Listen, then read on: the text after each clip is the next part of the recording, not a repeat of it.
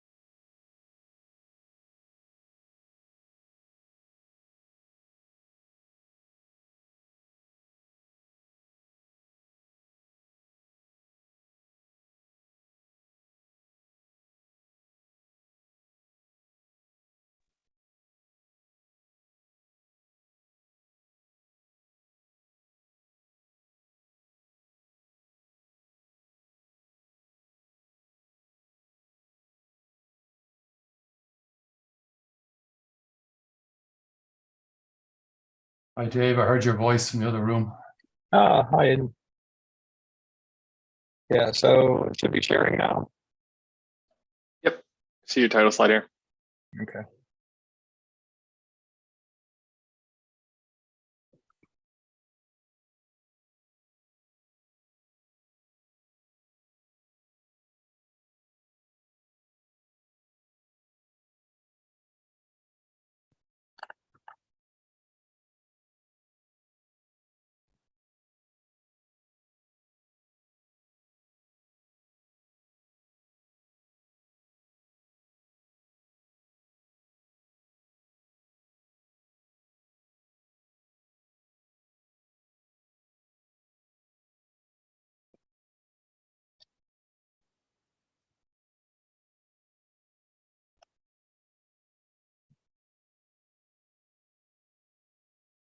Got rid of the beard.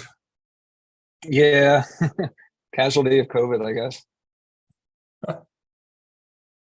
Norman, for most people, it was the opposite.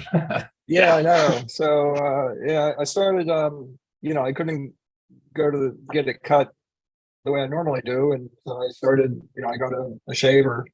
Yeah. And just gradually kept making it shorter and shorter. And I said, oh, I wonder what'll happen. So yeah, it was 40 years with it. My wife had never seen me without it. Well, that's dangerous. Yeah, I know. Fortunately, she stuck around.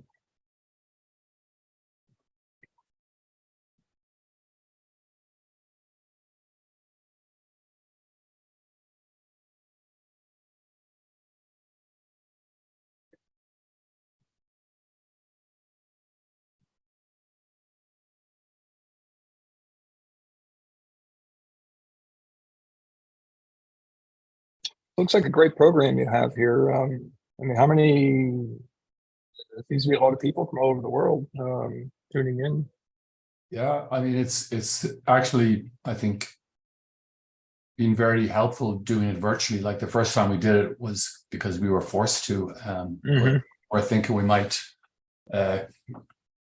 continue and try to even expand it more, because it's the same amount of work to do all the preparation, and when we do it virtually, we can.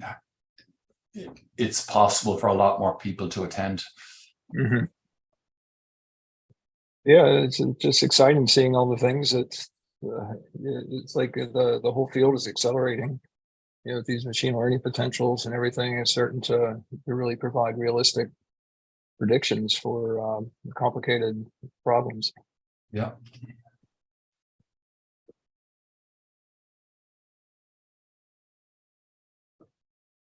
I think there'll still be a role for simple models, but not necessarily hot spheres. Right. Yeah. But Leonard Jones isn't going away, that's for sure. No.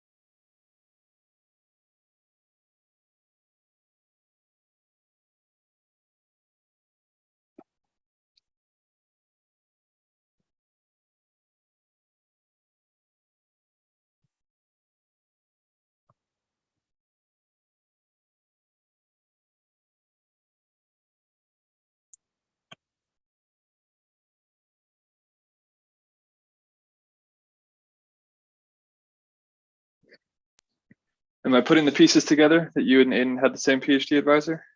Yes. Okay. Yeah. That's I thought right. the name was familiar, Aiden. Yeah. Yeah. Dave had already graduated by the time I showed up, but he was just this kind of like. You didn't need to date him like that. Well, Yeah. No, I was just trying to remember that myself. I said, wait, no. So did you come after Dave Ford or the same year? yeah, I was actually 1 year earlier than Dave, but Okay. Dave Kofke was very precocious, and I was not. So Oh, no. so there's You're no doing date important, going on. really important stuff going on here. So I'm impressed.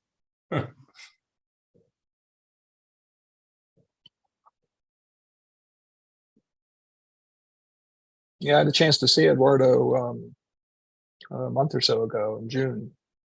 Me too. I I haven't seen visited him. him in May. Yeah, Oh, he's yeah. doing well. Yeah, yeah. Same Eduardo.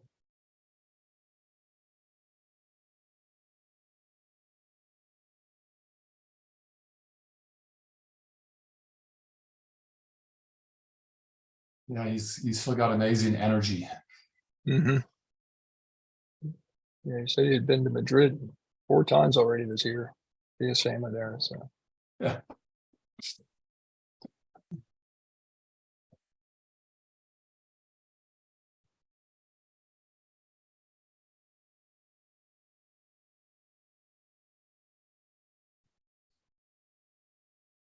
Looking at the attendee list, I'm still missing a few speakers from this session, but hopefully they'll log in close to when their time starts.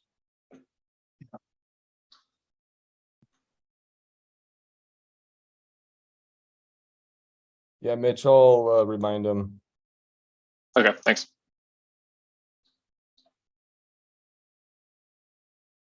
when does the session end? It'll be noon Eastern. Mhm.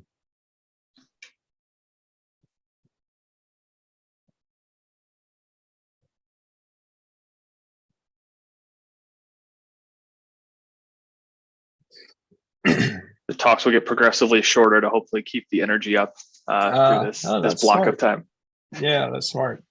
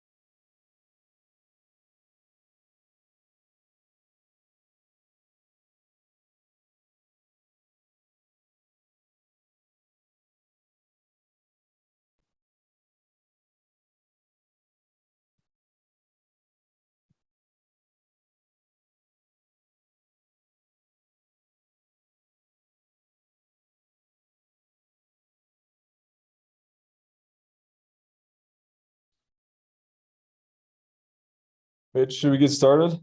Yeah, you want to do reminders and then I'll kick off the session? Yeah, sure. Well, welcome everybody to our Thursday sessions. Just a reminder to ask questions in Slack. If you need a Slack invite, you can email us at developers@lamps.org. And Mitch Wood from Sandy National Labs is our session chair for the morning session. Thanks, Dan. We are looking to have a wide range of topics, as is the case for this LAMMPS conference, but within this session, we will have one invited speaker, followed by 5 contributed talks, followed by 6 lightning talks. The timing for each of those will be 35 minutes for the invited talk, 15 minutes for the contributed talks, and 3 minutes apiece for the lightning talks. To the speakers, I'll give you a 5-minute warning, David, 3-minute warning for the contributed talks and the lightning talks. I just really hope you're all on schedule and have timed it to be 3 minutes exact, and we won't have to have any reminders. So to start this morning, we have our invited speaker David Kofke. He started his research career in 1983 at Carnegie Mellon with a chemical engineering degree, followed by a PhD at University of Pennsylvania, working with the infamous Eduardo LAMMPS. Since then, he's been primarily at University of Buffalo, where he's published, something like 200 papers on the area of molecular simulation. He's got a long list of medals to his name. I think most importantly, he is a fellow of AICHE and AAAS, and associate editor, Journal of Chemical and Engineering Data. Today, he'll talk to you about free energy, phase equilibria, and all that. I feel like that's a great title for a session chair to just turn the floor over to you for. David. Very good. Very good. Thank you. It's really great to be here and to share what little I know about the field, and hopefully it will still be really helpful to you. Before I start, I just want to make sure we're clear on what this presentation is not about. So a quick search of the internet for free energy will sometimes turn up sites such as this one, where people are selling devices that give you free energy, which meaning energy for free. This, of course, is nonsense. And it leads to other sites giving warnings, such as the one here, do not give money to people involved in free energy. So that's a bit problematic, but fortunately, they do say that several legitimate free energy researchers do exist, but it's still rather humbling to find out that you probably won't have heard of them. So anyway, with that, let me just tell you what the presentation is about, and it's about thermodynamic free energy and phase equilibria. And there'll be 3 general themes of the talk. First, I'll present a conceptual understanding of free energy. Then I will talk about some of the issues involved when computing free energies, and then a little bit about applications to phase equilibria. So a couple of disclaimers. This talk is going to focus on concepts, not really implementation details. I'm not going to be doing a tutorial about how to do free energy calculations for specific systems, or particularly with LAMMPS, or any other specific software. The topic is really just too vast to cover anything in appropriate detail. So my aim really is to educate as opposed to train you on the topic. And I should also add that I'm not really an expert on the use of LAMMPS. We have used it in our research, but if you have nitty-gritty questions about how to do particular things, I'm afraid I'm not going to be the best person to tell you that, but I will provide some resources towards the end where you can learn a bit more. All right, so making sure that we all have the right foundation for understanding this, I just want to point out that it's the formalism of thermodynamics that is developed to introduce the free energy to make it possible to apply the foundational laws, the first and second law of thermodynamics, to realistic systems in a convenient way. So we set up these Legendre transforms that define the ones that are of particular interest. Usually are the Helmholtz and the Gibbs free energies shown here, and the bridge equations connect them to statistical mechanics. So I'm kind of assuming that everybody has this basic background and understanding of free energies. This is really the framework that I have, the scaffold that I build or rest all my understanding of thermodynamics. And if you haven't built this in your mind, I encourage you to go ahead and make sure that you do that. And a good resource for this is this textbook from Herb Callan, where he talks very lucidly about Legendre transforms and their role in thermodynamics.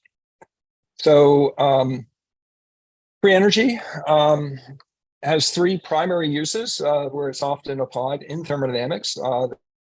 There's sort of first law applications. It can be used to quantify the amount of work that is associated with a change in state. So it's either the amount of reversible work that's required or minimum work that's required to make something happen, or the maximum work that you can expect to get out of a particular change in a process. And this can be doing a separation or concentrating a solute or compressing a gas, or any number of other things. The other primary application of free energy is second law types of applications. So there we're interested in using it to identify, excuse me, the equilibrium state of a system at a given typically temperature and pressure. So that would be the Gibbs free energy. So there's any variety of competing phases or conditions or states of binding or unbinding and so on that you may be interested in looking at.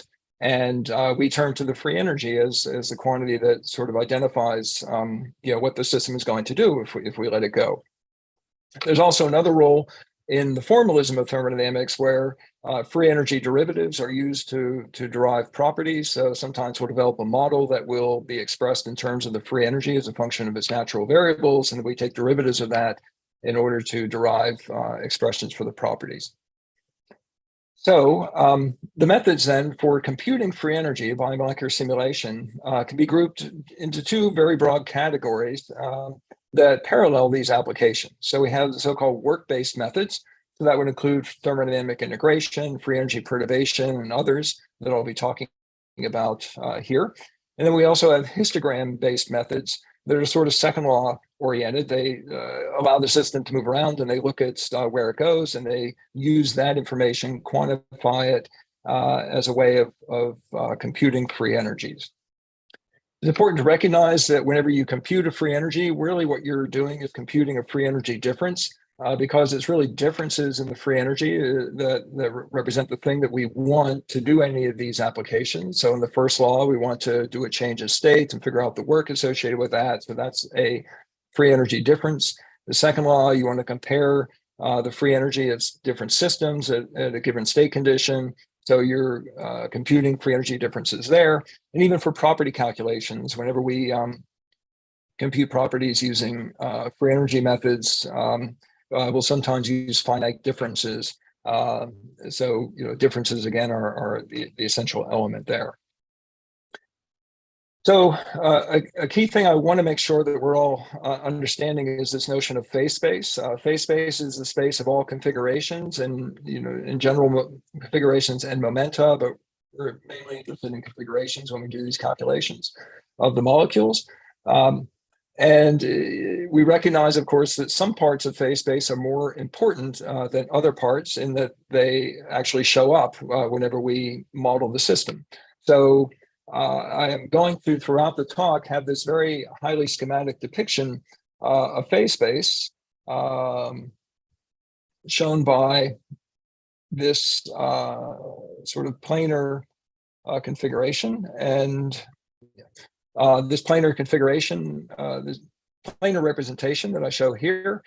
So this is meant to represent the impossibly complicated phase space is 1,000-dimensional space, something of that order, and I'm representing it in terms of the simple square. And within this phase space, I'm going to have a set of, or a region that represents the important configurations. And again, these are the configurations that actually are represented whenever you model this. So an example here would be these two arrangements of the molecules where I'm sort of trying to generate these at random are represented by these 2 points in my phase space. Key idea is that these are inside of the shaded region, which again is nowhere near as simple as what I'm representing here, but it serves a purpose for the illustration. And then you might have, again, if you're generating these at random, another configuration such as this, which is outside of this region that I call important configurations because we have overlaps of the atoms. And those are energetically unfavorable. All right, so the thermodynamic phase, as we understand it, is a subregion of the phase space, and we quantify these by having them share some common characteristics. So there's a lot of molecular arrangements, configurations of the molecules that all have some value of an order parameter or collective variable that falls within some range that we are using to define the phase. So for liquid crystals, we could have a director that's used to describe the orientation of the molecules. So we can have a pneumatic phase. And again, very schematic representation here would be this set of configurations. And maybe within that, we also have them arranged spatially in one dimension, and that would be a smectic phase. a cholesteric phase would be a different arrangement and would be a completely different set of configurations within phase space. For a liquid and a vapor, basically any configurations where the molecules are not overlapping would be representing the vapor phase, and where we have some of them condensed in a high density region would represent the liquid phase. And again, these are subsets of all the configurations, subsets of the phase space of the system. Another example would be crystal structures. So you might have some organic molecule and you're looking at different polymorphs. Well, the set of configurations that are consistent with this crystal structure would be represented by one region, and the set consistent with this structure would be shown by another region. So the free energy now actually represents two things. It represents the volume of this phase space as well as the average energy. So we know the formula for the Helmholtz free energy is the energy minus T times S. So the average energy and the entropy both show up to that in this. And we can make an analogy of these two things to characteristics of, let's say, a lake. So the entropy would be analogous to the area of the lake, and the energy, or the average thermodynamic energy, would be analogous to the average depth of the lake. And if we wanted to measure these two things, well, measuring the average depth of the lake would be pretty easy. You get a boat and you get a long stick and you move around different points on the lake. In principle, you're selecting these points at random, and you measure the depth of the lake, sticking your stick into the lake and seeing how deep it is. And then you just take all those numbers and you average them together, and that gives you the average depth of the lake. Conversely, if you wanted to measure the area of the lake doing a similar process, you can ask, well, I'm going to move around, sample different points on the surface of this lake. And I can ask, well, what can I possibly measure at each of these points that will allow me to get an idea of what the area of the lake is? And there's no obvious choice here. The area is not a configurational property. It's not a property that's associated with a point in the lake. It's instead a ensemble property. It's something that characterizes the whole collection. How big is the collection? How big is this lake? And you can't measure that in an obvious way by just looking at individual points on the lake. What you could do, though, is instead measure the area of the lake with respect to some known reference area. So if we had some way of marking out some region of the lake which has a known area, we could use that information to develop a means for evaluating the area of the lake. And this would then give us, in a way I'll describe shortly, the ratio of the areas of the lake to this known area. And this ratio of areas actually corresponds to a difference in free energies. And that's fine, because really all we expect to get are values for free energy differences. So what you could do then is move around on this lake, again, selecting points at random, and then ask each time you stop and sort of take your measurement. Your measurement is, am I on this reference area? So you can see if you were to choose the point shown here, you would find that 1 out of 6 times you were actually on this reference area.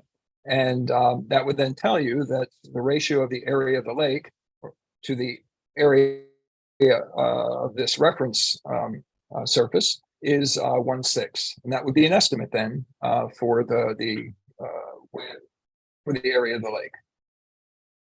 However, if you aren't careful and you were for some reason to choose your reference area to be something like this, where it's much, much bigger than the area of the lake, for example, or if it just partially overlaps the lake itself, you would do the same process, and what would you get? So as you move around from point to point on this lake, you would basically find that everywhere you go, you are coincident or on top of this reference area. And if you were simply to average these, you would get a ratio of 1, and you would then conclude that the area of the lake is equal to the reference area, whatever that is. And clearly that would be wrong. No matter how many times you did this, you would get the same result, and it would always be wrong, but reproducibly. So how does this connect to free energy calculations? Well, there is a sort of a workhorse method that was developed in the 50s, or at least conceptually, for computing free energy differences, and that's free energy perturbation. And this free energy perturbation is, in a sense, the realization in statistical mechanics of this reference area measurement analogy. So the working equation here is your free energy difference is given by this particular ensemble average. And it can be represented in this form as well, where these pi's represent the probabilities of being in state B, which has energy UB, and state A, which has energy UA. And the point is that you're sampling over the A region. So the A region is basically the lake, and the B region is your reference area. Again, using the analogy. So something that does give a good correspondence to this analogy is the Widom insertion for the chemical potential. And particularly if you do it for hard spheres, what you would be doing is sampling configurations of n molecules, and you would then add the n+1th molecule, and you would be aiming to compute this free energy difference, which then would give you a chemical potential. So anytime, if these are hard spheres, this sphere does not overlap the other spheres in the region, that contributes 1 to your ensemble average. And anytime that this sphere, when you stick it in at random, overlaps the other molecules, any other molecule, that contributes 0 to the average. So it's basically you're sticking this reference sphere into your system and averaging zeros and ones, again, for this hard sphere case. So anytime you are not overlapping, you're in the important region for the n+1 system, and you're sampling then the n system, which is represented by this area A. And this is going to work because the B system is a subset of the A system. It's not a superset. It doesn't merely overlap it.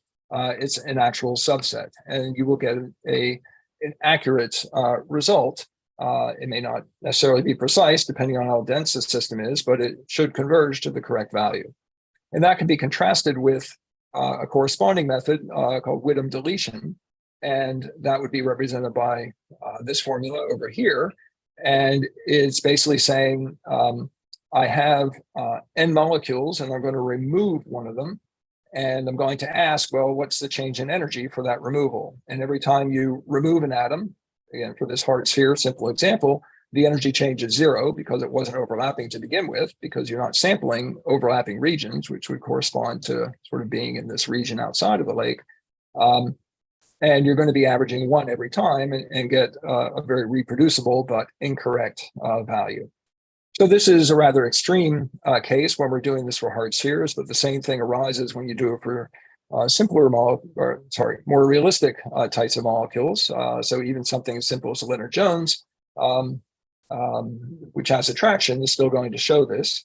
So typically what we will get when we do these calculations, here's the chemical potential as a function of how much sampling have we done.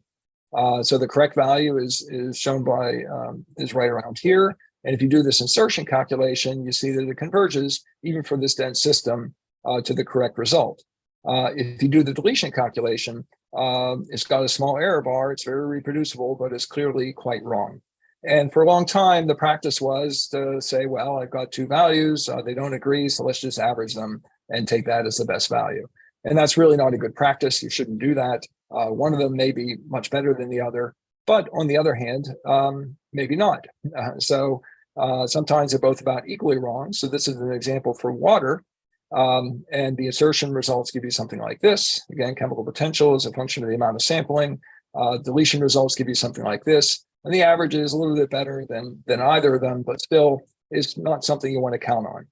So doing free energy calculations using these single stage insertions or perturbations is a very iffy or dodgy way to try to get results, and you shouldn't do that.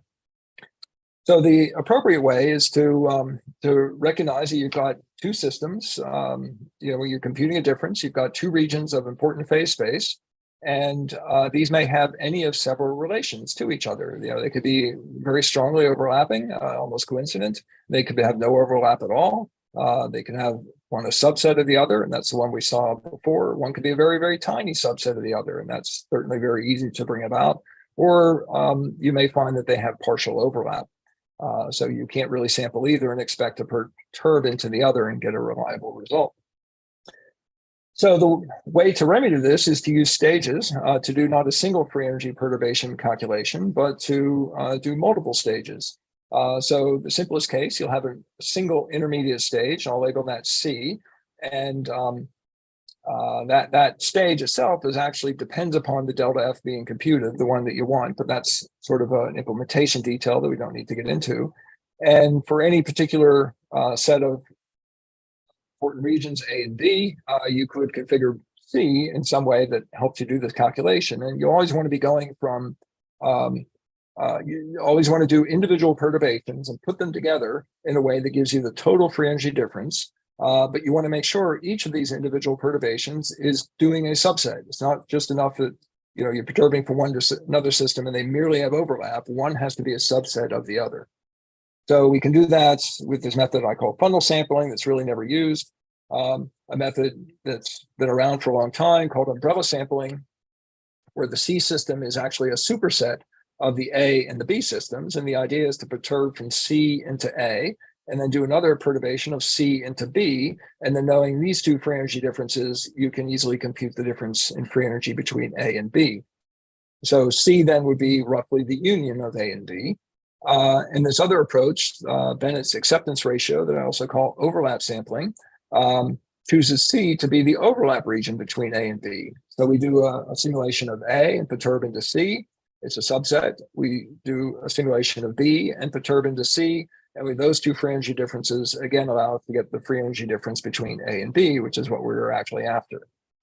So umbrella sampling, although it's been around longer, well, no, maybe around similar amounts of time, is really not the easiest one to use. I'll be returning to this, though, before we're done, because to identify a system that is actually samples well A and B both is not necessarily very easy to do a priori. The appropriate choice actually depends on the free energy difference between A and B themselves. Whereas this one, you're sampling A and you're sampling B, so you know what systems you're going to sample and there's no issues there. And you can sort of figure out on the fly or maybe after that, what is the system C that you're actually perturbing into? So you can do these calculations in a way that doesn't affect the sampling at all. You're just doing A and B, and that makes this really a method of choice for doing these types of calculations. So the improvement from doing this, though, it's really quite substantial. So this is the water chemical potential that I showed you before, simple single stage shown here. And if you do these multi-stage approaches with just a single additional stage, you get results that are really quite good. So sometimes a single additional stage is not enough. So we can do multiple stages. And usually at this point, we are going to end up parameterizing the energy of this intermediate set of stages. And a common choice is that it's linearization. You define a parameter lambda that takes you from A when lambda is 0 to B when lambda is 1. And you define your stages in terms of lambda going from 0 to 1. Linearization isn't always the best choice. It can have certain issues depending on the method that you're using. But again, it's not uncommon to see that. And there's nothing often inherently wrong with it if you're careful. So this was, again, the bar Bennett's acceptance ratio that I mentioned before. So the multi-stage version of that is called M bar, and the difference between this one and this one is you're also sampling C. So you sample A, B, and C, and in each of those you're doing perturbations into the overlap region of that with the other ones. And each of these is going to be a subset perturbation. So it's going to be okay, and it should be accurate. And you can piece all these together in an optimal way in order to give you a total free energy difference between A and B, or if you're interested in C itself, which certainly is not unusual, between A and C and B and C and so on. So the method for doing this was developed by Michael Schertz. It's called M-bar, the multi-state Bennett's acceptance ratio. And it's really a great method. It's a bit complicated to implement, but fortunately, Michael has developed a Python code that will do the calculations for you. So you can look that up, and that should help you get going if you want to use this. So this is just an example of a type of multi-stage free energy path, just to, again, try to make this a little bit more concrete for you. So you may be interested in inserting a molecule like this, getting its chemical potential or solvation free energy in some sort of a solvent. So if you try sticking this in at random, you would find that it never goes in without overlapping one of the solutes. So you need to grow it. And you can grow it in different ways, but I'm just sort of suggesting here that we've got a little bit here, a little bit there, and then the other half of this region, and then we make this a little longer, and we're perturbing from this to this, and then from that to that. So with the multi-stage M-bar, you'd be perturbing from this system into that, and this, and this, and this, and basically all of these into each other. And some of them may provide useful information, but if they're trying to perturb from this into that, won't provide useful information, but it won't hurt you because M-bar is doing the optimal balancing of the information to make sure that you aren't going to be inaccurate. Okay, so I want to point out that these free energy perturbation methods are at one end of a continuum of non-equilibrium work methods. So again, you can think of this as an extension of the first law, which relates the free energy difference to the reversible work. So this is the general formula that was proposed by Jarzynski that allows us to get a free energy difference by averaging not the work itself, but in this exponential average. So the idea is you take the average of some work process where you might sort of force that molecule to grow from, being one atom to the full chain and have some parameter that actually makes that happen. And you can force that to occur and measure the force that is exerted on the system as that happens and integrate that to get the total work in growing it. But you don't average that work. Instead, you average the exponential of the work. And if you do that, then you have a correct depiction of the free energy. But if you do this very fast, that's okay in terms of this formula. And that's actually the free energy perturbation methods that I already talked about. You're sort of zapping it right in there in an instant. You can also do it slow and reversibly. Make the growth very slow and let the system equilibrate at every step of the way. Of course, that takes longer, but it will give you something that's has a smaller variance. Another sort of formulation of this is thermodynamic integration, which is in principle a reversible work path, but instead of doing the work, we're actually evaluating derivatives at each point and integrating it that way. So that's to put that in context. Let me just turn now quickly to the histogram-based methods or visited states methods. And this relies on, again, the free energy and the likelihood of being in a particular macro state.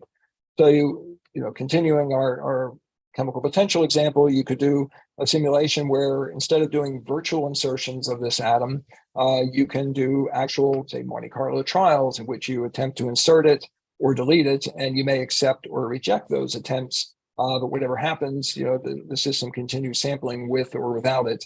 And then you keep track of how many configurations have it in there and how many configurations don't have it in there. And those numbers, NA and NB, can be used then to compute the free energy difference that way. So you allow the system just to do what it wants to do, and you just sort of keep an eye or a count of the different places that it goes, and that should give you information about the free energy of those various cases. So a common example here is computing the potential of mean force, which is the free energy for two atoms to be at different separations. So I've got this X atom and the red one, and I'm pulling them apart. And at each position, I'm seeing how often they're at that separation, and use that information. Then I can make a histogram of that and use that to get the potential of mean force. So, of course, left to its own preference, the system is going to go to the case where it has the lowest free energy, and you may not sample the other one very much, depending on how big the difference in free energies are. And this can be remedied then through the use of bias sampling. So you can try to make these histograms or these the states calculations with a bias. But of course, if you add the bias, you've got to remove it. But the idea then is that, you can do that. So we have this bias sample where we've applied a bias to force it to go one way or another to make sure it goes where it actually doesn't want to be. And this is the formula you need to recover the actual property, whether it be a histogram value or something else from this biased sample. You'll note that this requires a free energy calculation. This is actually the difference in free energy between the biased system and the unbiased one. So you need to compute that as well. David, we have 5 minutes left for you and for questions. So it's 5 minutes for me and then 5 minutes for questions? Nope, those two things combined. Okay, all right, I'm going to try to wrap up quickly. Okay, thank you. So you can formulate a biased sample without doing the free energy calculation by sort of doing the histograms and then splicing them together in the way that's shown here. And often this is what people mean when they talk about umbrella sampling, although the original definition is more along the lines of what I showed you before. Another way to sort of realize that the original vision of umbrella sampling is a method called metadynamics, where this sort of C system is built on the fly by adding or dropping Gaussian bias potentials, depending on how often you visit the site. So this is a very effective method, and you can learn more about that, again, from many sources. So a very quick discussion of phase equilibria. Of course, phase equilibria is important application of free energy methods.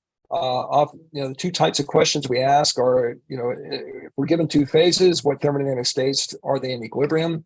And another one is given a thermodynamic state, what phase is going to be stable? These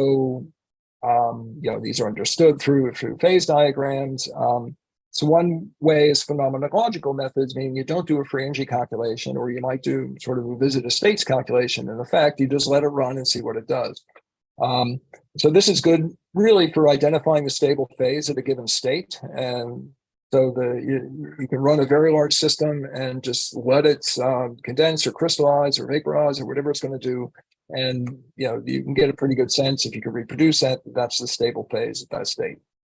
But if you want to compute phase boundaries, it's not the best way to do that. You really should be doing free energy calculations.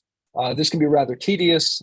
Again, I won't go through the details of that, but one way is to just do a shotgun approach to compute properties in many different states. So this is an example of a paper where we did this to get a very precise depiction of the freezing boundary for the Lennard-Jones system. We use this method called harmonically mapped averaging that we've actually implemented in LAMMPS, and you can read about that in this paper here. The results of this work are reported here. Just 2 more slides. So direct approaches involve simulating just the more direct approaches involve simulating just the coexisting phases. So the Gibbs ensemble method developed by Panagiotis is very effective for vapor liquid equilibrium and LLE. It works well for mixtures. It does require particle insertion, so it's not really suitable for crystals. But the idea is you simulate not the interface of this, but 2 boxes with the phases that you're interested in, and do special moves to make sure that they're in thermodynamic equilibrium. Finally, I'll just mention Gibbs-Duhem integration, which is useful for doing in particular crystals. But the idea here is if you know a starting point on the coexistence boundary, you can generate a differential equation that will help you walk along that line. And the right-hand side of that differential equation is evaluated by simulation. So the no particle exchanges are required. It's well suited for crystals. And you can read more about that in a number of sources. I just want to point out the one shown here, which is a review article on advances in chemical physics. That wouldn't be quite as easy to find, but that's has a lot of detail about the method. Okay, so that's really what I had to say about free energy and phase equilibria. There's many review and best practices articles where you can learn more about these. I just want to point out Frankel and Smith covers this a lot in their book, and they have a new edition that's just coming out. And their website that was founded by Michael Schertz, the Living Journal of Computational Molecular Science, has a lot of best practices articles where they go through all the nitty-gritty of how to do these and many other types of calculations. All right, so in summary, there's many ways of doing free energy calculations poorly, but there's also many ways to do them well. The choice of which method you'll apply will depend on the details of your system, the capabilities of the software and the hardware you plan to use, and in some sense, your preference and experience. I talked about phase-based relations, work-based and histogram-based methods. There's many other topics of importance: work distributions, mixtures, critical phenomena, efficient sampling methods, implementation details, and so on. That we should have time to cover, but hopefully that does enough. All right, so thank you for your attention, and I'll be glad to take questions if we have any time at all. Thanks, David. We are right at the time to switch speakers, but we do have a Slack channel where a handful of questions have been put for you. Some that I think will give a pretty good discussion. I'll forward the Slack link if you need that again. Yeah, I am on Slack, so I can have a look at that and try to answer them there. Great, thank you. Okay. So since we're at the time switch, do we have Carlos Miguel Buruso Gutierrez? Yes, I'm here. Can you hear me? Yes, we can hear you. Slides are perfect. waiting. Yeah, I will share my screen. Okay.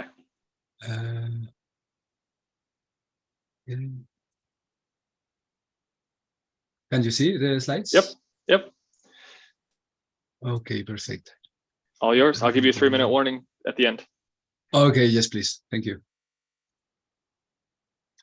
Okay, so hi all. Well, first, thank you, the organizers, for letting me contribute to this workshop, and thank you for the maintainers and the developers of the all the contributors of LAMMPS code.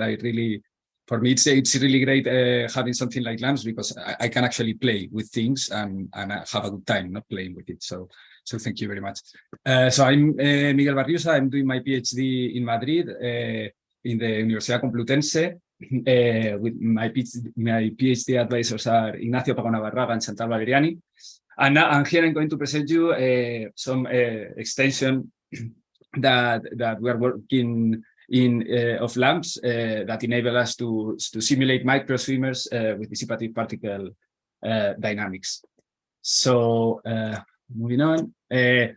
Generally, my PhD is on active matter, no, that deals with a lot of systems that are out of equilibrium individually, and when put together, they form very rich collective behavior.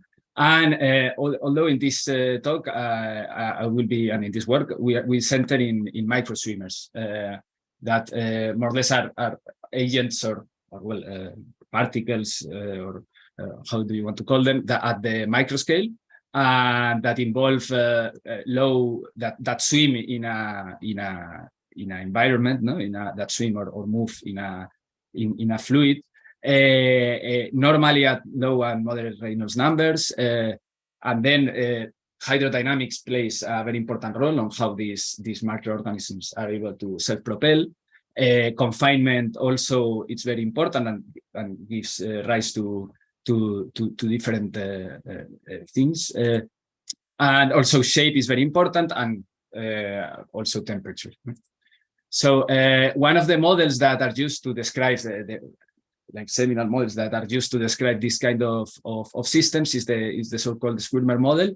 It's a coarse-grained model for cell locomotion that was first discovered by or invented by Lighthill and Blake in these years.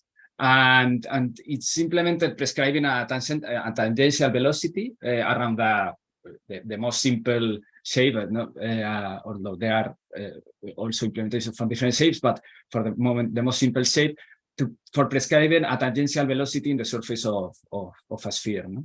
That models the boundary conditions of the fluid at that boundary. So normally this because of flow dynamics considerations, this can be modeled also with the two first modes of the hydrodynamic expansion, and this that you see here, the B1 and B2 parameters control how the type of the Squirmer, no? So a negative B2 would correspond to a pusher type Squirmer, which gains or gains its propulsion from the back. So here the sphere would be propelling towards the top part of the screen, and here, as you can see, the propulsion is gained from the back. The puller is the other type of Squirmer, the symmetric one, in which it's like swimming with your arms, no? So the propulsion is gained in the top, in your head of the motion, and then in between we have the network Squirmer, which just is in between of them. And depending on this type of Squirmers, then we have different type of flow fields that are generated for the fluid around. So this Squirmer model it's good for modeling microorganisms, as you can see here, like in this experimental study, that there are measured flow fields of different microorganisms, and map more or less to the different type of Squirmers. And also some years ago, it has also been shown that it can be used to model synthetic active colloids, the so-called Janus particles. That these particles are synthesized in the laboratory, and one of the hemispheres it's covered with some material that, when reacting with the surrounding solvent, it promotes propulsion to the particle. And so this recently also this has been shown that the Squirmer model can be applied to this type of synthetic colloids that have a lot of applications in biomedical scenarios. So hydrodynamics is important because depending on the type of Squirmer we are going to have different interactions between Squirmers. We are going to have also different interactions with boundaries, and this will lead to also different aggregations when we have suspensions of these Squirmers. Also, the shape is very important because, again, different shapes make different aggregations and different behaviors. Confinement, as I already said, also can have very, very nice phenomenology, because you can have, for instance, that, well, active particles are known for long to accumulate in walls, as you can see here in this first plot. Also, since they are out of equilibrium, in the right, here in the bottom right, you can see that work can be extracted from a suspension of bacteria. And they can be accumulated in the middle bottom plot. They can be accumulated, but if you put a series of obstacles, of funnels, they can be accumulated in one side. So I'm going to go over the simulation details of our contribution. Is just the DPD package that is already, the DPD pair style that is already implemented in LAMMPS. And we have developed a fixed style that achieves this kind of propulsion. So, well, just a brief walk over DPD. It has three components. It's a pairwise force field that has three components: conservative, dissipative, and a random component. Just the conservative is just a soft linear harmonic force. And our contribution just goes like this, no? So we have a raspberry colloid made up of these red particles in the center, and we search for neighbors around this colloid. We apply the Squirmer force field that we already said, and then we compute some back reaction forces on the colloid. And this, if the force field is asymmetric, this gives a net propulsion force, no? And these are we can implement the three most famous Squirmer types, no? Okay, a bit only about the advantages over other methods. This can be done also with, and it has been done with lattice-Boltzmann methods and with multi-particle collision dynamics. With lattice-Boltzmann, it's hard to take into account thermal fluctuations and different shapes.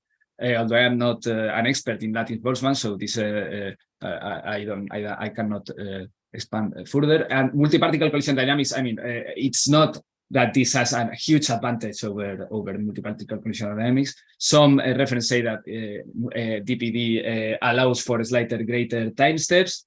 And of course, for me, DPD is already implemented in labs, so this, for me at least, is a huge advantage. No? Okay, so now to show you some things that can be done with our code. These are just a fixed colloid in bulk swimming, no? And for the three types of Squirmers, we recover more or less the known flow fields, although they are a bit distorted, no? And this we think this is because at these kind of simulations we were at a moderate Reynolds number. If we tune the properties of the solvent so that we are at lower Reynolds, then we recover much more the normal or the known solvent flow field around the Squirmer. This, for example, is from Thornton and Stark. That was done with using this multi-particle collision dynamics method. Okay, this is doing this. We can also compute the diffusion of this Squirmer in bulk. for the three types, and we can see that the three types are self-propel more or less the same, and in accordance with the Squirmer model, since all of them have the same propulsion velocity. And we do this for 2 different temperatures, and we can see that I mean that it saturates to higher Reynolds, no, as we see for the lower temperature case. And well, here there are also other things to take into account, since for example, we would expect here at very at very low Reynolds, we would expect it to be parabolic. But okay, these are some things that we are currently working on, and we only think that here we are only observing a crossover between different regimes, between the purely stochastic regime and the more inertial regime. Okay, here when we confine this same Squirmer we can confine this same Squirmer to a narrow channel, and here we can see that the vortices that are reminiscent of the Squirmer are gone because of the interaction with the walls. And also we can see that having a confinement breaks the symmetry between the 3 types of Squirmer. And so now a pusher type Squirmer, that are the ones that diffuse more. Sorry, the legend is missing, but here it is. So these are the right triangles are pushers, left triangles pullers, and the diamonds are neutrals. So we can see that the Squirmer that diffuse more is the pusher type, followed by the neutral, and then the puller that interacts more with the wall in a way that it gets more stuck, so to say. And also we tried for different cylinder radius, and it doesn't have much of a difference, in the diffusion properties. Okay, this is about the orientation autocorrelation function. So how long the Squirmer points in the same direction. I will skip this because I'm not going very good in time. Here you can see only other nice flow fields that we obtained recently when a Squirmer is fixed near to a wall.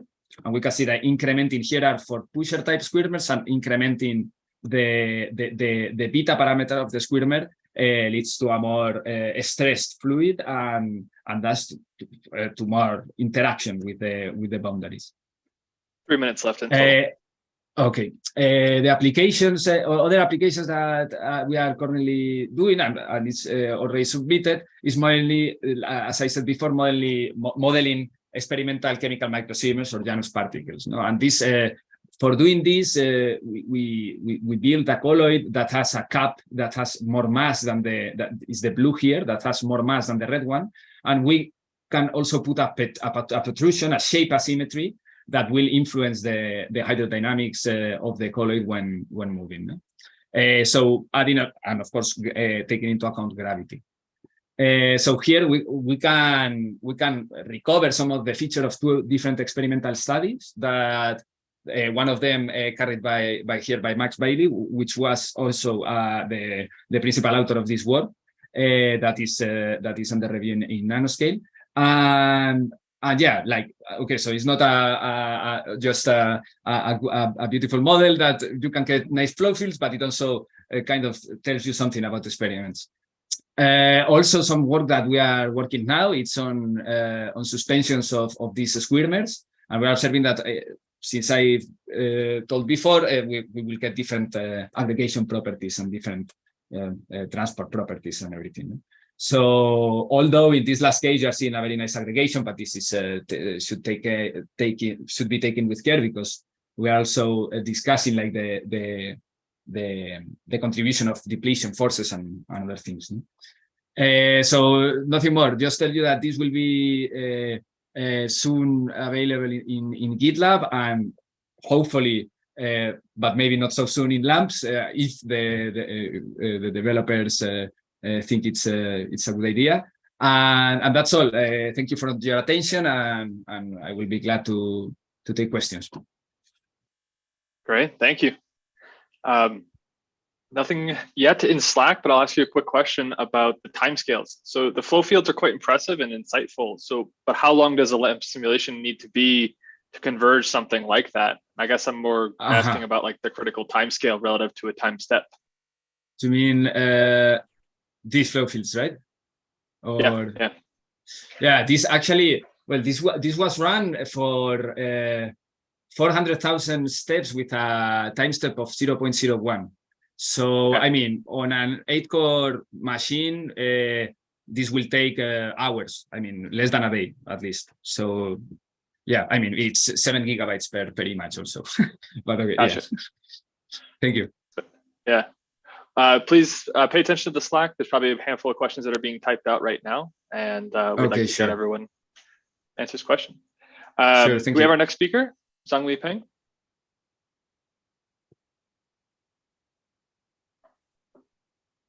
We have your slides. Not sure about your audio. Can you hear me? Yes, now we can. Okay. Hi, everyone. It's great to talk here. Thank you for this opportunity. I'm Zhangli Peng. I'm from the University of Illinois, Chicago, Department of Biomedical Engineering. I'm also affiliated with Center of Bioinformatics and Center for NSF Center for Microfluidics. So today I will talk about how we apply LAMMPS in several applications in biomedical engineering. Again, I'm an engineer, so our goal sometimes is very practical. So my talk is first I will have an introduction, then I will talk about several examples we apply in biomedical engineering. So my vision is now everybody many years talk about the century is a biological century. So my understanding is maybe someday it's like manufacturing iPhone or cars. So my colleagues like biomedical engineers really do make something like really we can use daily, will impact our society. But our role here is the cell, although it's understood as a factory for a chemical reaction, but its structure is important. It's like this factory, or is maybe build cars, build computers, but this factory, you need a strong frame to support the load and to function well. So for that reason, the cell also like a factory with this kind of structural component, different intermediate filaments. So that's we want to model. So traditionally, I mean, finite element are the numerical method simulate well this kind of hard material buildings, seismic earthquake. So this is a simulation of L. Steiner of a car crash. So this kind of simulation is very kind of mature. It's important for our life to improve the safety of the car. For example, this is my car. It had a crash. So you see, so I think it's a World War. So I think I didn't hurt. So daily life this is important. Okay. So our goal is really, can we modeling, for example, show you later on a cell like pass through microfluidics, extreme such huge deformation. We want to see if we can apply the method already in car industry finite elements to this, or do we need a new kind of approach sometimes? So turns out I list several things for me as in my past experience show it's very difficult to model the soft biological material. There are extra difficulties than the hard material. For example, because it's soft, usually the deformation is very large, viscoelastic. Also, the dynamic assembly of a mesoscale structure is very unique to not existent in this lattice, the metal structure. Then, of course, it's difficult. The entropy is very, very important in this kind of soft matter. These three are basically the fundamental challenges of modeling any soft matter. But the biological material is more than soft matter because it is a living thing. So it's far from equilibrium, has higher complexity, multiple component, and high heterogeneity as well. Because if you have experience to compare with any experiment on the biological material cells, you know, every cell is different, different type of cell, every body is different. So also compared to traditional material, although can be also multi-scale, but biological material has an even stronger multi-scale hierarchy. The interesting thing is the previous speaker talked about active matter. I think active matter for me, maybe it's something in between. It's not really a living material, but it's also active thing from the soft matter. So how to address these challenges is what we are aiming for. So example is in sickle cell disease, a single mutation of the letter in DNA cause the kind of hemoglobin to form fibers, then cause the cell to become stiffer, sticky. then block the blood vessel wall, then cause crisis and death in the patients. So in experiments to understand, we need a different technique like the optical microscope, electron microscope. So the things in terms of modeling, we might need to use a different method in different length scale. Everybody understands. Then probably even not only separated, but hopefully we can couple this all together to solve this kind of challenges, even in the simplest tissue, which is the blood. Okay.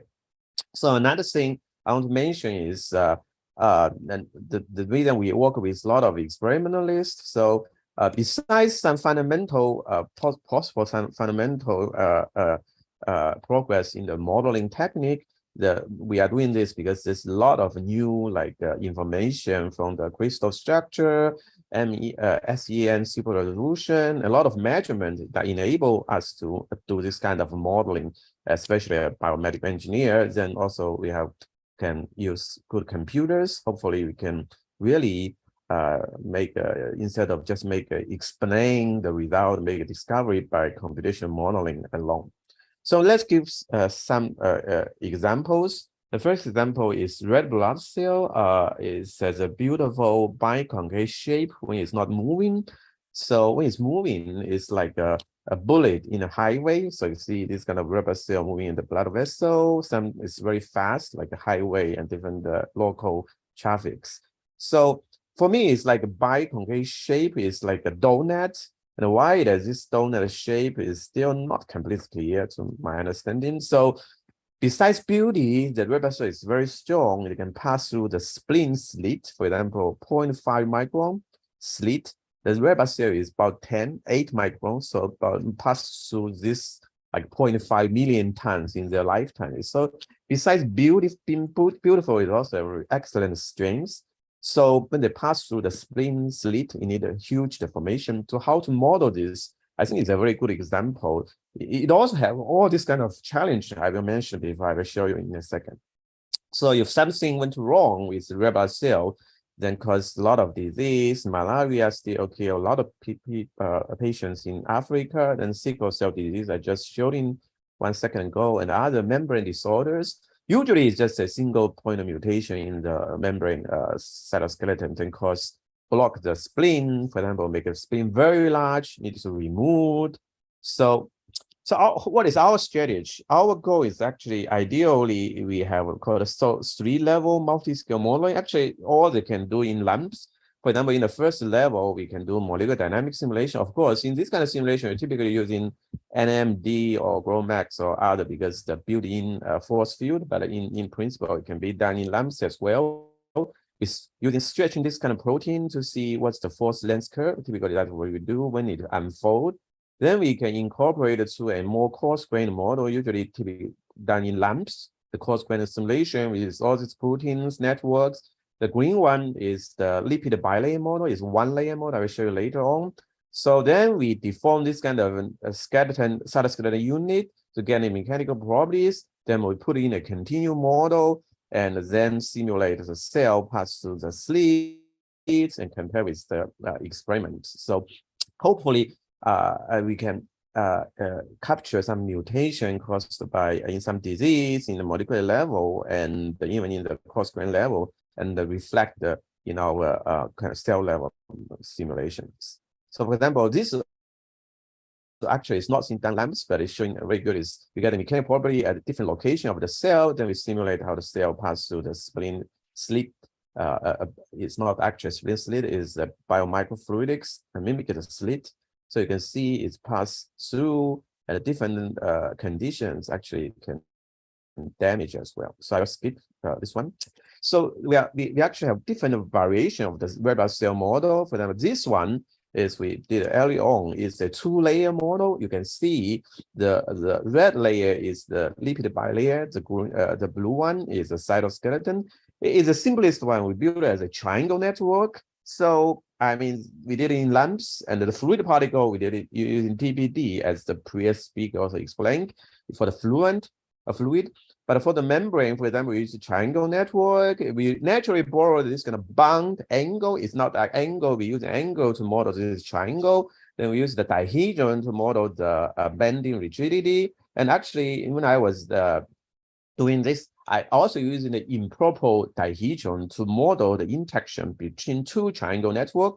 For example, the blue one, you can consider the fourth node of the improper dihedron, then this interact with this red triangle. So we can modeling the sliding vertical interaction, detaching and sliding between these two layers. So I feel because I think I need to thank LAMMPS, because some LAMMPS is so a flexible code actually you can use. And it's, for example, the original, the bound angle is for different things, but actually we can utilize in a very flexible way to model very interesting structure like this triangle network with all these kind of properties. And even including some molecular details. For example, we can model this kind of actual blue link is a spectrum protein. We can incorporate various like one bike chain form. But this time is kind of this kind of model simulation. You see is I didn't show the fluid is driven by dissipative particle dynamics. Then this is the triangle network pass through. Then, for example, recently we also systematically compare its experiment, for example, for how fast the cell pass through, because when they pass through slowly, they can eat by microphage, then cause anemia, etc. So this experiment and the modeling, I will skip the details because probably most of you are not interested in that. For example, I just mentioned a few. For example, this is the red blood cell population. As I mentioned, the model is a biological material. One challenge is the heterogeneity, because you talk about it's not a single standard cell, but it's a population. For example, when you look at red blood cell, it can be very large, can be very small, but at the surface area and volume actually following this kind of very interesting linear relationship, approximately linear. But if you think about it, if you simply scale down a cell or scale up, the volume scaled with length cube, the air surface area is second, then there is not a linear flow. But why it follows this kind of linear shape, we find that it's probably is due to it needs to pass through the spleen. Then you see this is our dissipative stimulation. This line cut here, so all the cell above can pass, below cannot pass. And recently, 3 minutes left in total. Interesting find that's kind of this can be quite interesting to the spectrum unfolding in a molecular level can impact this one. So I will skip this. We applied even studies to neutral fields and the nucleus. So the second one I will briefly introduce is that we will not only imply LAMMPS in this kind of molecular dynamics level or coarse grain, we actually can use and do with continuous simulation. For example, we simulate the inertial microfluid focusing. For example, when the flow is rate is high, it has an inertial effect. When the particle in the entrance randomly distributed, then you focus on two positions. We actually predict this one very well with experiment, but in experiment, it's very difficult to monitor the actual trajectory. We can explain the mechanisms. So we published in physical fluid. We also find some interesting things. We simulation predict something, and this kind of unique motion we later on actually found in the experiment, showing the predictive modeling. So we also submitted another paper on this. The one thing I want to say is this is also, I think, LAMMPS, because there's the SPH package there. It's very easy to use. You just modify a little bit, then totally implement this. Last thing I will talk about is also modeling coronavirus. For example, we're using this kind of lipid bilayer model, and we coarse-grained the, we did all atom simulation of the spike protein and ACE. Then we do coarse graining. Then we put this coarse grain model on the surface of the virus. Then we can simulate even the endocytosis. So this is a model, is one layer particle lipid bilayer. We published this LAMMPS package, although it's not our official package because I'm not very familiar how to make it a user package. But I noticed there are a lot of kind of offline, like this one, we are using it simulating the piezo one channel. You have several. This you can find a lot of other packages, even it's not in the LAMMPS website. So this is the coarse grain model of the spike protein ACE receptor. Then we do kind of matching of the fluctuation to the all atom simulations. The final thing before I end this is, as I showed in the beginning, in the biomedical engineering, we trying to really use this computation tool to help my collaborators build stuff. But one thing I feel always interested in is any ways to really couple this kind of LAMMPS Lagrangian particle code to any very good Eulerian continuous software. I know you can use in Lattice Boltzmann, SPH, or some others, but this is mainly for fluid dynamics. I mean, envision is anyway, we can model with something like a multi-physics code, like a console-like. That will be much helpful because in microfluid, we're dealing with a lot of like acoustic, electrical, any other continuum field. I know this tool exists, but since it's still not easy for us to do that. Finally is thank all the students and my collaborator and the funding support. Thank you very much. Thanks for the interesting talk. Covered a lot of topics. Do we have our next speaker? I'll remind you that we do have a Slack channel that a lot of questions are being dropped into. Zhangli, I think I just invited you into it. So I have a question for you there, but I don't think we have time to cover it right now. If Jacob Gissinger wants to share content and check their audio. Can you hear me? Yes. Great. Floor is yours. All right. Thank you very much. Let me go full screen here. Hopefully. All right. Thank you very much. Yeah, I'm Jake. I'm currently in my third and final year of a postdoc at NASA Langley Research Center. And today I'd like to talk about some of the recent work I've been doing related to large-scale modeling of non-equilibrium reactive systems. So systems where you have chemical reactions going on, and these chemical reactions are being resolved at the atomistic scale. And in particular, for this talk, I'll be talking about a recent extension that uses machine learning to better decide exactly when a particular reaction should happen in your simulation. So as has been mentioned, elsewhere in this workshop already, one of the holy grails of molecular modeling is to be able to include chemical reactions, but to do that in a way that's scalable. So, more than a couple hundred atoms, able to reach reasonable timescales. Of course, to model chemical reactions from first principles, you have to go down to quantum mechanics. So quantum mechanics-based methods such as DFT. I think there was a nice talk yesterday about machine learning potentials. I took a slightly different approach where I started from existing classical force fields, and then I added the option to include chemical reactions in your running simulation. So I'll talk a little bit about that. I'm calling this method reactor. This is already implemented in LAMMPS, where it's known as fixed bond react. As input, the idea is pretty simple. You define your reaction site before the reaction happens, as well as after the reaction happens, and you use molecule templates to do that. And then you define a set of constraints to decide exactly when your reaction should happen. So that could be as simple as just the distance between two reacting atoms, or it could be more complicated, as I'll talk about today. Just to give you an idea of what that looks like, here is a video that shows a simple epoxy cross-linking reaction. So you see a couple of cross-links being formed there. The hydrogen's kind of rearranging in the correct way. So the idea behind this is to be very general, a very versatile method. You can look at a given reaction from polymer chemistry handbook or organic chemistry and be able to model that. So that can include, complex diffuse rings, things like that. You can update all of the associated angles near the reaction site and higher order interactions as well, modify things like atomic charges.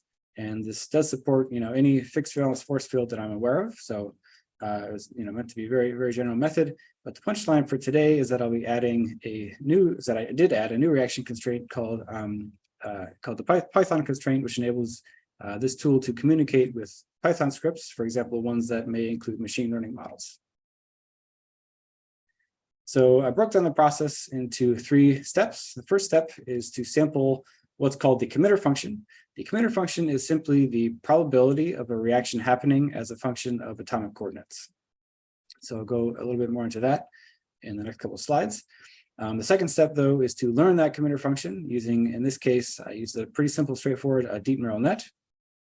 And I'll talk a little bit more about that as well. And then, of course, finally, to have your machine learned reactive space communicate with some sort of large-scale reactive MD simulation. In this case, of course, I will be using a reactor. So the first step here is to sample your reactive space, or the committer function. To do that, I'm using what's called DFTB. It's a tight binding approximation of DFT. It's fast. It's fast enough to do, fast compared to DFT. It's fast enough, to do dynamics in a pretty high throughput way. And so the idea behind here to sample the actual reaction space is pretty simple.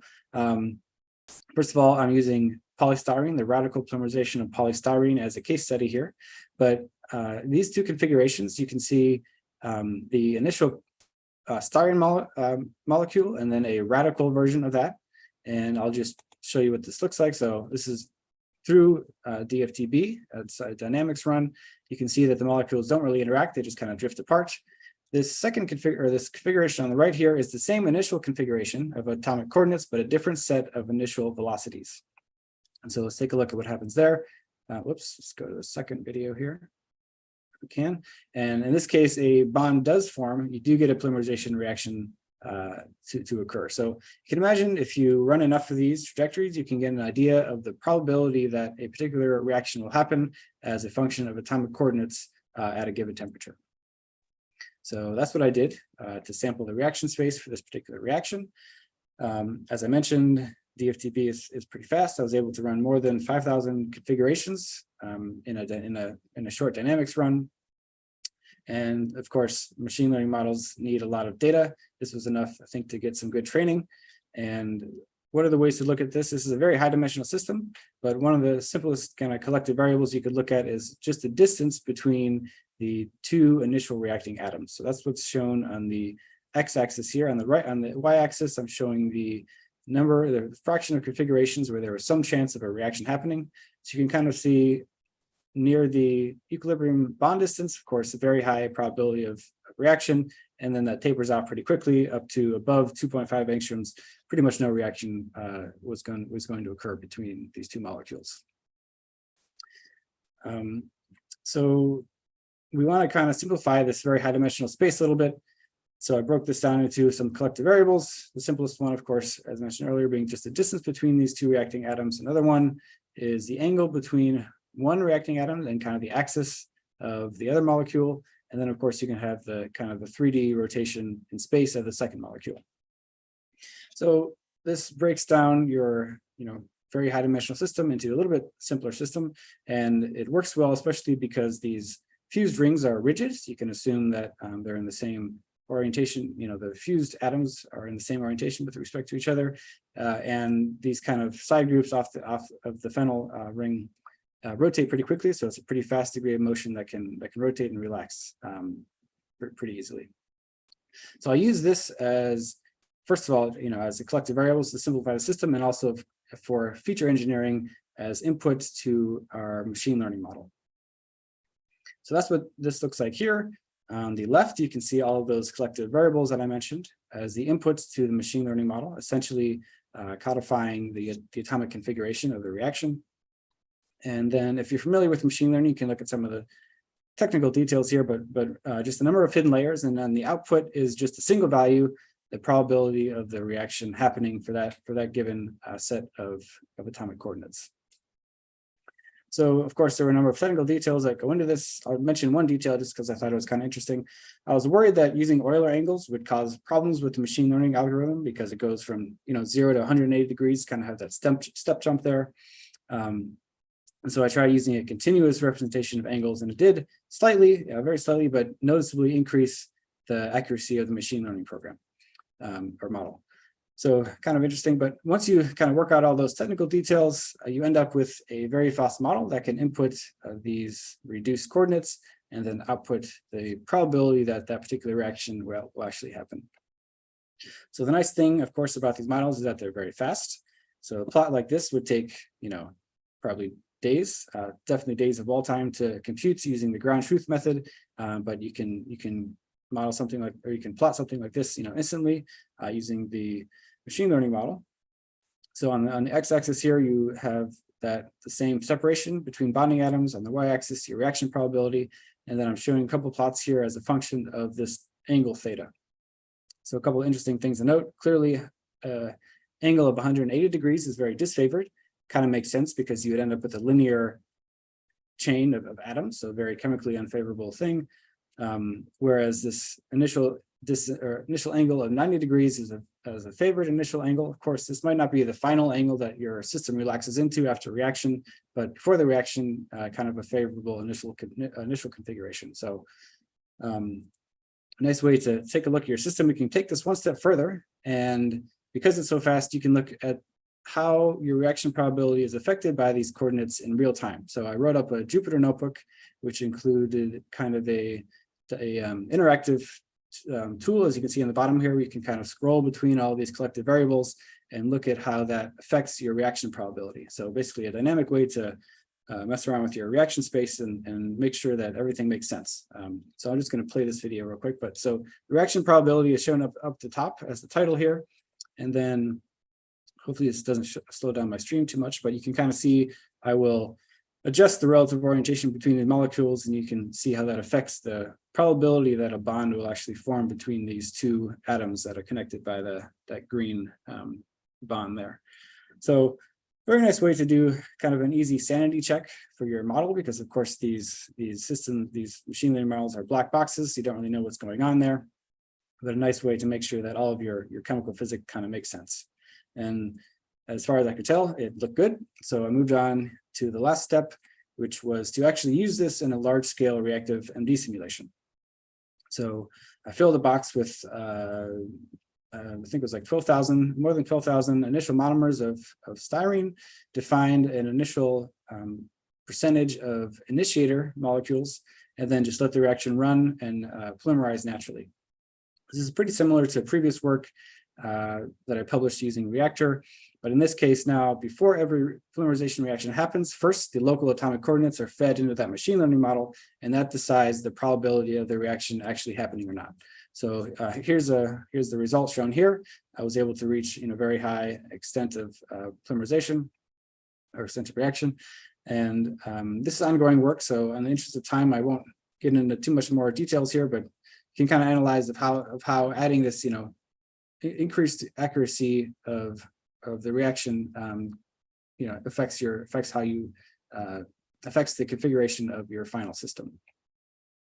So I'll end there, but basically a workflow was introduced where you can incorporate a machine learning framework into a large-scale reactive MD simulation. You can do that by sampling the committer function, learning that committer function using machine learning, and then incorporating that into Reactor for a large-scale reactive simulation. So I demonstrated this on the case study of radical polymerization of polystyrene using a large-scale case study. I'm excited about looking in particular at reactions that depend more strongly on the initial configuration between the atoms. So for example, in confined systems or catalysis, things like that. So looking forward to see how this is used in the future. I will just mention briefly that I'm starting this fall as a professor at Stevens Institute of Technology. So if you're interested in this work and want to get a PhD, please talk to me, or if you would like to collaborate, please talk to me as well. And thank you very much for your time. I'm happy to take any questions. Thanks, Jacob. It's really great to see how far the fixed React package has come. I remember you introducing it at a couple LAMMPS users conferences ago. Yeah. We have a question from Slack that was actually left yesterday, so encouragement to anyone that's looking ahead of schedule, from Angela Rossi, asking, what if, there's a larger paragraph here to read, but I'll read more directly to the question. What if I want to simulate systems where the main focus does not depend directly on the polymerization reaction, but indirectly dependent on, for the successful outcome of the non-reactive phase? So an example would be a polymer formation where reactor is needed, but there's a non-reactive phase present, like a carbon nanotube. Is this something that's possible with Reactor? Yeah, very good question. So I guess it depends on how local the effects are that you're interested in. So if the effects are very local, I mean, for example, you could use this to just capture your local reaction environment and have that affect the reactivity or not.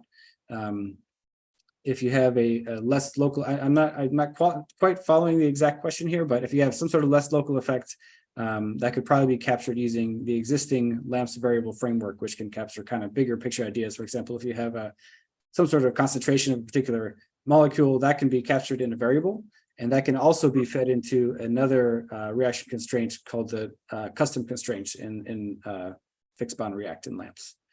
So okay. Hopefully that helps.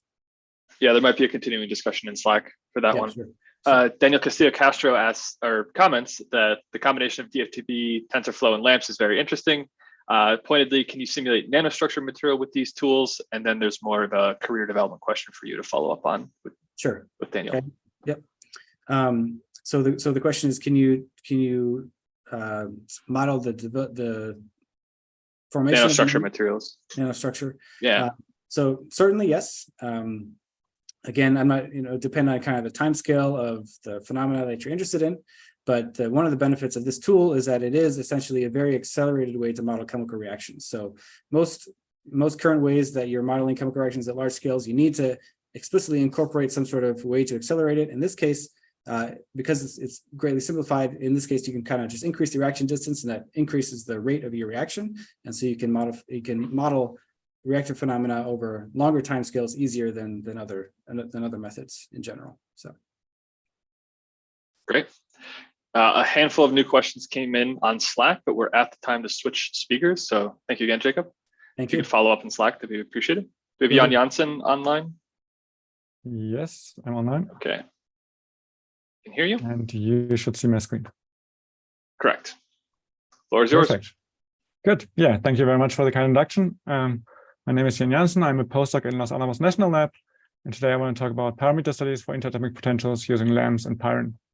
So particularly the idea is to go from, if you have a specific LAMMPS simulation, how can you iterate over the whole periodic table and use this data-driven approach to discover new trends, chemical trends for this particular simulation protocol. And Pyron is one tool to do these kind of parameter studies.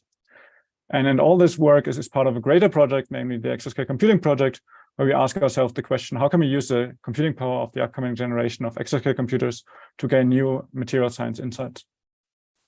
What are the materials that we are interested in? So Los Alamos is particularly interested in materials in extreme environments, fusion reactors being one example. So here you see the ITER fusion reactor and a sketch of the wall of this fusion reactor. And then what I particularly try to study is really how the helium diffuses through our tungsten wall of our fusion reactor. So doing this on an atomistic scale, I really want to do long time scale simulations and try to be as accurate as possible and really covering this kind of extreme environments. Right, so this question, how can we use these long time scale simulations, atomistic simulations, to really design materials for extreme environments? And to connecting this to the computational power, so I started this year with a New Year's resolution just to say, okay, how can I use 10 times more computing resources than what I had last year? How can we leverage these resources to get new insights? And I guess Stan Moore already on Tuesday talked about the weak scaling that LAMMPS has. So whenever you get more compute power, you can very easily scale your system size. In the same way, on Wednesday, we heard a lot about machine learning potentials and how we can now do the same simulations with much more precise potentials, which precision here really in terms of the comparison to DFT, and really get more physics this way. And what I now want to introduce is really a third way, really once we have a simulation protocol, how we can iterate it over the whole periodic table and see how would it change if we now apply it to different elements and so on. And I try to convince you here that really once you have a tool, a framework to do this kind of upscaling of simulation protocol, it's very easy to transfer protocol from one element maybe to another and really gain these trends over the periodic table. And as I said before, right, so one tool to do this is the Pyron framework. So we really try to do the whole process of like rapid prototyping a simulation protocol and then upscaling it to run these kind of parameter studies. In Pyron, we use a lot of the Jupyter Lab environment, so you can directly see your atomistic structure. You can use the Markdown language to outline what kind of simulations you want to do. You then can submit this simulation directly from your Jupyter notebook. And after the calculations are finished, you can analyze the results and plot them all within one document. The Pyron project is something that started around my PhD at the Max Planck Institute for Eisenforschung and in Düsseldorf, Germany. And then from there, it first grew inside Germany. So the ICAMS group from Ralph Daltz, the materials modeling group, who initially started with the OVITO development, and then also internationally, so Skoltech, British Columbia, Center for Molecular Modeling, the University of Leoben. And now, as I joined my postdoc here, we also applied Pyron in Los Alamos. All this is basically based on this fundamental idea of saying, okay, we abstract the technical complexity for us as scientists to really focus on the scientific complexity and do all this inside the Jupyter notebook. Now, how can you benefit from kind of parameter studies? And I brought two examples here. The first one connecting to the talks from yesterday, really how can we benefit from parameter studies in terms of fitting machine learning potentials? So I just give you a very brief reminder here, right? So we want to go from our database of atomistic structures, have some fitting procedure, and then some validation step. And typically this fitting step can be split into two parts. The first part being the calculation of the atomistic descriptors, that it can be the moment tensor potentials, snap potentials, or the atomic cluster expansion. And then from these descriptors, we fit models that match the descriptor values to our per atom energies. And again, these models can be either linear regression, Gaussian processes, neural networks, and so on. And Andrew Roscoe already introduced the FitSnap package. So we are also using the FitSnap package here to do these kind of fits for our materials under extreme environments. It's like the goal there is really to be very transferable. So we really need to sample the whole phase space, be computationally efficient so that we can do the long timescale simulations and still be precise in terms of our comparison to DFT. So how do we achieve this transferability? So if we compare the training set that we are working on, so illustrated here as green, in comparison to a typical domain expertise set, we really try to cover much more of the phase space of our element to really be able to address these extreme environments. And this is achieved by maximizing the informational entropy of our descriptors. So that's what you can see here. In purple, you see the typical expert set. And then in green, you see how our set covers much wider range of the descriptors of the potential. The structures that we generate typically look rather random, but this really helps us to cover the whole space there. And so by maximizing informational entropy, in this case of the SNAP descriptors, we really are able to construct very diverse data sets, which are then very challenging to fit. And then we can apply parameter studies. So here I do a parameter study for the SNAP potential. So on the x-axis, I have my cutoff radius. On the y-axis, I have my RMSE error, and then I increase the number of parameters of my potential. So in SNAP, this is the number of bispectral components. I have 26 different J2 max values. I have 31 radii. So you can already see that's 800 simulation. That becomes very tricky if you want to do this each calculation manually. But doing these kind of parameter studies on the hyperparameters of our potential gives us really new insights. So for example, we can see here that the optimal cutoff radius for a given number of parameters is increasing with the increasing number of parameters. And this is in contrast to what we did for classical potentials, right? Where the cutoff radius was typically defined to include the second or the third nearest neighbor environment of the equilibrium structure, right? So here we really see that the cutoff radius is much more like a numerical parameter. And if we increase the number of parameters, we also want to go towards a larger cutoff radius. So then we can ask, okay, how does this affect the computational cost of our potential? That's what I've illustrated here. So once in terms of nanosecond per day and once in hours per nanosecond. And we see that in the beginning, the cutoff radius has quite a huge impact. But then the higher we go in terms of our parameters, we really see that the effect of the parameters becomes much more dominant.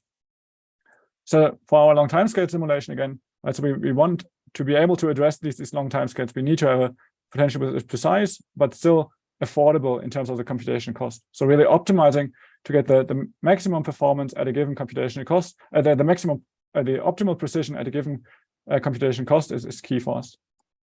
And so I now take the same plot as before. I just changed the coloring. So now I color the individual lines based on the computation cost. And so if we take one line and we follow it from right to left, we see basically how the color goes from the lighter green color here to the more dark blue color. So the computational cost decreases. And we can then analyze this and see basically get an optimized Pareto front, which gives us for a given RMSE value, the potential which achieves this RMSE value with a minimal computational cost. And we can also plot this in a Pareto front pattern, right? So here I have my RMSE error over computational cost.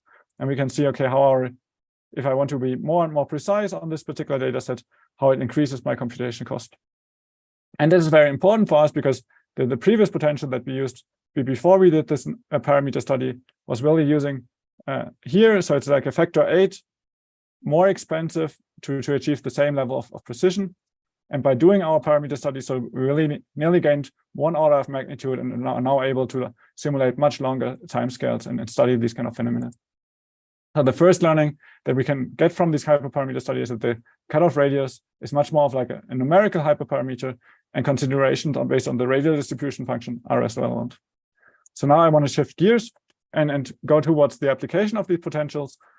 Here, based on the example of calculating the melting temperature, I'm using the interface method.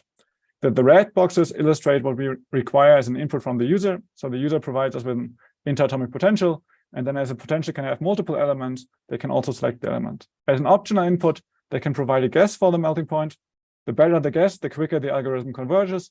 If you don't provide any guess, then we would take the experimental melting point for this particular element as a guess. Now in all the green boxes, these are the image calculations, LAMMPS calculations in this case. And then the blue boxes are when we do modifications, and the yellow boxes when we do analysis. So we start by heating up our bulk sample to the suggested melting point. At this stage, it should remain solid. If it becomes liquid, we have this kind of feedback loop, and we go back and decrease our initial gas. Then we fix half of the structure, continue heating the other half, and then we use the selective dynamics inside LAMMPS to really keep one part fixed, heat it up, cool it back down, so we really have a solid liquid interface. If during the cool down process, the liquid phase again becomes solid, so that we have a fully solid sample, we again have our feedback loop, so we can increase the initial gas for the melting temperature. Only when we have a stable solid liquid interface, then we apply strains orthogonal to the interface, so in this case, in that direction, and run a volume and temperature constraint simulation, followed by a volume and energy constraint simulation to really get this nice temperature over pressure curve. During the implementation, there were a couple of challenges. One being that typical adaptive common neighbor analysis is not sufficient to identify the solid phase or the ratio of the solid phase. That's what you see here, right? So as humans, we can say, okay, it's roughly 50% where we have solid phase versus the liquid part, but the common neighbor analysis only finds 20%. And we were able to address this by using a kernel density score. And then the other challenge that we found was when we look at our pressure over strain curve, we had this kind of unphysical behavior that is more or less constant with increasing strain, in particular for HCP alloys. And this was due to the formation of voids in the liquid phase, as illustrated here. And we can identify this by measuring the Voronoi volume and comparing the maximum Voronoi volume to twice the mean. I can talk a lot about all the modification that we did, but I guess the most impressive part to show that it's now fully automated is just to show a parameter study. So here I picked the NIST database, shows roughly 200 potentials, and then iterated over all these potentials. Some of them have multiple elements in them. So I did like roughly 260 melting point calculations.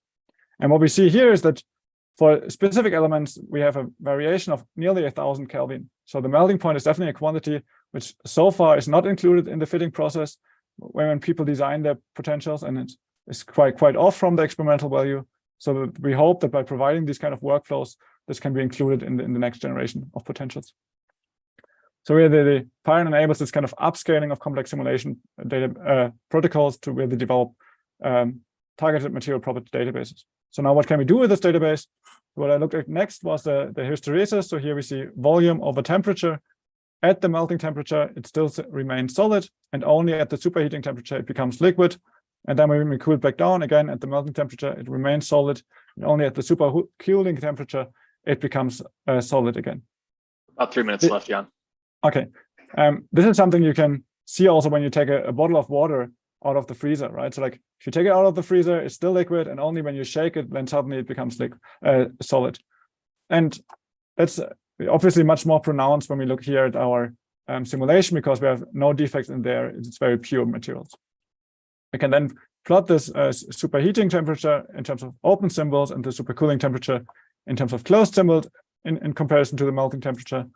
And then look at the coefficients. So here I have the superheating coefficient, supercooling coefficient.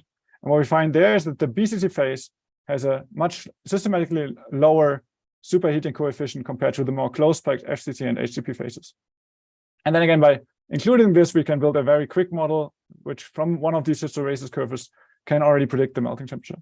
So again, the insight that we learned here was really we can use we refined that the BCC phase has a lower superheating coefficient compared to the more close-packed FCC and HCP phases. And this was only possible to see by really iterating over the whole periodic table. And so let me skip to the end here. So I hope I was able to convince you that with the scientific software, we really have this kind of systematic building blocks. I showed you how we use Pyron in combination with LAMMPS and also FitSnap. We are able to do these kind of parameter studies to gain new insights and remove a human bias. And that really allows us to predict materials for the extreme environments with ab initio precision. And I want to do a quick advertising. So tomorrow at 2 p.m., I give a short tutorial, a hands-on session on Pyron for those of you who are interested to just play around with it. Thank you very much.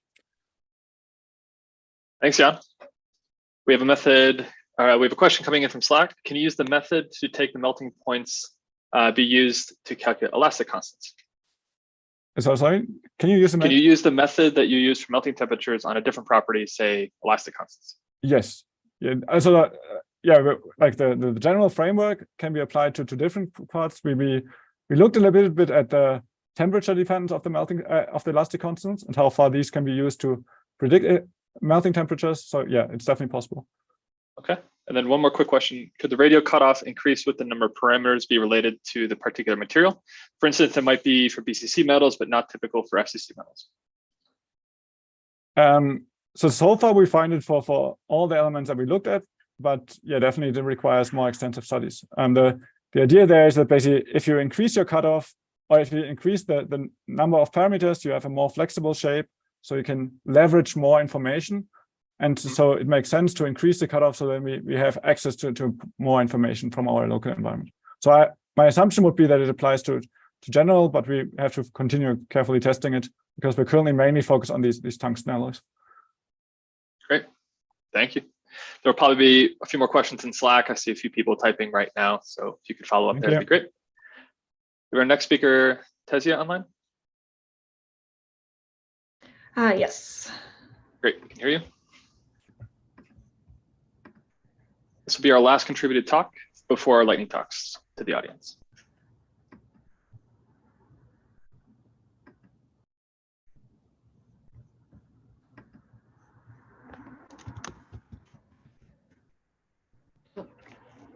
Give me one moment. I did not enable screen sharing on this app.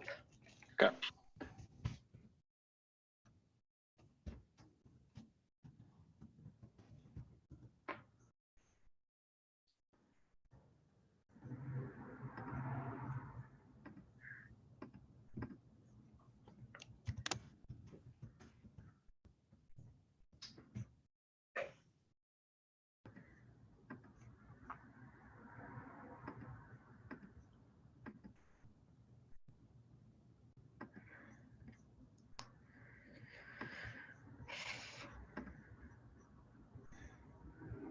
I'm sorry, I'm gonna have to close and rejoin. Just a moment. Okay. Reminder to all attendees and anyone who has burning questions, please put them in the Slack general channel. The session chairs will try to repeat as many of them as possible as time permits. But the best thing about Slack is those messages persist and we can redirect the speakers there to get more detailed discussions. These are going to be particularly important when we get into the hands-on tutorial sessions again tomorrow. So if you're looking ahead in the schedule and you think that you may have some questions, please, you can put them in the chat ahead of time, and then the organizers will try to tag the speakers for those questions that they correspond to.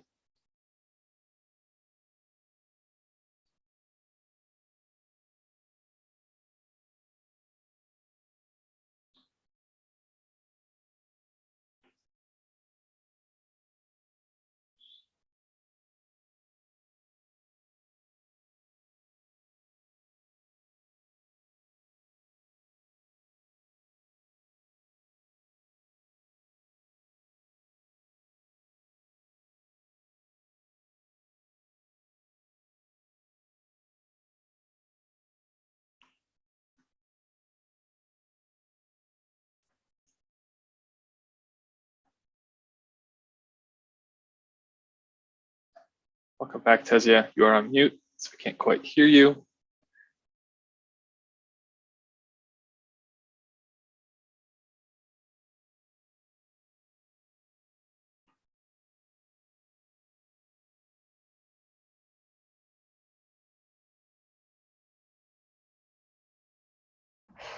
Sorry for this delay here. It's okay.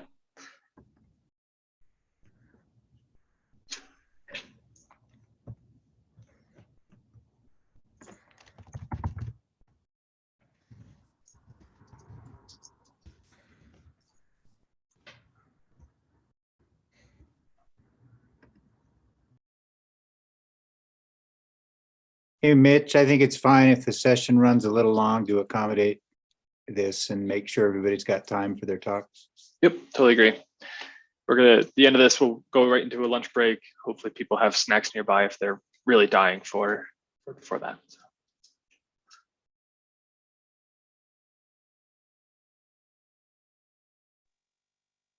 Lunch break this time is longer, so there's plenty of time. Great, perfect.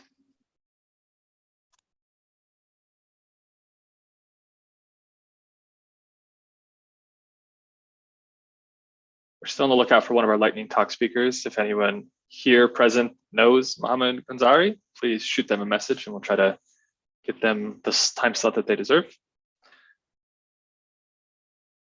Yeah, I just wanted to announce too that the afternoon session will start at 1:50 Eastern, which is an hour later than yesterday.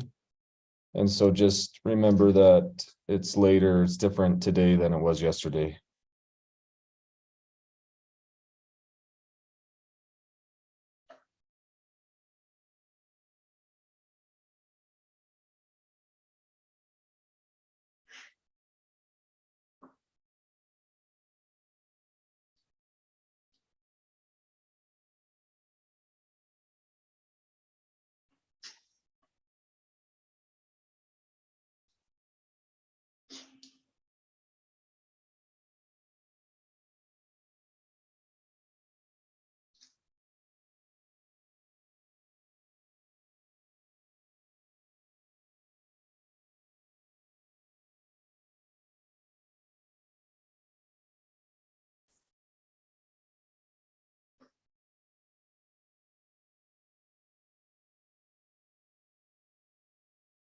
Since it pertains to everyone in attendance, tomorrow there is a parallel session for the hands-on meetings, meaning you'll have to choose your favorite tool that you want to learn a bit more about. There was a question about the streaming setup for that. We will not be able to stream both sessions. So if you're interested in both, maybe check to see if there's one that's slightly more important than the other that you'd want to attend and see in real time. So Yeah, and I'll send out a link because there'll be two separate Zoom links, one for the main session or one parallel session and one for the other. And so that'll go out after the afternoon session.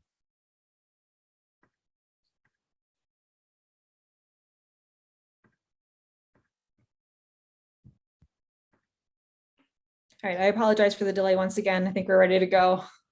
all yours. Yes, thank you.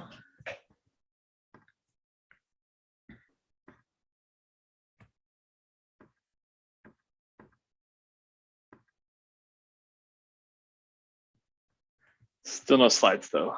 Yeah, I'm so sorry. It's okay. This is not allowing me to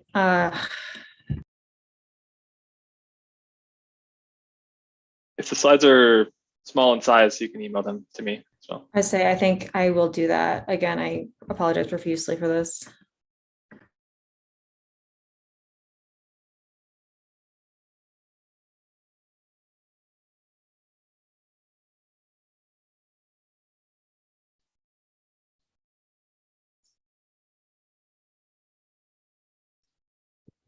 Are you collecting slides from the speakers in general for posting later, or? Yes, yeah. So I'll send out an email and we'll collect the PDF slides of the slides. Great. I have a lot of stuff in mind that I really didn't expect people to grab because I was going through it so fast. I figured it'd be useful for, looking at later. Yeah, absolutely. You can just go to the website from the event 2 years ago to see what it will look like. Okay.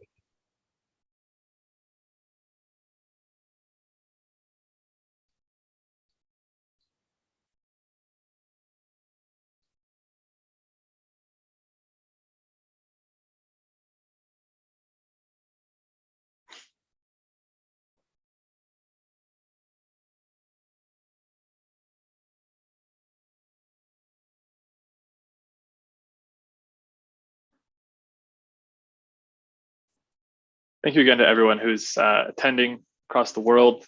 This is kind of maybe at a weird time slot for many of you. We do appreciate your interest in LAMMPS and the associated tools around it.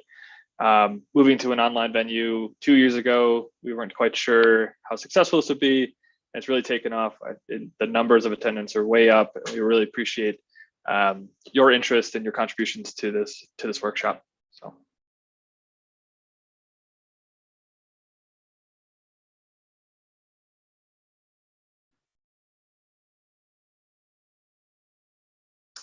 Okay, Tessie, we have your screen share, but no audio right now. Excellent. Are we good to go? Yes, we are. Sorry. All right. 5th time's the charm. All right. Again, I'm so very sorry for that. Okay. So I will try to be as brief as possible to try to make up some time here. My name's Tessia Janicki. I'm a postdoc here at the labs. And thank you all for your patience getting this sorted out. And thank you to the organizers for allowing me to share this information. And I'll start off with just a thank you to my collaborators who have been very welcoming to me on this project during my first year here. And so this project is looking at characterizing the mechanism of silicon nitride. So why we're interested in this is in microelectronics fabrication, amorphous silicon nitride is a common layer stack material. But during the annealing process, we've observed that it's possible for crystallized to form of alpha silicon nitride within that amorphous. And this is not an intended result. So, and this can therefore impact our microelectronics manufacturing. So we're interested in understanding the mechanism of how this crystallization can occur so that it can be prevented in the future. And to do this, we were approaching this problem with an interdisciplinary methods, spanning both time and length scales, with the largest being at experimental level through mesoscale and continuing model, to the focus of this talk, which will be atomistic modeling.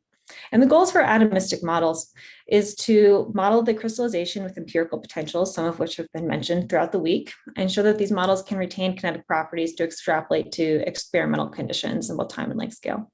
And finally, I'll be sharing some discussion of qualitative and quantitative properties that can be extracted for the crystallization mechanism where it's possible.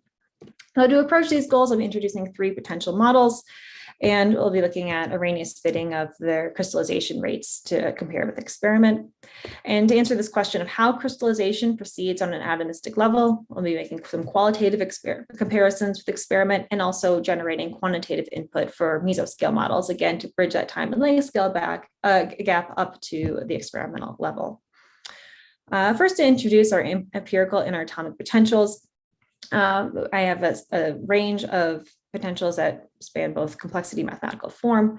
Mg2 is a 2-body potential. The Tursoff is a 3-body potential. The parameterization we're using is from 2018, though this potential dates back to the 80s.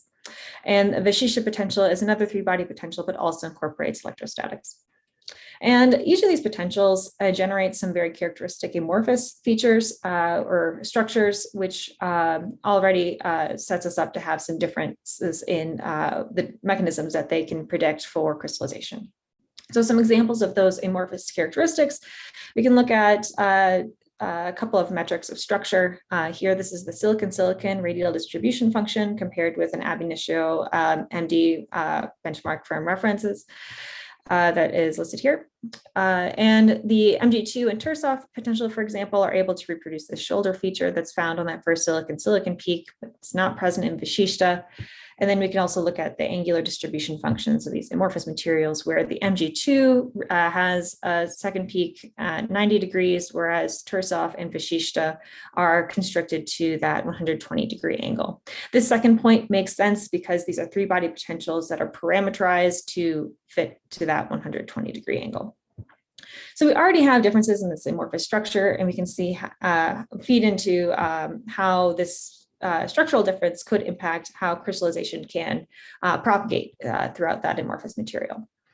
So for these crystallization studies, we generate our seeds, our crystal seed by replicating the unit cell and thermalizing that seed. And for the amorphous material, we'll be using a melt quench simulation. So that's where we melt the material at a very high temperature so that we get past the thermodynamic and mechanical melting point and can ensure that material is truly disordered. And so we'll melt at about 4,000 Kelvin and slowly quench that temperature down to our simulation temperatures, which in these simulations will be in the range of 1,500 Kelvin to 2,100 Kelvin. And this temperature range varies on potential so that we can capture both temperatures where dynamics are fast enough that we can simulate them, but also low enough that we're past that glass transition point and we're in an amorphous material and not a liquid. And each of these potentials has a characteristic density, with the exception perhaps of the Vasishta, where we have both a high and a low density amorphous model. And this is something that comes from the features of the potential, which were noted by the original authors, that at very high temperatures, the Vishishta potential is known to open up into voids. And upon quenching, those voids don't go away. That leaves us with this lower density orange orange line here for our density and over temperature plot.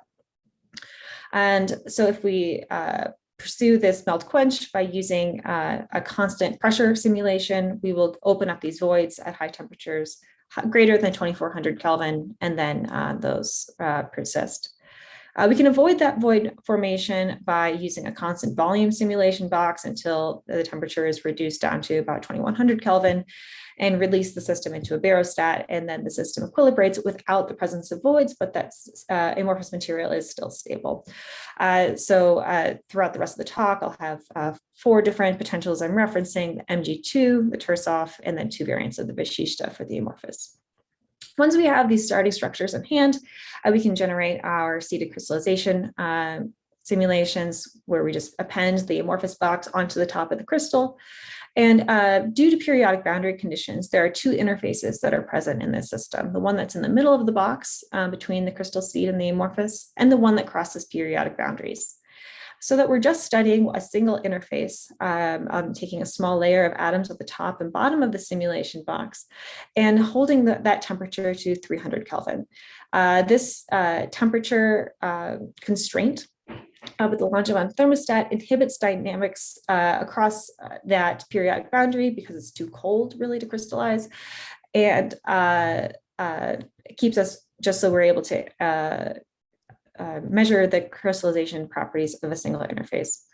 Instead of freezing the atoms outright, we use that 300 Kelvin so that the atoms in those regions can still expand and contract in response to the barostat. A final note on methods before proceeding to some crystallization results is to look at the order parameter, how we're going to distinguish between the amorphous and the crystalline phase. And on the left here, I have some examples of possible order parameters. These are just open in the Oviedo package. And in the center of this, each of these images is a crystal seed, which is in a sphere or a circle.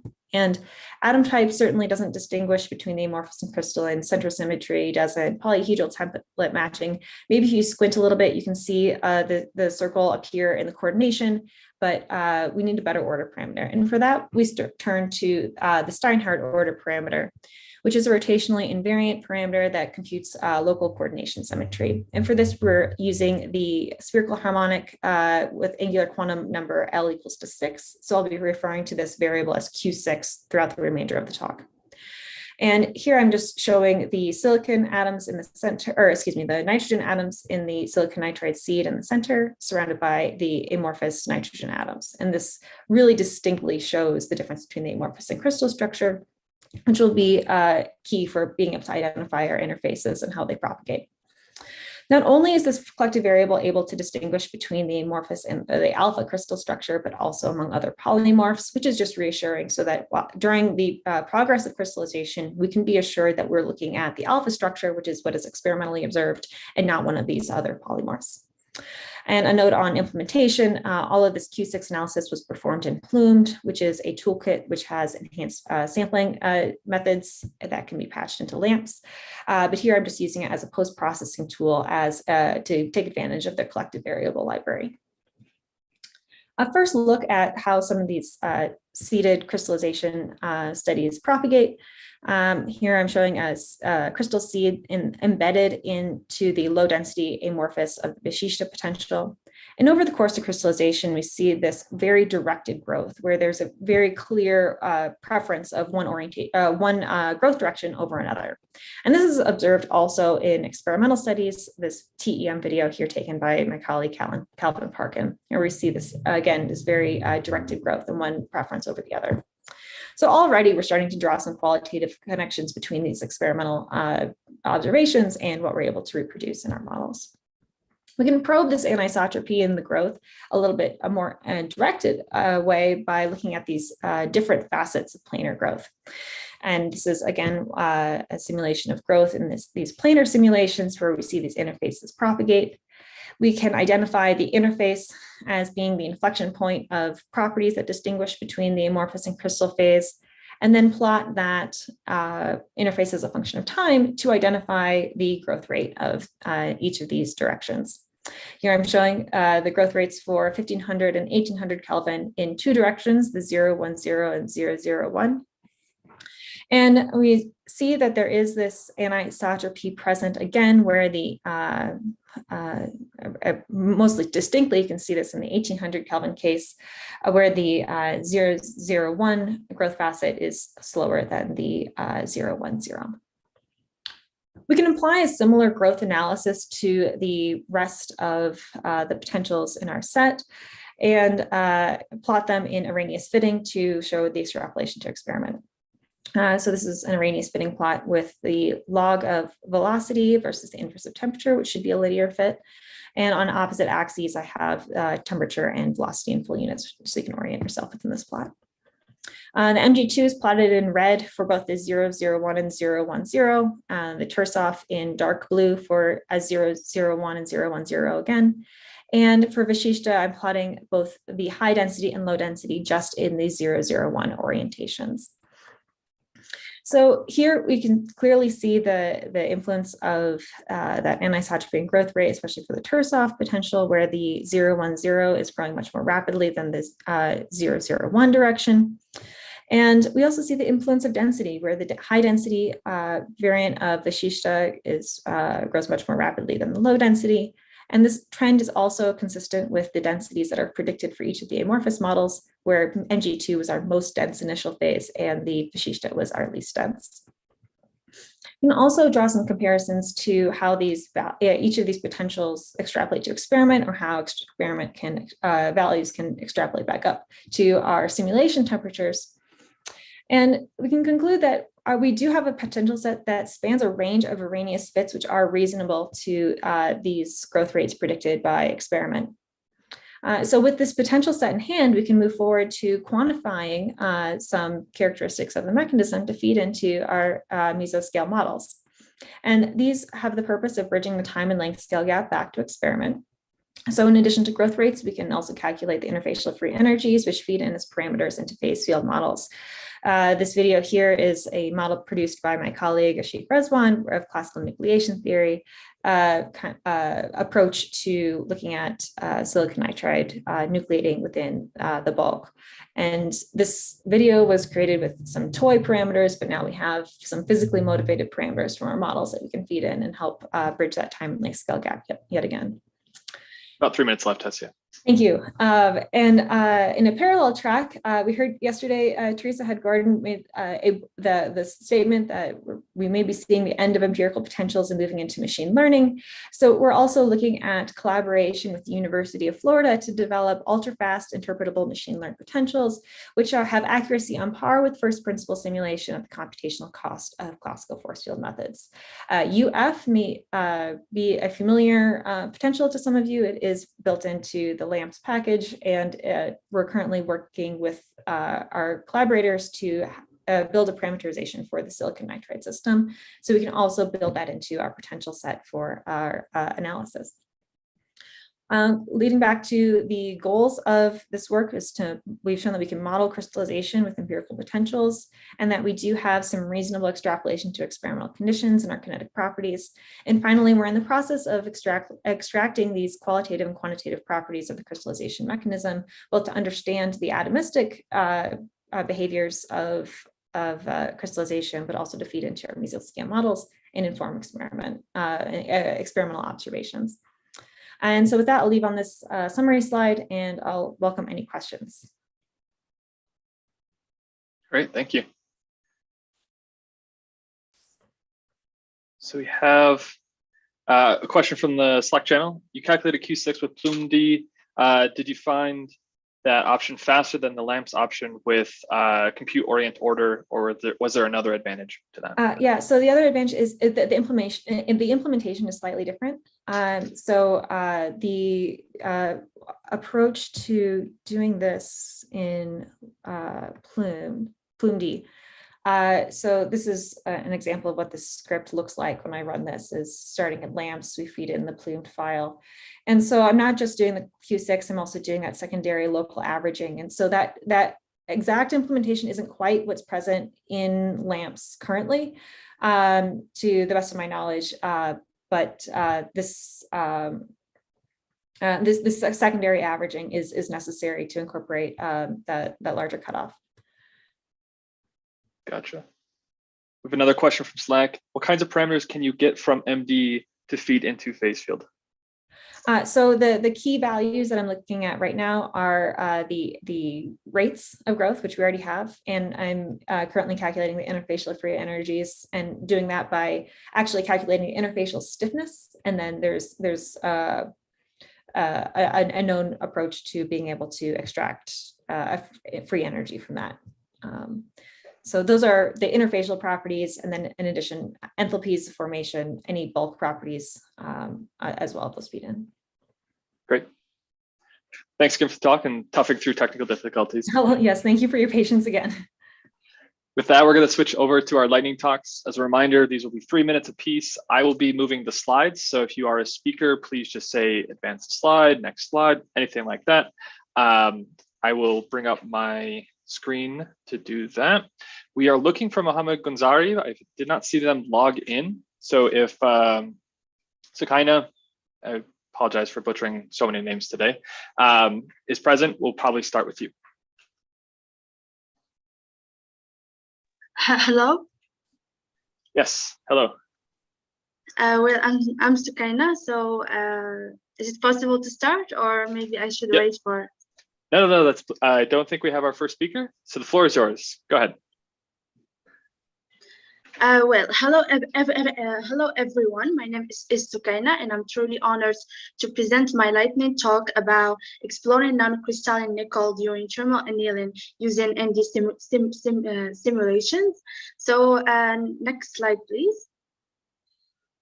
Our primary goal was to investigate isothermal green growth behaviors with the nanocrystalline nickel. We achieved this through an in-depth investigation of different annealing temperature by the use of MD simulations, along with the modified EM potential to guide us through the response of nanocrystalline nickel to thermal annealing. Next slide, please. Still in the previous slide, so sorry. Well, as you can see here, thermal annealing was used and revolved around the three thermal stages of thermal annealing. Here we're talking about the heating stage, the recrystallization stage, and the green growth stage. To ensure consistency, 3 different heating rates across different samples, thereby maintaining identical heating period. When it comes to the green growth stage, we opted for a fixed cooling rate for about 5 Kelvin per picosecond, and that for evaluating more precisely the true impact of annealing temperature on green growth mechanism. Next slide, please. Our results. Here we can see the results that we got from our simulations. Our results revealed that the isothermal annealing process with the nanocrystalline nickel showed an interesting transformation, of course showcasing recrystallization and green growth influenced by different temperatures. Of course, this deduction, as you can see from the diagrams, was facilitated by tracking the evolution of crystalline structures as depicted from the diagrams. The percentage of HCP and FCC structures presents an increase in after annealing. So with higher temperatures significantly magnifying the importance of green growth. So in few words, from the snapshot, we can observe the intricate interplay of various processes like green boundary migration and rotations, also as dislocations that were identified as intermediate green growth processes. Well, these results provide insights into how annealing temperature controls the rate of green growth and its impact on the appearance of different defects. Well, before I conclude, if you have any questions or feedback, you can reach me on Slack. And also, I would like to hear any suggestions or insights about this topic. And thank you. Perfect timing. Thank you. Our next speaker is Lucas. If you'd like to. Hello, everyone. Everybody, can you listen to me? Yep, we hear you. Okay. Go ahead when you're ready. So let's start then. Good morning, everyone. My name is Lucas Pinheiro. I'm a student of the Master's Program of Physics from Federal University of Pelotas, and I'm here to present my work that I've been doing since my graduation that is called Carbon Dioxide's Gas-Liquid Transition, a molecular dynamics study. So the basic idea for this work was to understand how carbon dioxide molecule behaved. So we did a little research looking for models of CO2 that were already existing in the literature. So we found this model, the elementary physical model 2. There is a rigid model provided by Harris and Young in 95, and it was done using Monte Carlo simulation. So we wanted to make another approach, a molecular dynamic approach. And for that, our calculations, our integrations, and all of our simulations were done using LAMMPS. Can you pass the slide? Yeah. Thank you. So throughout 401 or 2 simulations, we were able to make these 2 phase diagrams, temperature against density and pressure against density. And we can see actually on the left side of the temperature density graphic, a low density phase, and in the right side, a high density phase. Calculating the G of our system in those 2 areas, we could see that the low density phase behaved just like a gas, and in the high density phase behaved just like a liquid. So we call the liquid and the gas phase.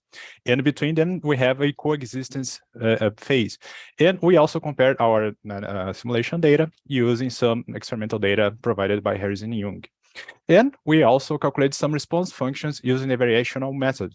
We have the specific heat capacity, our CP, and also the isothermal comprehensibility, KT. And can you go to the next? Please. Thank you. And we calculate some other dynamical properties. One of them was the viscosity. And in this graphic, we have in lower temperatures, we have a high value of viscosity that's showing that our system behave like a liquid-like system. And at higher temperatures, we have low viscosity, showing that we have a gas-like behavior.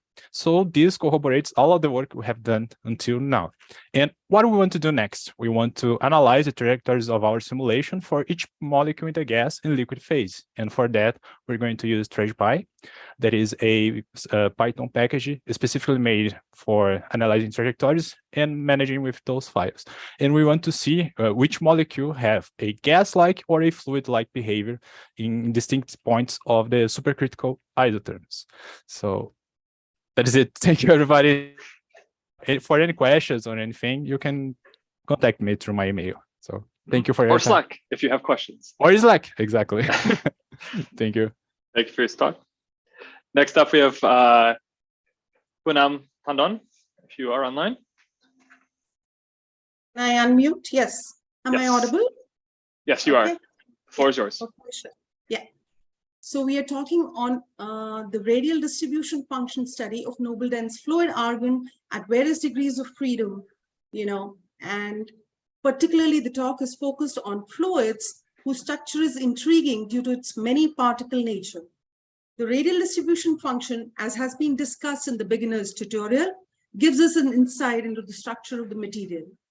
The pair distribution function, as you can see in the slide, is keenly dependent on the number density, the volume, and the 2-molecule probability distribution function. We can see that the radial distribution function is typically 0 at the low values of R and gives us a pronounced peak at a distance which is roughly equal to the atomic diameter, tending to 1 at higher values of R. In the ongoing slides that will be presented by my student in the CSC department, we will be talking of the noble fluid argon in different degrees of correlation. Though the Oviedo sampling is not visible due to the PDF format of the slides, yet the pictures, the packing structure is quite evident. Over to you, Apurva. Thank you, ma'am. So am I audible? Yes, go ahead. Yeah, okay. So next slide, please. So the slide here presents the moderately correlated argon taken as an ab initio molecular dynamics study of Rahman in the 1960s. So here's a brief overview of our input files. Simulation creates a cubical box of side length 10.229 sigma using metallic units. The box was filled with 864 argon atoms, thus giving us a density of 1.37 grams per cc. The Lennard-Jones potential has the sigma and epsilon values as 3.395 and 0.01 in metallic units with a cutoff length of 10 angstroms. The initial temperature was set to 120 Kelvin. NVE and NVT fixes were used to establish equilibrium of the system at temperature 120 Kelvin, corresponding to a number density 21 into 10 raised to the power 21 per cc. Then radial distribution function is obtained from the compute RDF and fix average per time commands. The plot for RDF for different values of R is shown in the graph. The graph plotted using Python's matplotlib is reproducing the values of the Rahman paper. A dump file is generated for the same, whose results are shown in the OB2 simulation. So in the next slide, where we have extended our study for weakly correlated systems for the inputs of temperature 301.5 Kelvin and 20 megapascal pressure, corresponding to a number density of 5 into 10 raised to the power 21 per cc. Upon making the system even more weakly correlated, we map the number density as 2 into 10 raised to the power 21 per cc for inputs 301.5 Kelvin and 8 megapascal pressure. The RDF thus obtained looks more like one for the gaseous argon, although a weak correlation is present. So our intent is to get an insight into the fluid behavior as it transitions from a moderately correlated to a weakly correlated system. So in our next slide, we can find the RDF for the strongly correlated solid argon as well as the uncorrelated gaseous argon. And that brings us to the end. Thank you all for your time and attention. Thank you. Questions in Slack, please. Yeah, sure. Next up, we have Leonard from the University of Birmingham. Hello, I'm Leonard. I'm a PhD student at the University of Birmingham. And today I'd like to talk about Access, a Python library that we've developed for the calibration of simulation against experimental measurements using evolutionary algorithms. Can we go to the next slide, please? Right, so the problem that we're dealing with is, given a simulation, what microscopic parameters do I need to implement such that it matches an experimental bulk measurement? Now, my background is in chemical engineering, so I'll use examples for this, so it's probably more familiar to users of the LAMMPS granular package. However, Access is agnostic to the system of interest. So what most people do is they take the material from their system of interest and they manually measure a bunch of bulk properties. So anything from restitution, and velocity distributions and so on. They recreate the test systems in their simulation engine, and then they use calibration simulations to manually modify these microscopic parameters, trying to get the macroscopic behaviors to match. And then they recreate the real system in their simulation engine, they validate against an experiment, they repeat, and they do that iteratively. Other approaches that work slightly better involve grid-based calibration. You try all possible combinations of parameters, but that is, of course, completely unscalable above about three parameters. These days, lots of people do surrogate modeling, but these are very unguided. You spend just as much time running simulations with high errors as you do for low errors. Next slide, please. So what we do is we model calibration as an optimization problem. Given a simulation, be it molecular dynamics, discrete element method, computational fluid dynamics, and so on, you have a bunch of free parameters there, anything from potentials, friction, cohesion, or even system geometry. You run your simulation with these free parameters, and you compute an error function, a difference to reality that quantifies how different is my simulation to my experiment. We then pass this simulation to an evolutionary optimizer that varies these pre-parameters so as to minimize that difference to reality. What we do then is we run the minimum number of simulations where the error is large and while achieving arbitrarily high precision around where the simulation does match the experiment. And final slide, please. Virtually all optimization frameworks, what they do is they require you to rewrite the entire simulation script as a function, right? Access takes a different approach. Rather than having you to rewrite the entire LAMMPS part into a function that it can evaluate, we pass an entire simulation script. So if you already have a simulation script, say in LAMMPS, where you run a simulation and you compute an error value, all you have to do is at the top create a variable called parameters that defines parameter names and ranges, and somewhere in your simulation create a variable called error that quantifies that discrepancy to reality. You then pass the entire script to Access, which then takes it, understands it, figures out, all right, these are my 3 parameters that I can change, hacks them, modifies them, and automatically parallelizes those to run on laptops just as well as on Slurm supercomputers and launch them in parallel. It launches simulations, collects results, redefines variables, and optimizes those to achieve a true-to-life simulation. And that's that. Access is available as a free Python library that you can download, pip install it. If anything in my presentation sounded remotely interesting to you or something that you could use, by all means, reach out to us and we're more than happy to help. Thank you very much.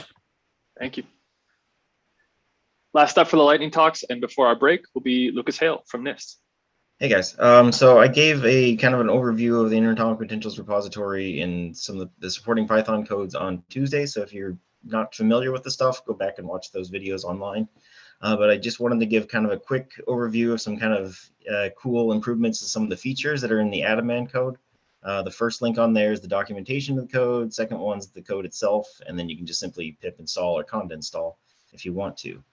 So what it's been working on is this idea of being able to have these kind of nice standard simple generators that make it very, very easy to build up like traditional kind of atomic configurations that we do for studying a lot of different structures and stuff. So go to the next slide. So the first one is this idea of a stacking fault builder. And as material scientists, if you think of a stacking fault plane for like generalized stacking fault energies, we want the crystal structure and the Miller or Miller-Bravais fault plane. And that's exactly all the information you really need to do this. So in the upper left-hand corner, you define a unit cell. The bottom right-hand, you specify the plane. And that's pretty much it. And then under the hood, the code figures out how to properly orient the system, as well as identify the 2 shortest in-plane non-parallel lattice vectors so that you can do the whole 2D gamma surface map. And so in the middle there, it's the next step is you just say how big of a system you want, how many grid points you want it. It spits out all the configurations. You can pass those configurations into LAMMPS or some DFT code, evaluate the energies, and then put them back into Python and Atomine. And with the second object there, it basically interpolates the entire 2D grid in between the points. You can instantly create 1D curves or 2D curves, and it has a built-in minimum energy path solver for you. So everything you could possibly want to do with the stacking faults is right there from setup to analysis. And then we go to the next slide. If that wasn't complex enough, we can also do dislocation configuration builders. And once again, if we go back to thinking about how we as material scientists define it, we just have the crystal structure, the Burgers plane, the slip plane, or the Burgers vector, slip plane, and then the dislocation character, which in this case, you're defining as a line direction. And all those things, the Burgers vector, the line direction vector, and the slip plane are once again just Miller-Bravais vectors relative to some initial conventional unit cell you're giving it. You're also defining units, the elastic constants relative to the conventional unit cell, but you can also specify what type of conventional setting that is, and it does all the transformations of the primitive cells for you behind the scenes so that your configurations are generated from that compatible primitive cell. So you feed all this basic dislocation information for definition in the code. Under the hood, it does the anisotropic dislocation solution. It figures out how to orient that solution to your final Cartesian system and your crystal structure to the final Cartesian system. And once you have that nice seed, you just say, do you want that same initial dislocation definition can generate a dislocation monopole configuration, a periodic array configuration, or a small scale stable dipole configuration. And it's very easy, very simple, and it's pretty powerful, I think. There's already other things in there for like simpler things like free surfaces and point defects, and there's a brand new, still kind of initial in the testing stage for a boundary one for if you want to do grain boundaries or phase boundaries, like the 2 cell ones stuck together. So that's it. Great, thank you. And thank you to all the speakers in this session. We will take a break now. In approximately an hour and a half, we will resume, starting with more contributed talks and more lightning talks this afternoon. So please find your way back here in a short amount of time. And thank you again to all the speakers this morning. Stan, any updates otherwise? Yeah, thanks, Mitch. So just a reminder, it's 1:50 Eastern is when the afternoon session will start. So thank you.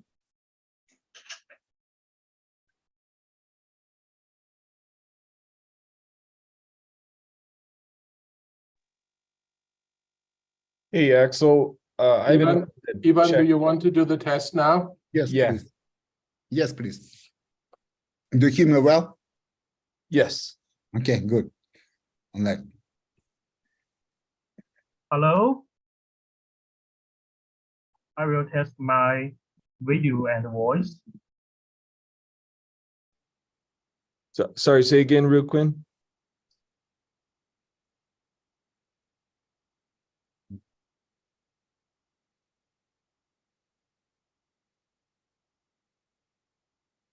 I think he said he also wanted to test.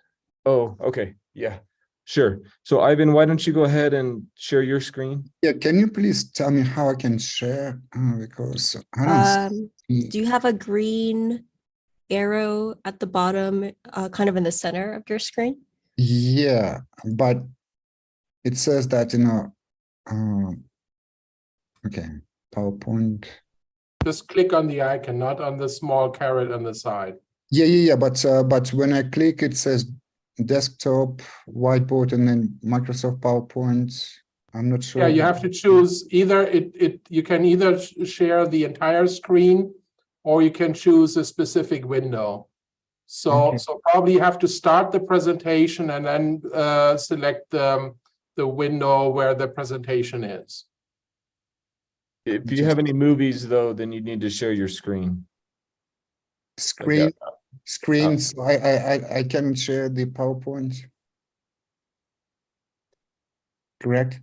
Yeah, if you just have PowerPoint and no like external movies or anything, then just share the PowerPoint.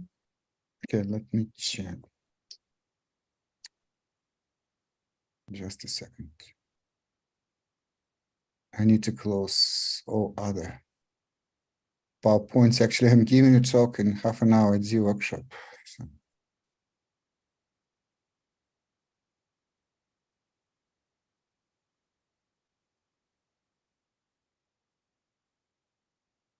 Excuse me. Can you hear me? Yeah, I we just can. used my voice and video. Yes, we can hear and see you. Yeah, thank you. I will close the video and the voice.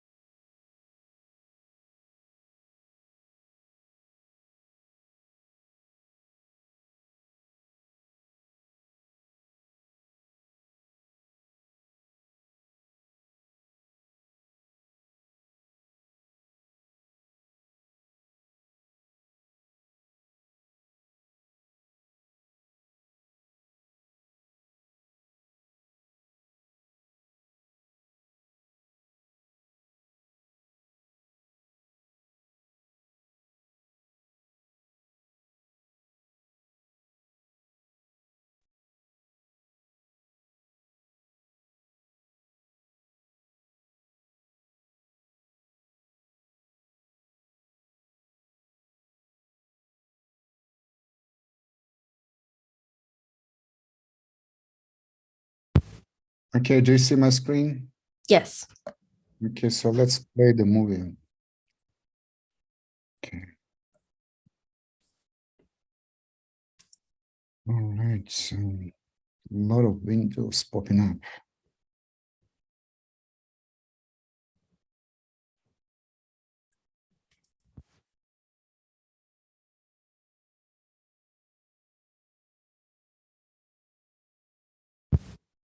This video seems to be working. Yeah, it looks great. It looks great, Ivan. Okay, so we are ready to go. Thank you. No problem. Yeah. Wow.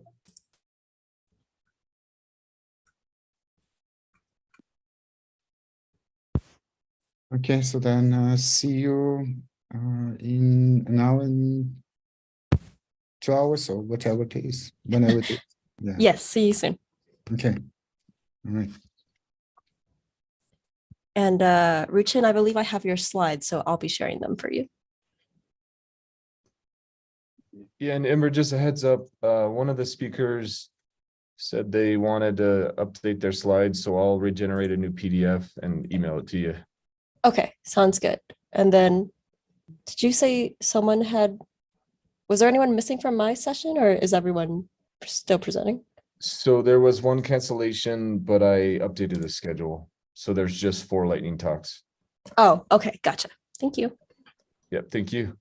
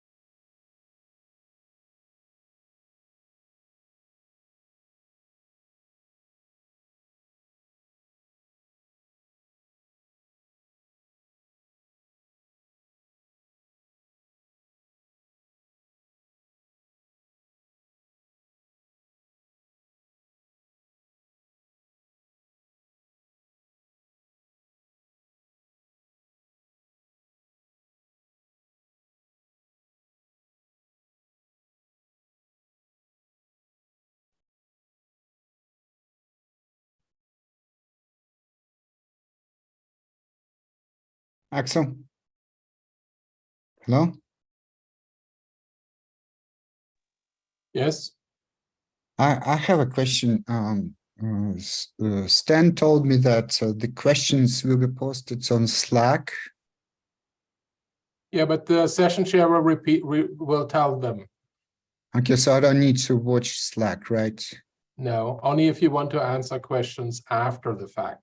Okay, but I looked at Slack channel. I think it's called Talks, right? Most questions will be in general. In general. Yeah.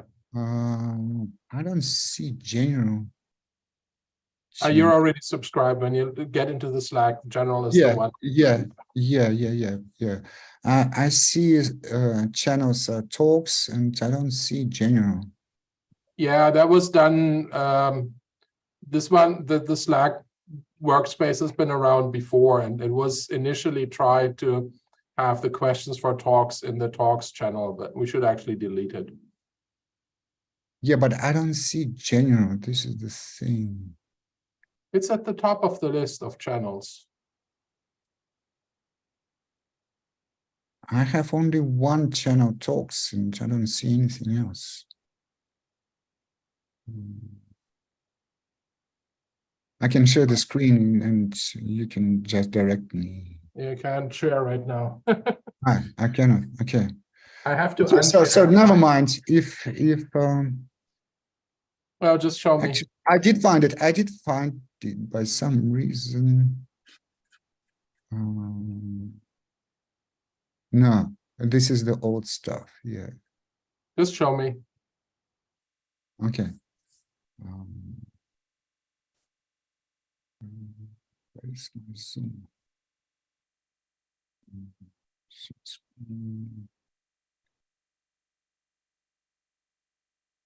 Okay, you see my screen? So there is a little triangle called on the left of channels. Click on the triangle.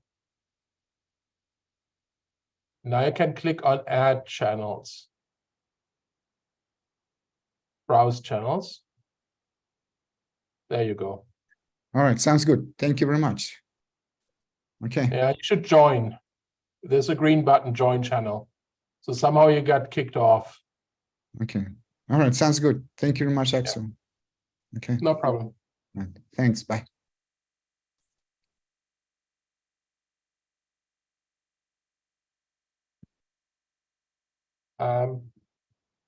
Please unshare. Thank you.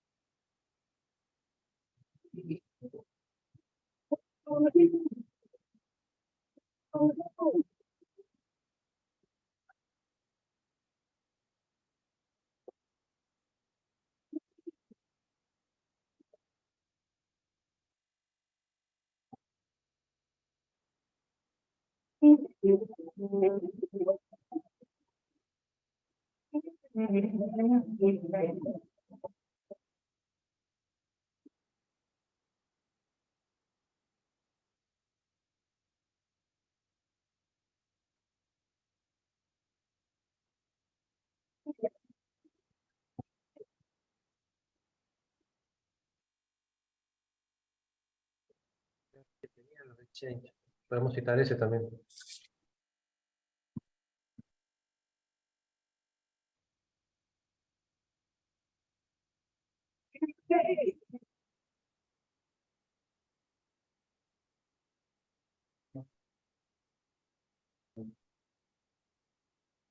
Paper de mar. No.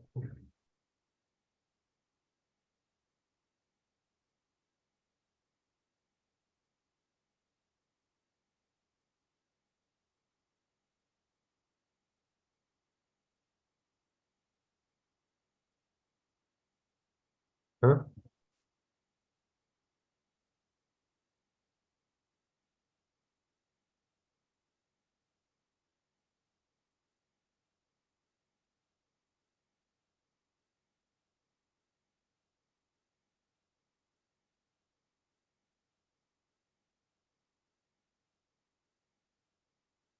No me acuerdo.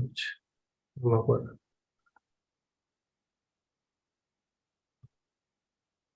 Hierro, cromo, níquel. ¿Y es a nuevo?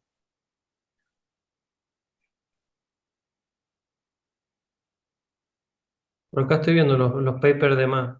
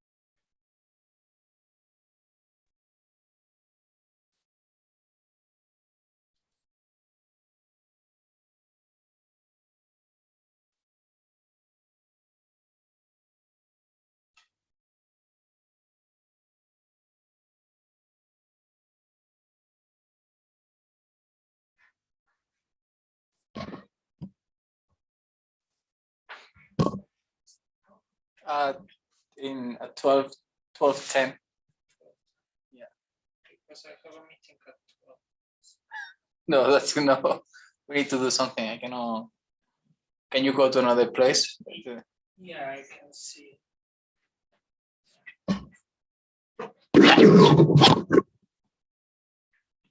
It's my the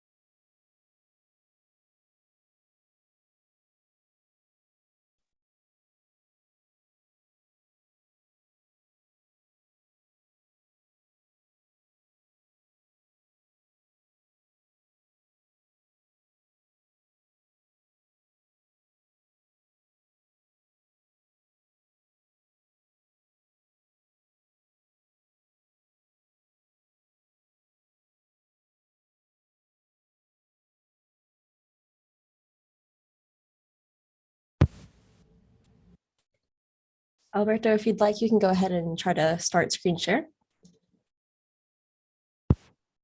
Hello. Yeah, so I start now. Can you see my screen? So started screen sharing, might be loading. Great, yes, I can see it now. We'll give just a couple more minutes to give everyone time to get back. So let me see if I can maximize. Yeah. Okay, now it should be. Yes, looks great. Whole the screen.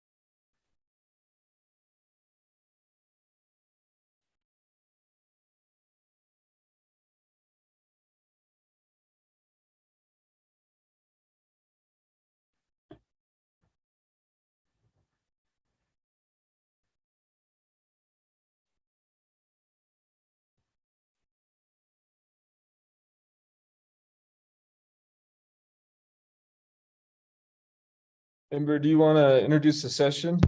Sure, yes. Welcome back, everyone. For this session, we have, let's see, we have 5 contributed talks, then we'll have lightning talks, and lastly, we'll have our invited talk for the session. Our first speaker is Alberto Freire Garcia from Nuclear Futures at Bangor University. It's all yours. Okay, thank you. So just let me put the chronometer. Okay, so I want to be on time. So I will talk about hypervelocity impacts. I will focus on tungsten. And I want to say first, thank you to the organizers for giving me the opportunity to present this work. Second, that this is a collaboration with Prasan Dwivedi, that is my PhD student, and is doing an amazing work, and also in collaboration with Giovanni Boni in Belgium and Thomas Polsar in Czech Technical University. So why we are focusing in tungsten? The reason is nuclear. So it has been observed that in plasma facing materials, there are great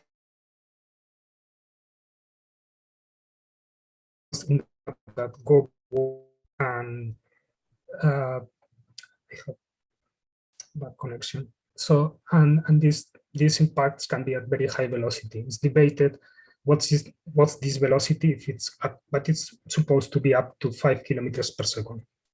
So this is an example of one of the papers published on this topic. And this is 3 pictures of here on the left, the craters that you can find in plasma-facing materials. This is in this tokamak. And this is a dedicated experiment. So this is tungsten target and tungsten impactor. And then this is on the right, our simulations. So of course, our simulations are not in the same scale. So you can see that we are not in the microns, but in the nanometers. But I will try to convince you that we are modeling the same thing and we have like the same physics. So just a few notes about the simulations. So we are using very big targets. This is more or less the size, 600 times 600 times 400 Armstrongs cubic. But it was changed depending on the kinetic energy of the impactor. For the higher kinetic energies, we went up to 200 million atoms. But I will present just mostly the results that we published in our first paper. So in this case, we have just 2 impactors, the one that we call small and the one that we call big, with 2,000 plus atoms and about 17,000 atoms. And velocities, we went up to 12 kilometers per second. So kinetic energy is up to 312 kilo electron volts. The time step has to be short. In this case, it's 0.1 femtoseconds seconds to conserve energy. Total simulation times 100 picosecond or 200 picoseconds in some cases to check that everything is, let's say, in equilibrium. And computational time is, of course, costly. It's about 50,000 CPU hours per impact per simulation. So, and then we use two interatomic potentials, or what we call Marinica and Olson by the developers. And this is just to double check and to understand better the effect of the potential in the results and how the results may differ or not with the potential. And both potentials are joined to the universal repulsive interatomic potential, CBL, as you can expect. This is just to define what we call low velocity, high velocity, and hypervelocity. So in general, we will talk about low velocity when we are below 5 meters per second, 500 meters per second. So above that and up to 4,000 meters per second, we can talk about high velocity impacts. So this number is the result of this simple equation, basically. So the square root of the bulk modulus divided by the density gives this 4,000 meters per second for the case of tungsten. Or you can just consider when the velocity is higher than the speed of sound in the material, that is about 5,000 meters per second, then you talk about hypervelocity impact.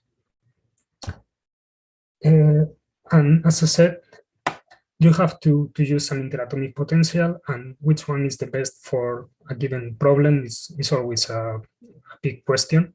So in this case, you want to model properly the material in the solid phase. So the properties of the material like hardness or elastic constants, bulk modulus, etc. But it's also important in this study to describe properly the material in the liquid phase, for example. So this is just to show how the liquid looks like very much the same with both potentials. And it's also important to model properly the melting point, the phase transition from solid to liquid and from liquid to vapor and all that. So there are a lot of things to model here at the same time, and it's not easy to find the best potential for it. So this is another one to show that in this case, for example, if we do a heating and cooling run like this, and if we plot the enthalpy versus temperature, we have the melting point about the same temperature. I mean, melting that is always overestimated compared to the real experimental one, but it's more or less at the same time for both potentials. Also, the slope is to say the heat capacity is quite the same with both potentials, but then the solidification takes place at different points. So this is another difference in these two potentials, and this might be important to understand the results that I will show now. Also, the volume, for example, here you see that the jump at volume at melting is quite different compared to both potentials, in both potentials. So another thing that we can estimate or analyze is, for example, how the energy is distributed in the target. So this is the kinetic energy, the color code, and we can make histograms of the energy, the kinetic energy of the projectile, the atoms. And we can see that it's quite the same for both potentials at different times. So it seems like in terms of thermal conductivity, let's say, both potentials behave very much the same. And now some results. So if we do the impact at a very low velocity, like 100 meters per second, nothing very amazing happens. So it just, the impactor touches the surface and then it goes out, up again, so it bounces back. And if we go up to, let's say, 12 kilometers per second, then of course we have something much more interesting and more explosive. So we have cratering, a lot of vaporization and sputtering, and we have these brighter lines or curves here that are because of the dislocations that I will show later. So a lot of dislocations will appear in the target. And why I just we went up to 12 kilometers per second is because there is a limit on what we can model with just classical embedded atom potentials. So this is the energy of the impactor deposited in the target. So the total energy is the red line, and the elastic part of it is this dashed line that is not very visible here. But in the low velocity regime, most of the energy imparted in the target is just elastic. But above this point here, most of it is electronic. So we have ionization and other things that we cannot model properly. So that's why we limited ourselves to 12. And I will skip this one, that is where we have different regimes and different things that we can see, like plastic deformation, bonding, disintegration. This is well explained here, and we are in the same orders of magnitude, but everything depends a little bit of on the size of the impactor. So, of course, we are not expecting exactly the same numbers. We can analyze a lot of things, like, for example, the shape and the volume and the structure of the impactor after some impact. Like this is how it looks like. Part of it is below the target, so and the other half is above. And in both cases, the shape is the same and all that. But in this one, for example, we have a larger fraction of BCC atoms compared to the other one. So the potential will play a role here also. And what is more important is, like, when we have higher velocities, so we have craters, the trend is like linear, almost linear. It seems that for the high velocities, very high velocities, we have like a slight departure from linearity, but we can fit it to a linear, we can do a linear fit of the volume versus the kinetic energy, and then the coefficient here is just called cratering efficiency. So we have these two numbers for the two potentials, and we believe that mostly the difference between them, the ratio, is the ratio, the inverse of the latent heat at melting. So this seems to be like the most important thing to give us this difference, but probably not the only one. And this is just another one to show you that we are modeling properly everything, because our results here on the left, the MD, are very well compared to the experimental ones that are here, that I mentioned before. So of course there is a big gap here, because we are a lot of orders of magnitude below in kinetic energy and in size. But we are doing more analysis of this, and we are pretty sure that we are doing the things right. And of course we can do much more. So we can analyze the dislocations. So this is how the dislocations versus time appear in the target. So we have during the impact, it's very fast, and then after 10 picoseconds or so, we have starts the recombination, and then it goes down, and we reach some kind of equilibrium, and then it stops. So this is just to show two different sets of simulations at 3 kilometers per second and 8 kilometers per second, but two different sizes. So the size is different, but in a way that the kinetic energy is the same. So being the kinetic energy the same, we don't have the same total dislocation length. And then this is what we plotted here. So total dislocation length versus kinetic energy for the small and big impactors.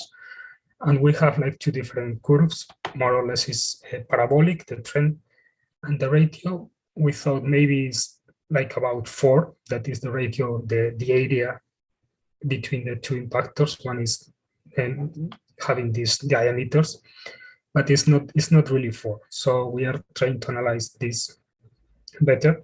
And there are a lot of things also to question here, like the hardening effect that this can have in the material, or what about if you have consecutive impacts, for example. And of course, someone can be asking, you may have also different results if you have different orientations in the crystal, in the target.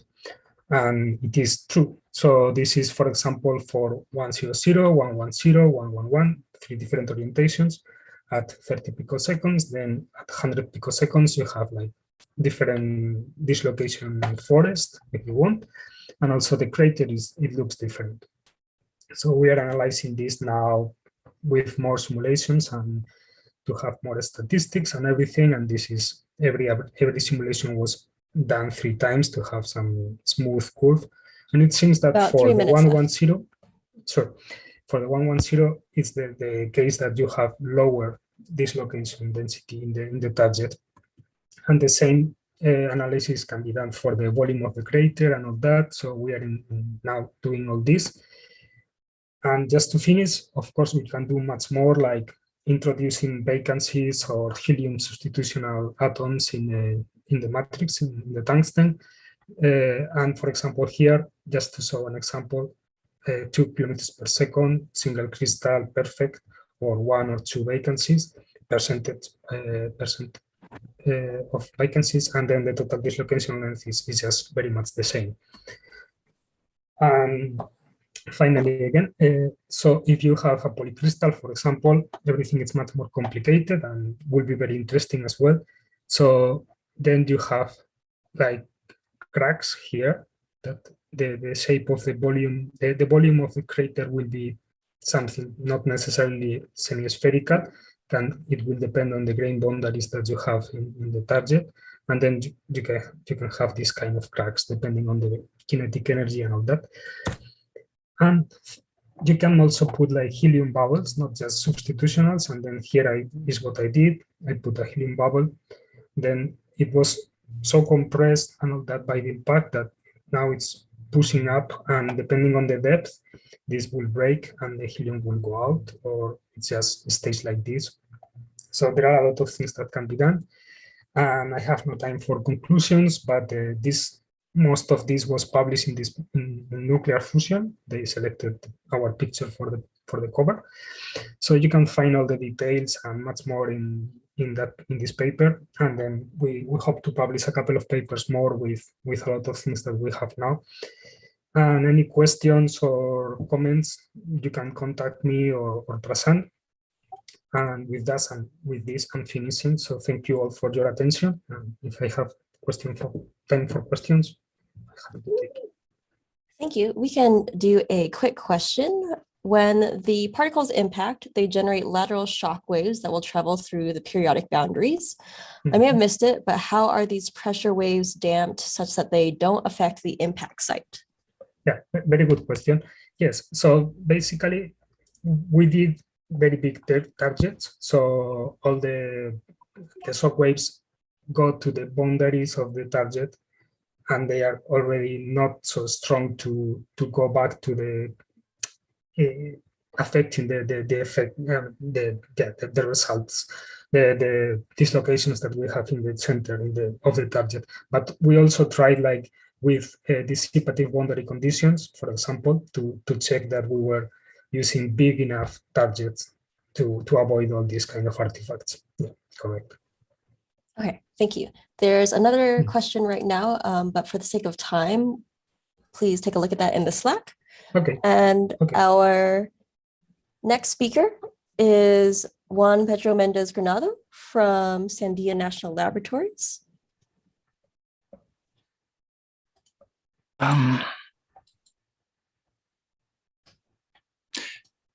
I cannot share the screen right now. Okay. Okay, perfect. All right, good. Can you see my screen? Yes, audio is good and we can see your screen. All right, perfect. Try to, good. It's good, everything? Yes, everything looks okay. good. Let me.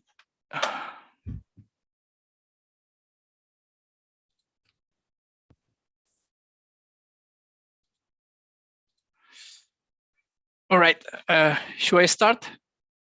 Oh, yes, go ahead. Okay. And feel free to switch to full screen if it doesn't mess up your setup. It's full screen. You don't see full screen? Oh, we might be looking at the wrong screen then. Let me try.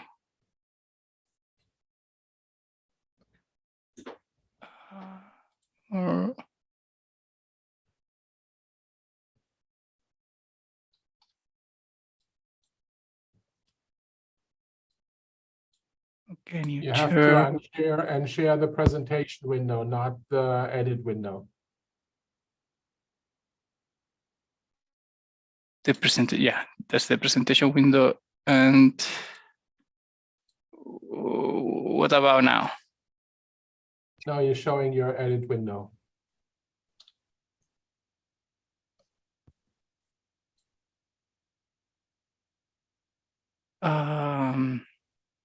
Stop sharing, start the presentation, and then switch to Zoom and start sharing again.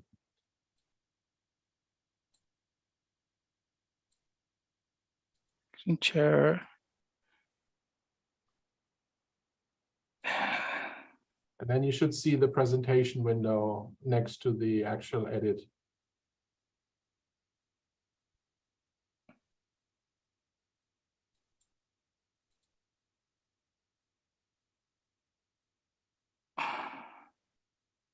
So what about now?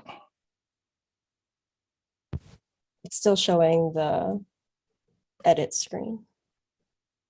Now you have to start this first, and then you can share. Yeah, I stopped sharing, and then there is share screen, right?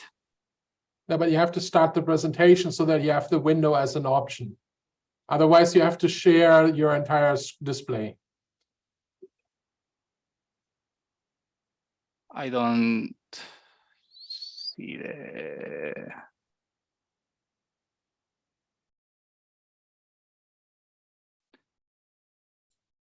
So I click shares and then screen.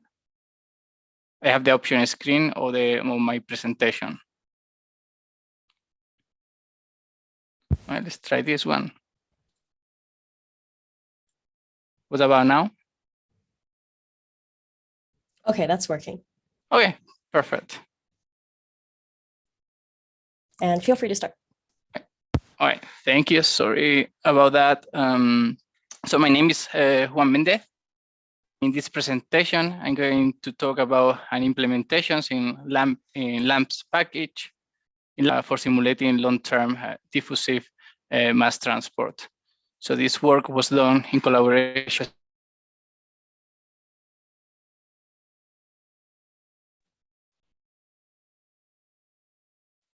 Now I cannot change this slide. Okay.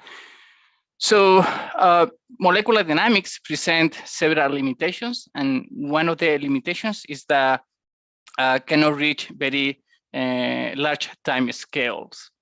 And and has a consequence. So it's very hard to simulate diffusive process, such as the silicon lithiations. Very relevant for. We can't see your slides. Can you reshare?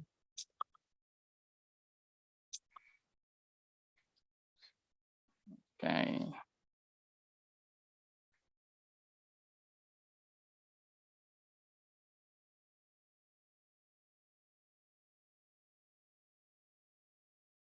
Perfect. Thank you. All right. Yeah, there you go. All right. So the okay. What is my okay now? So lithiations is the process in which lithium diffuses in silicon, and the silicon crystal experiences an increase of volume of up to 300. Also, the crystal lose the crystalline structures and become amorphous, and because of that, the failure of the device after few charges and discharges. Another example of diffusions is the formation of phases at the grain boundary in alloys. In this case, copper during the annealing process diffused toward the grain boundaries and form copper-rich phases. So these two examples are processed very slow, and molecular dynamics cannot reach that time scale. So we propose a framework which can overcome the limitations. This framework is diffusive molecular dynamics method. It's based on Maxent, principle of maximum entropy, and also we need empirical kinetic relations for the mass transport. So let me start talking a little bit about Maxent theory. So in this framework, we are not going to, we don't have atoms, so we have site, and the system is formed by n site and m species. So to define this system, so we need a set of positions, momenta, and then an occupancy function, which take the value 1 if the site I is occupied by the species K, otherwise take the value 0. So we treat this system statistically. So the probability of finding this system in this specific state is given by the probability density functions. So the expected value of any macroscopic property is given by the phase average. So we assume that the system obeys the James principle of maximum entropy. This states that the best probability density function for the system is the one that maximizes the entropy. We constrain this maximization with local constraints. So the first one is the phase average of the Hamiltonian psi I is equal to the energy, and the second one is the phase average of the occupancy function is equal to the atomic molar fraction. We can understand the atomic molar fraction has the probability of finding the atom at that site. So let's say that is 0.5. So we have 50% of probability of finding the atom at that site. So we can solve this maximization problem using Lagrange multipliers, and the probability, the probability density function that maximizes the Lagrangians has the form, and by analogy to statistical mechanics, we can relate the Lagrange multiplier beta with the temperature and gamma with the chemical potential. So now we can compute the total entropy, but we are not interested in the total entropy. We are interested in the grand canonical free entropy because of the variables are the temperature and the chemical potential. But this is difficult to compute, and we need to use an approximation. And this approximation is the mean field approximation theory. So in this approximation, we use the free entropy inequality. So basically, the real free entropy is approximated using a local trio Hamiltonian, and it can be any type of trio Hamiltonian, but we propose a simple model based on local harmonic oscillator. which has two components. The first one is the kinetic energy. The second one is the potential energy, and is parameterized with 3 parameters: the mean momentum, the frequency, and the mean position. So now we can compute we can have an expression for the approximation of the free entropy, and this is basically what we are going to use in our framework. So the variables of this of the free entropy is the local trio-Hamiltonian, the temperatures, and the atomic molar fractions. So in a equilibrium problem, so basically we need to find the optimal value for the mean position and the frequency, which maximize this free entropy.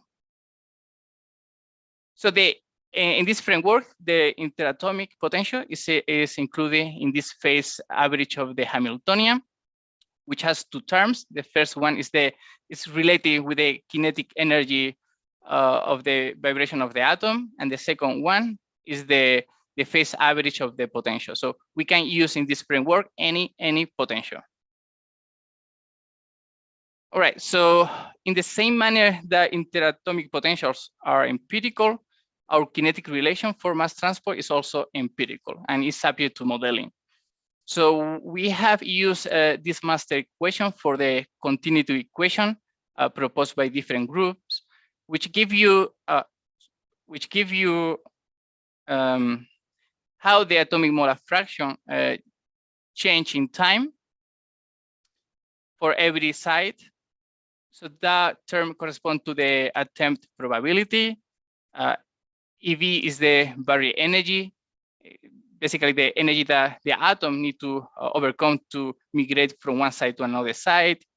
MOOB is the hopping frequency. The term highlighted in red is the max flux from side J to side I. So we can see that the driving force is the chemical potential gradient. So when this term is positive, so it's possible the max, the migration from side J to side I. It would be also possible when it's negative if the temperature is very high. And the term left is the max flux from side I to side J. All right, so in our diffusive molecular dynamic method consists of 2 steps. The first one is the diffusive step. So we let the system to diffuse by using the master equations. And the second step is the equilibrium step. So we relax the system by maximizing the free entropy. And we repeat these 2 steps all the time. Right now, I'm going to show you several simulations. So the first one corresponds to the lithiation of a silicon nanopillar. So we fix the concentration of lithium atoms, which is in purple, violet color at the outer region of the nanopillar, and we let the system to diffuse. So we can see how the lithium atoms diffuse through the interstitials in the silicon crystal. We can see how the nanopillar expand, and the time scale for these simulations is of the order of milliseconds. So our simulations can capture the phase boundary, which separate the crystalline phase and the amorphous phase. Is in agreement with the experiment. We can also predict not only the volume expansion at the lithiated phase, but also at intermediate state. And we can also capture how the nanopillar get amorphized during the diffusion of lithium. So that's in white color. Blue color is the crystalline structure, and we can see even the intermediate state in light green. Another example is the hydrogen diffusion in a palladium nanowire. So we fix the hydrogen concentration in one side of the nanowire, and we let the system to diffuse. We can see how the hydrogen atoms diffuse along the nanowire.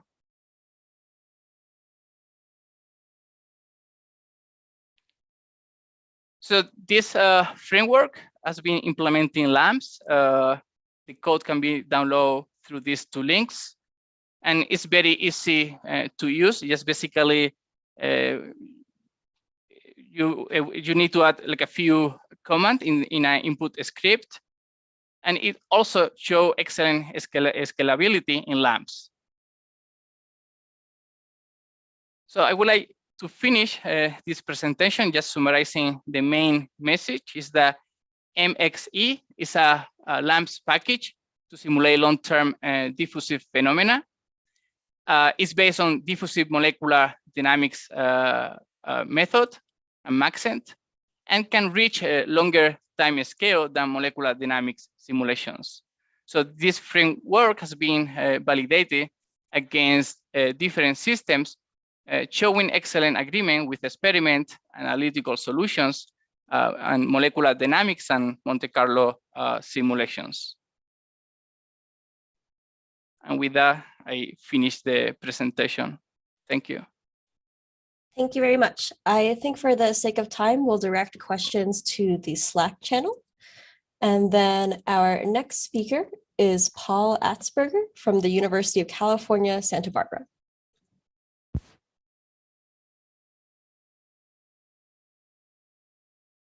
I think I just need to get access to the screen share. I believe it should let you know. Okay, great. Looks like it's loading. Okay, we'll see Okay, the slides. just let me know if everything's there. Great. Looks good. Okay, all right. Thank you very much for this opportunity to speak about our software package. I'll talk a little bit about user SELM. It's a package for basically developing coarse-grained implicit solvent models, in particular by leveraging continuum descriptions of the hydrodynamics. I'm going to have a more detailed breakout session where I'll get into more of the technical details of how to simulate or set up simulations and use the package on Friday at 12:50 p.m. And the Zoom information is here. I also just copy that in the Slack channel. So just to give you a little bit of background and motivations.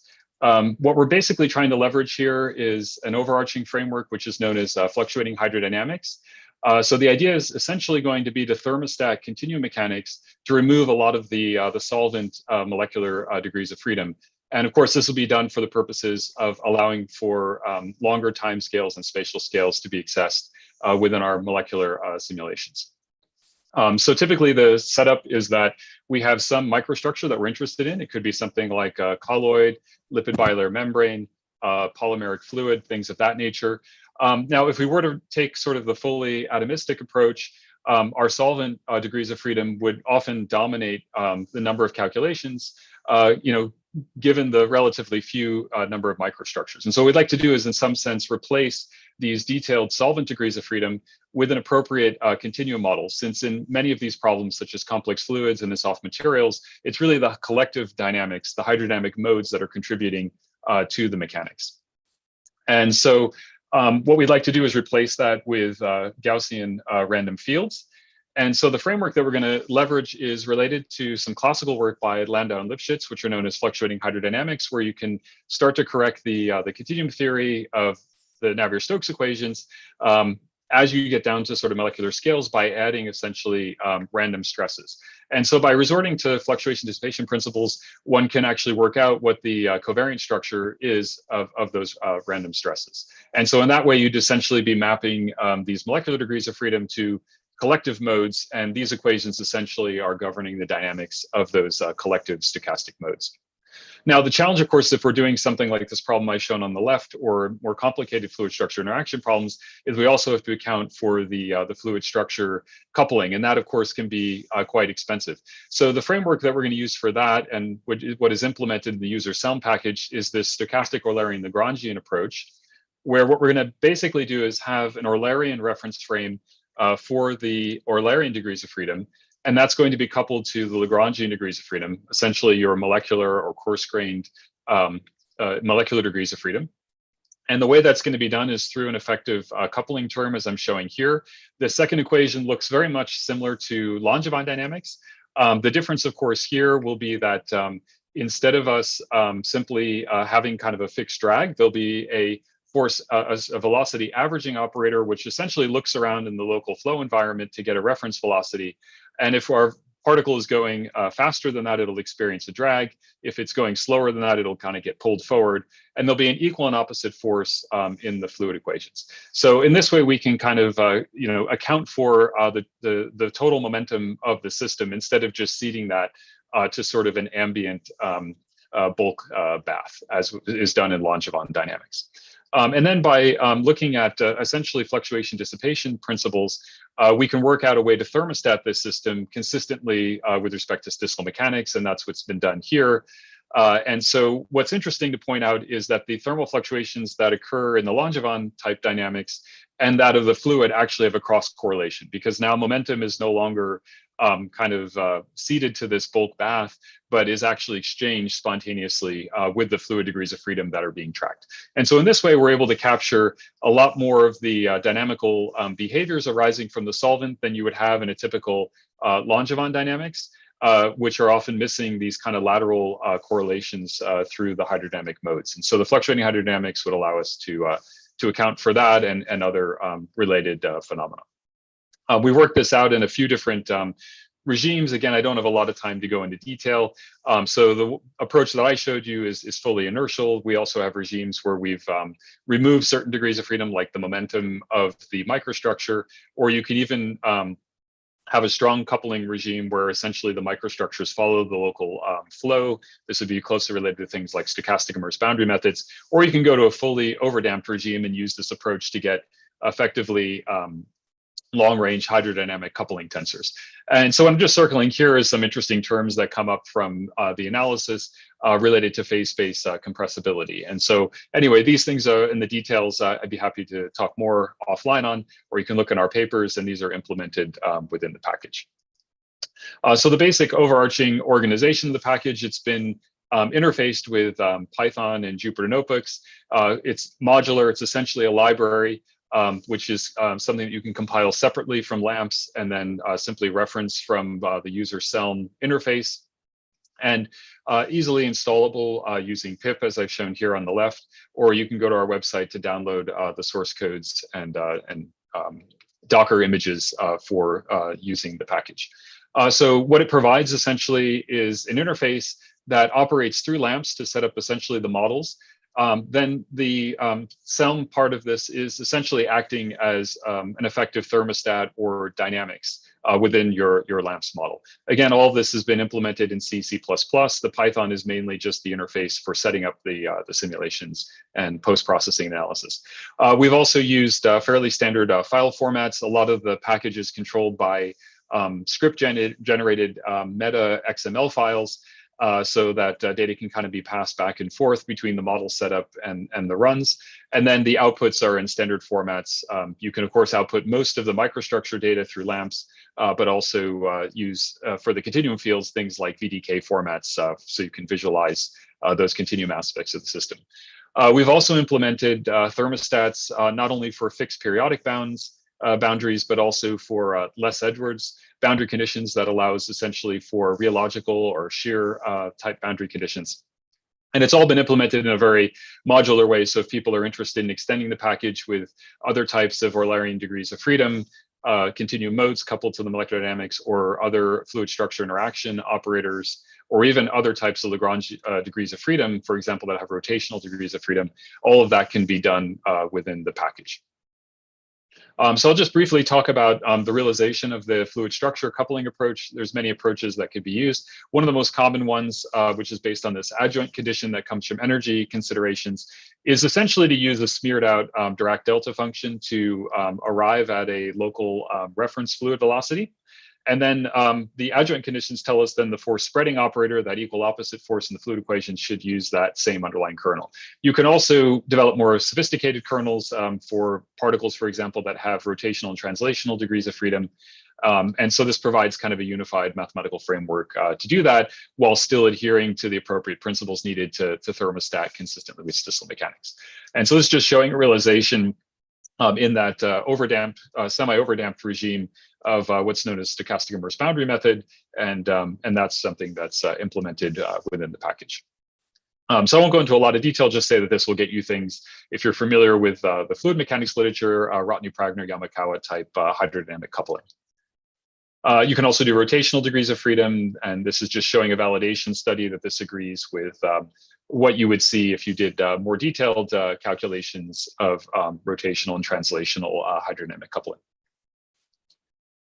So just in the interest of time, I think I'll skip a lot of this material. We've also implemented shear boundary conditions. Again, I won't go into a lot of the numerical details, but the idea here is essentially to have this shifted periodic image, which allows you essentially to periodically repeat the system with sheared images in order to compute things like macroscopic stresses that would be associated with the complex fluid or material for rheological studies. And so here's just showing a quick example of a Feeney-Dimer case and corresponding excess shear viscosity and normal stresses.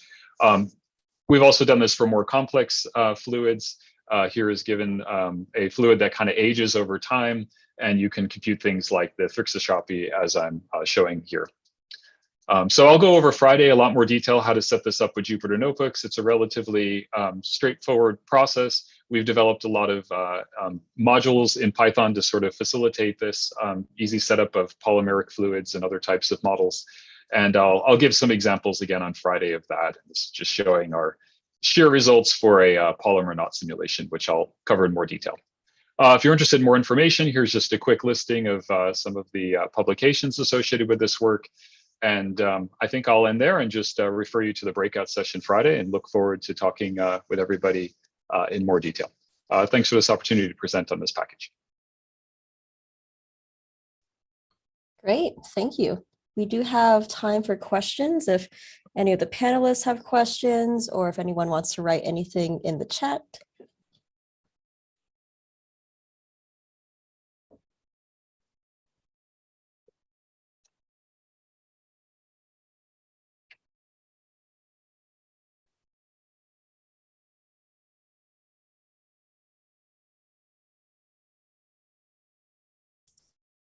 Okay, thank you. Thank you. Okay, our next speaker is Sandeepan Chettaraj from the University of Pavia, Italy. You can go ahead and start sharing your slides. Okay, thank you so much.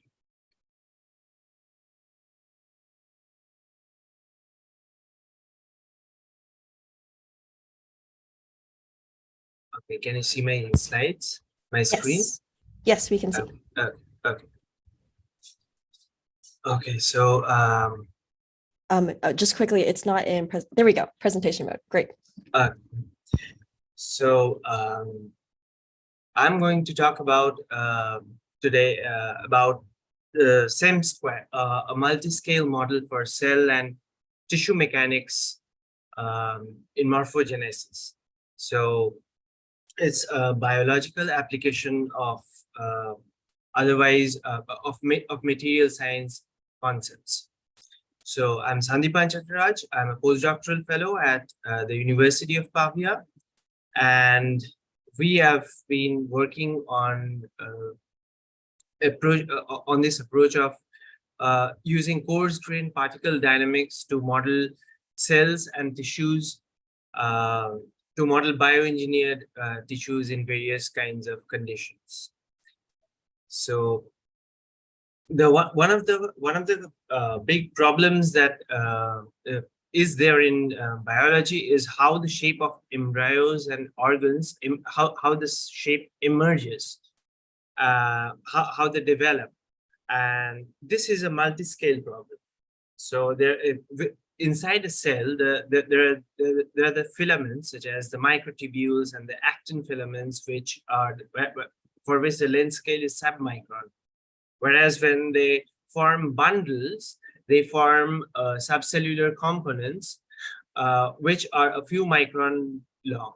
Then the whole cell is of the order of tens of microns. And then if you look at the space beyond the cell, the tissues, then we are looking at a length scale of hundreds of microns. So, and everything starts with one cell, and then we, organs develop, the tissues develop, and an organism develops. So, so to understand how the various complex shapes of organs emerge, we need to we are tackling a problem which is multiscale. So if we are looking at it from a modeling point of view, then we see that there is no single model which can model both the subcellular space and the tissue level mechanics. Now there are various types of models which are used for understanding mechanobiology of cells and tissues. Now, as is always the case, there is a trade-off. So if you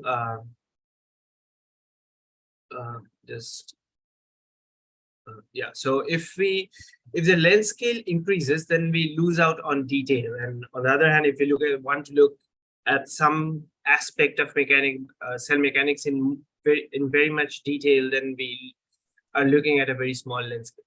So if we look at large length scale, continuum models do really well. So the advantage of continuum models is that they are very good for obtaining tissue mechanics. So where there only of course, a continuum has a very strong mathematical foundation. There are few parameters, but the disadvantage is that there is no details of cell level or subcellular phenomena with a continuum approach. Now, if we look at cell-based models, then there are two classes of models. One is the grid-free and grid-based. So in grid-based models, again, they are computationally cheap.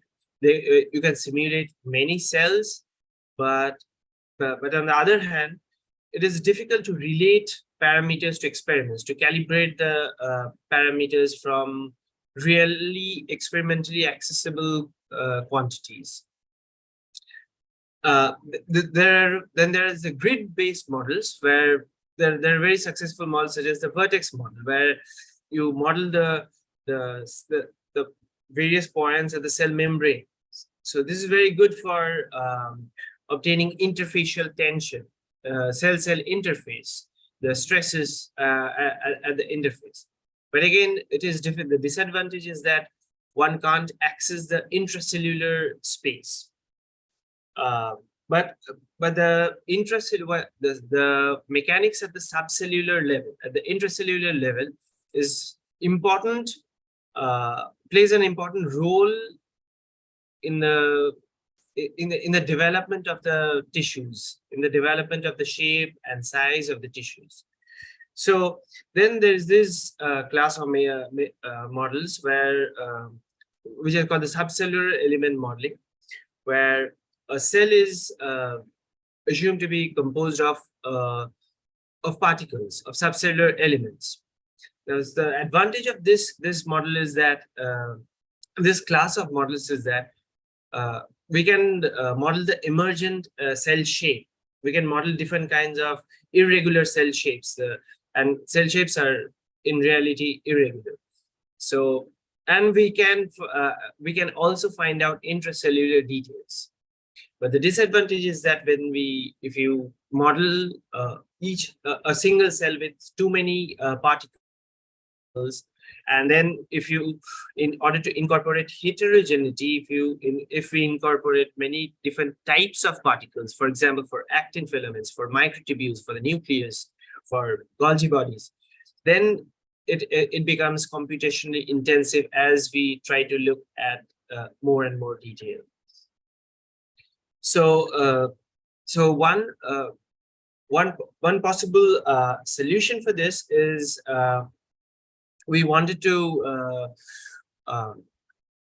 access as much information about the subcellular space as possible, and also gain some information about tissue level mechanics.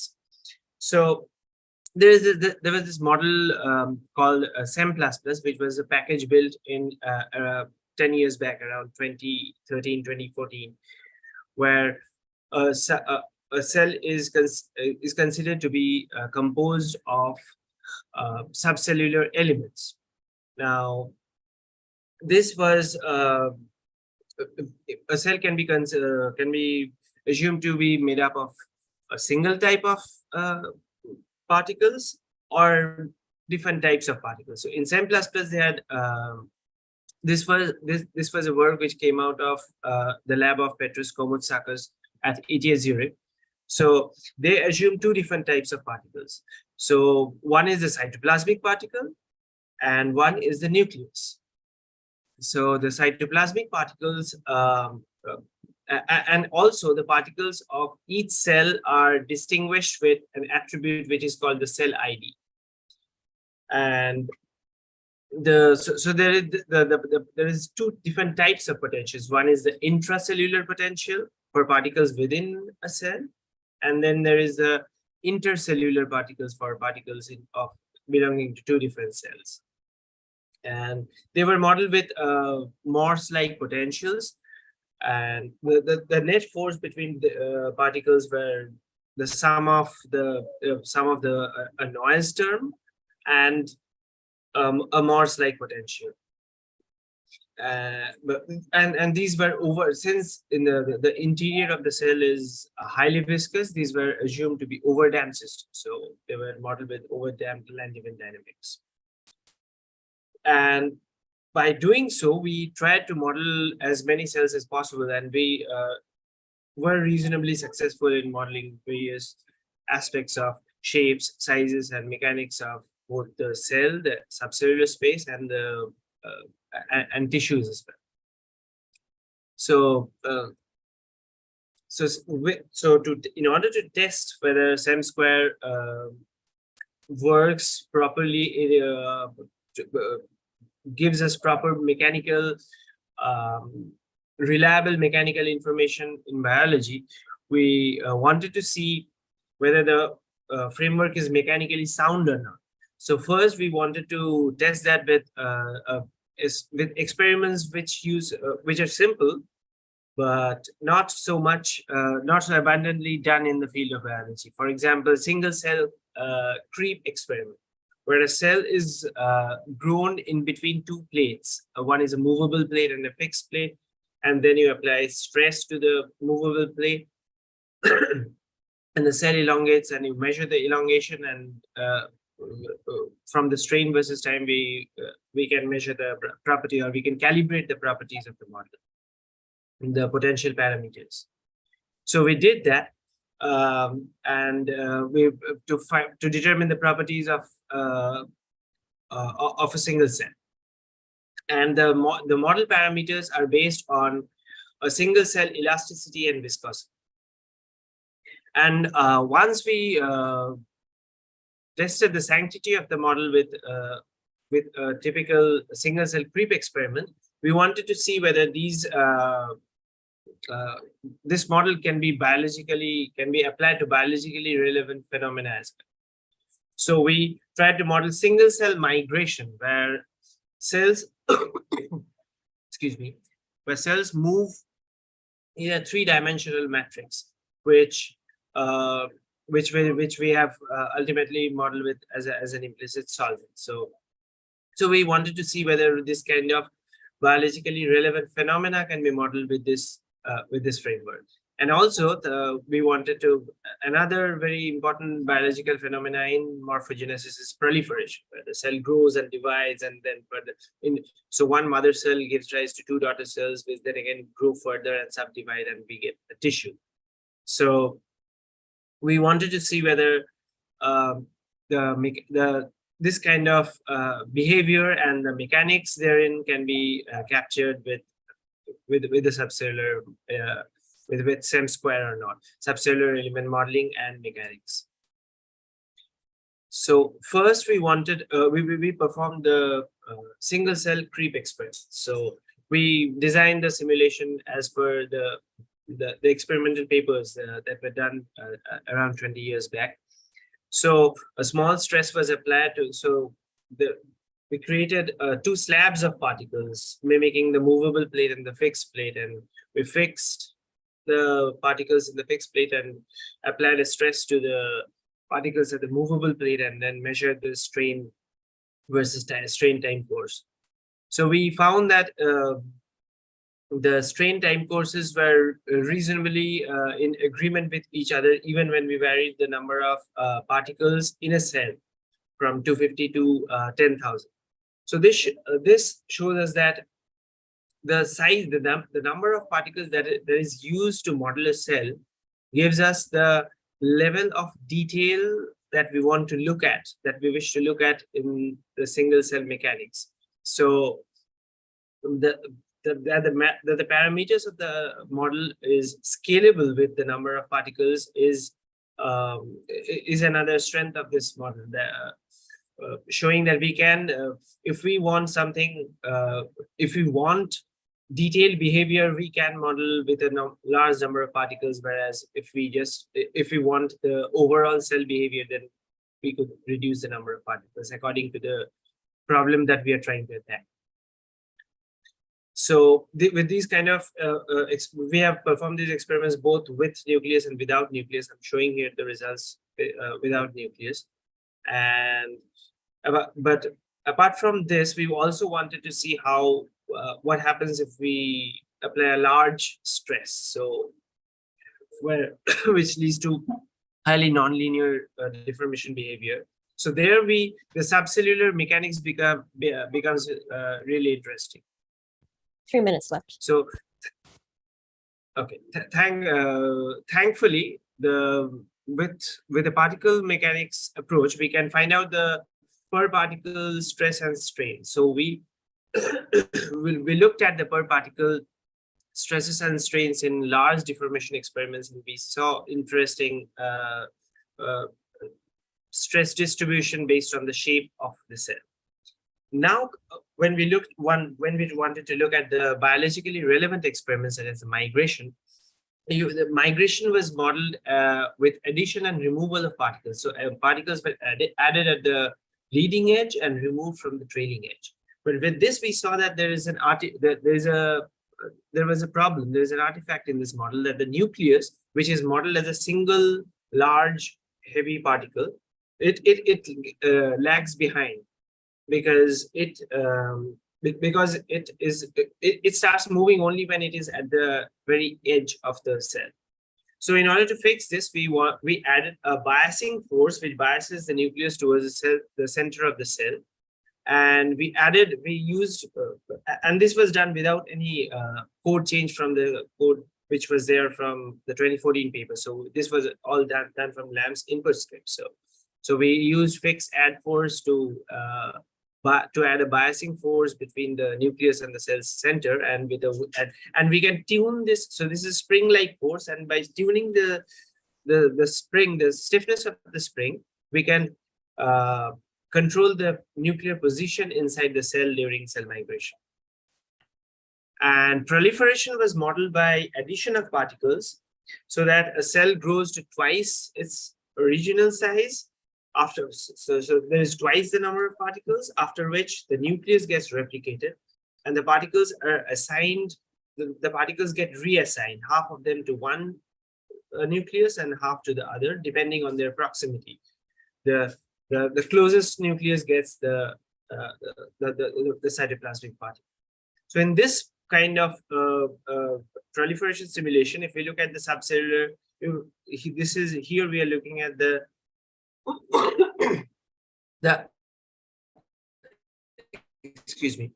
color-coded stresses of particles, and we see that there is this tensile stresses at the boundary, whereas there is compressive or stress-free, is mostly compressive or stress-free in the interior. And also in the interface between two cells, we see tensile stresses, and this is an emergent behavior. This arises because of the potentials, because of the intra and interpotential that was applied.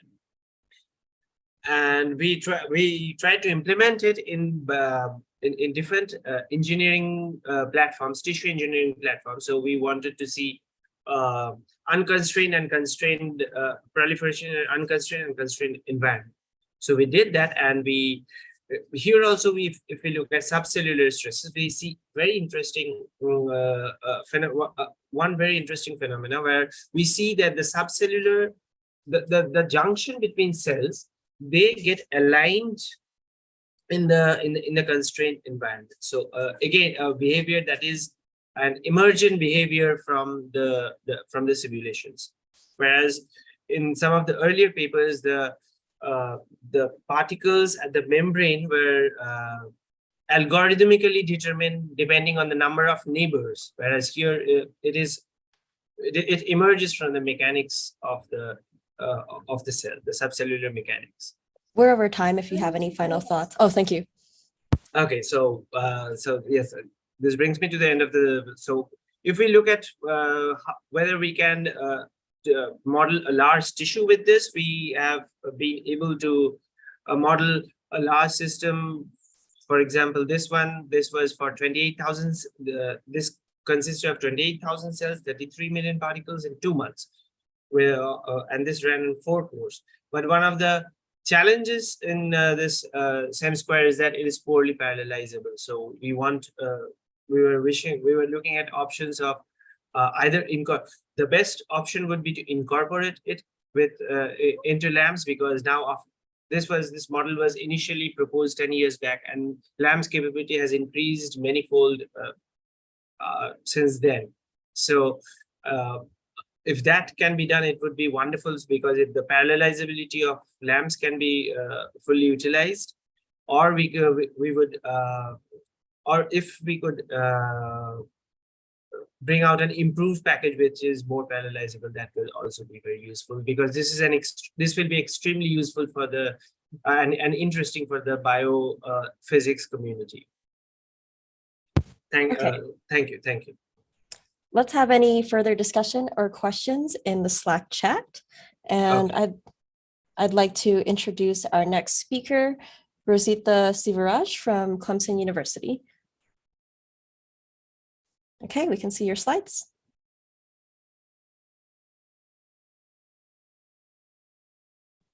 Thanks, Amber. Hope you can see my point as well. Okay. Yes, we see the pointer and it's full screen. Okay, thank you. I'm Rosita Sivaraj, and I'm a grad student from Clemson University.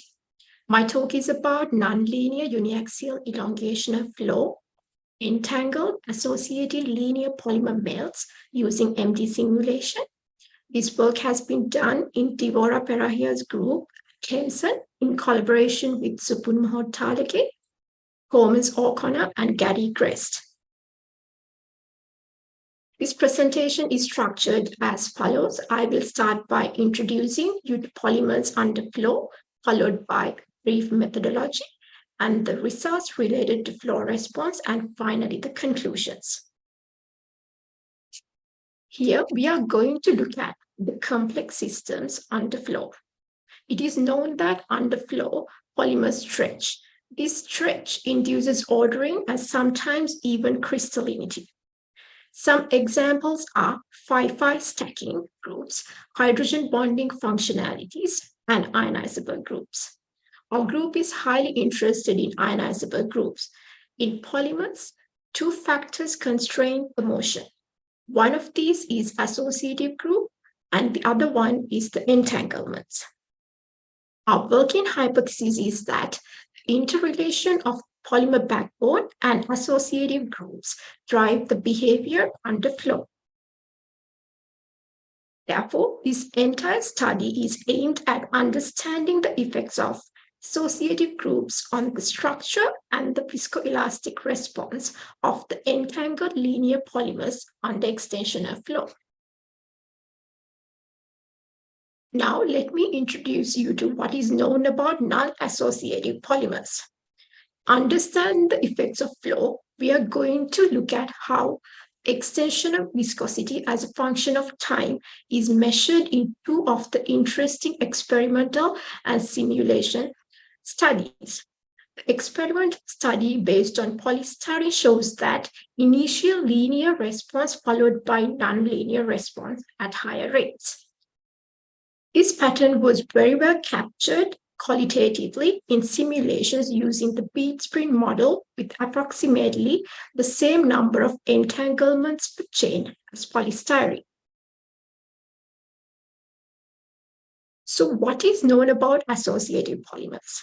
Mohotalagi and co-workers has used both atomistic and bead spring models to study these associative polymers. As for this image, the sulfonated polystyrene form clusters. When the extension of flow is applied, the chains have stretched, followed by the breakup and reform of those clusters. The chains have stretched inhomogeneously depending on the sulfonation fraction. Surprisingly, in the unentangled bead spring model with short chains, they have seen instability at high extensional rates and high interaction strengths. Therefore, the objective of my research is to resolve the coupled flow effects of associative groups and entanglements. Let's look how we do it. We use bead spring model with LJ potentials. Interaction strength between two non-associative beads is epsilon 1,1, and it is set as 1. The interaction strength between two associative beads is marked as epsilon 2,2. With that, we have defined interaction ratio alpha as epsilon 2,2 divided by epsilon 1,1. Alpha is varied from 1 to 10, and this range captures van der Waals interactions when there are no associative beads and hydrogen bonds when there are associative beads. We use LAMMPS as MD code with slot algorithm and with GKR boundary conditions with NBT and NPD ensembles. A system has 400 chains and 400 beads chain and 5% associative beads per chain with approximately 14 entanglements per chain. Now let's see how the incompressible systems respond to the flow. We define Weissenberg number, which measures the flow strength as the extensional rate into Rouse time. When we visualize alpha equal 1, where there are no associative beads, we could see cavities. Next, when we visualize alpha equals 8, in that system also we could see cavities. When we plot stress versus strain, we can see that alpha equals 1 system, cavities form at lower strain compared to alpha equals 8. This was surprising because most of the experiments are done in incompressible systems or barely compressible systems. If you translate that to MD simulations, it is NBT, which has constant volume and constant temperature. So this system is a liquid. Therefore, having cavities in a liquid is almost non-realistic. Because of that, we continued our simulations with compressible systems with constant pressure and constant temperature, commonly known as NPT. Extensional flow viscosity is the resistance of a fluid to extensional flow. Where the system deforms depends on how viscous the system is. When we measure extensional viscosity, was normalized time for incompressible systems, we get similar type of curve, pretty much what experimentalists get. But for the compressible systems, we get this kind of curves where we can see flow-induced transition at higher Weissenberg numbers. So this leads to a question: what is the origin of this transition? To further analyze this, first we measured end-to-end distance as a function of time. We could see at lower Weissenberg numbers, a chain start to stretch very late in time. With increasing Weissenberg numbers, chains stretch earlier. Rmax, which is the maximum end-to-end distance, is around 400 sigma. Here I have marked where the flow-induced transition happens, so it happens around Rmax divided by 2. To further investigate this, next we plotted density versus time. At low Weissenberg numbers, the density is constant. At higher Weissenberg numbers, we can see the density is increasing and it is correlated with increase in viscosity. This can be because at extension flow, chains stretch. And that leads to better packing, which results in transition to higher density state. So we look at the compressible systems without associative beads. Now let's look at what happens in compressible systems with associative beads. When we measure the extension of viscosity as a function of normalized time for alpha equals 8 system, the flow-induced transition occurs at all Weissenberg numbers. At higher Weissenberg numbers, flow-induced transition occurs at earlier times. Looking at end-to-end distance data based on transition points, we can see that the transition happens at lower end-to-end distance value than Rmax divided by 2. The density versus time plot shows that initially the density is constant and then the sudden jump of density happens for all the Weissenberg numbers. Based on the results I presented, I think it is fair to say that the flow-induced transition occurs in compressible systems, and it depends on the Weissenberg number and the interaction strength. Simulations are underway to further probe effects of entanglements and clustering on the flow-induced transition. With that, I would like to acknowledge NSF for funding Palmetto Cluster in Clemson University, SINT in Sandia National Laboratories for their computational time. That brings to the end of the presentation. Thank you all for your attention.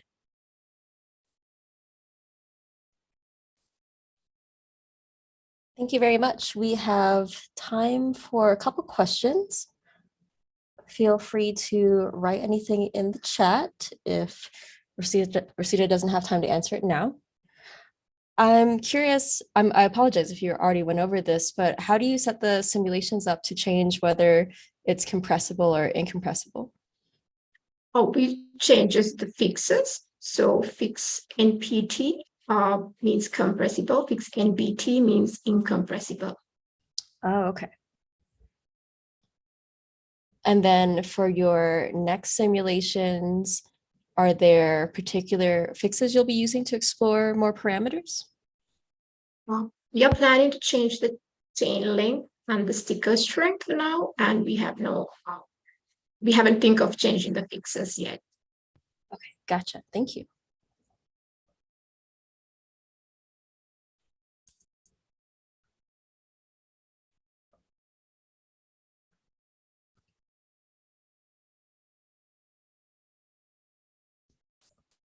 I'm just checking the chat. Looks like a question might be coming in. Okay, we have a question from Steve. I missed your explanation of cavitation. Is that possibly occurring because your extensional rate is so high compared to experiment? Well, yeah, it can be one reason, but we observed it's in lower rates as well. Okay, thank you.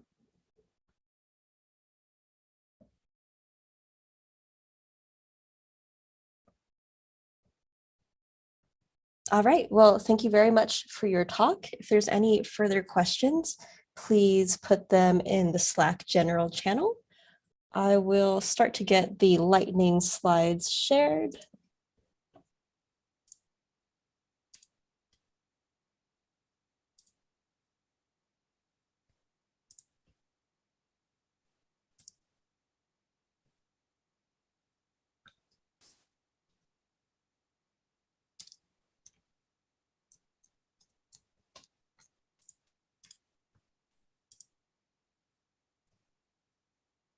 Okay, are the lightning slides sharing?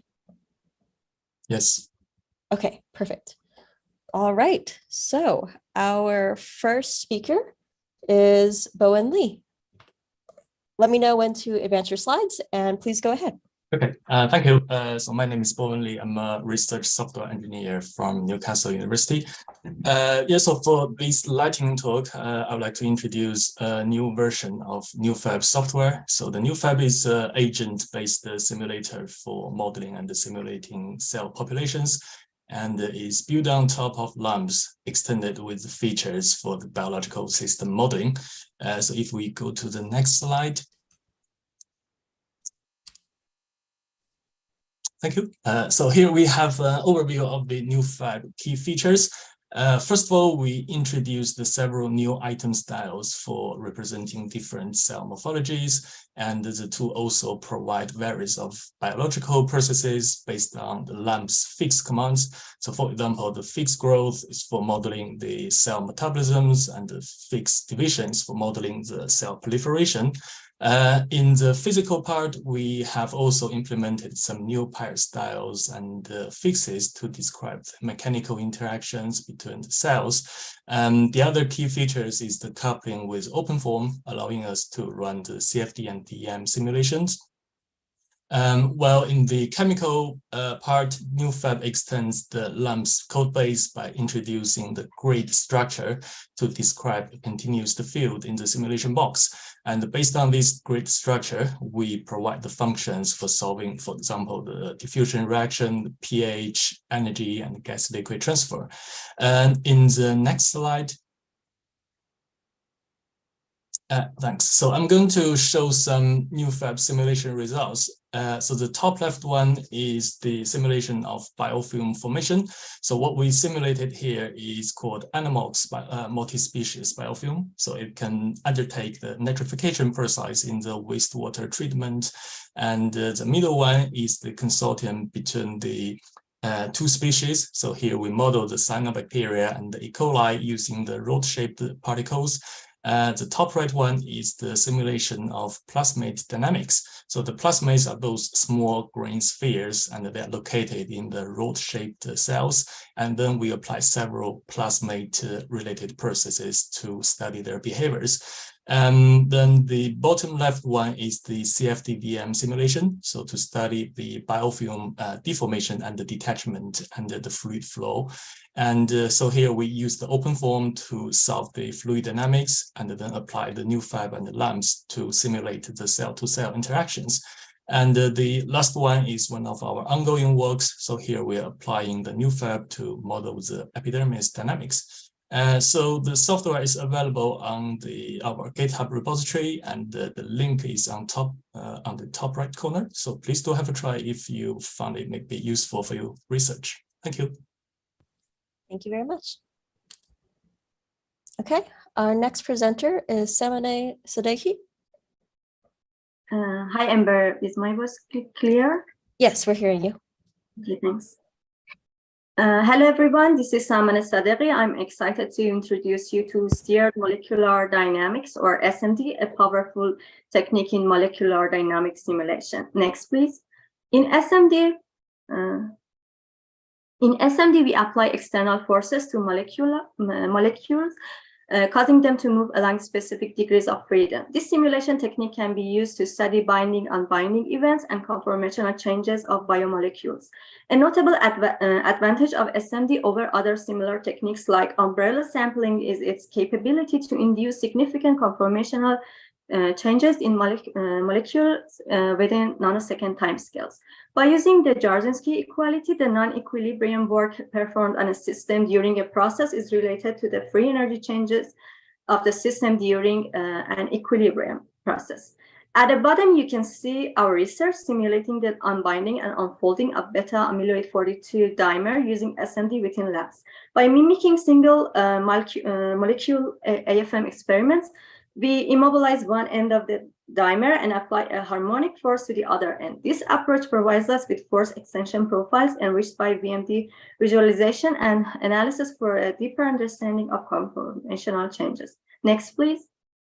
Within LAMMPS, the fixed SMD command offers two SMD implementations, modes constant velocity and constant force. In the former, a dummy atom linked to the center of mass of the pulling atoms is displaced at a constant velocity, yielding an equilibrated spring force.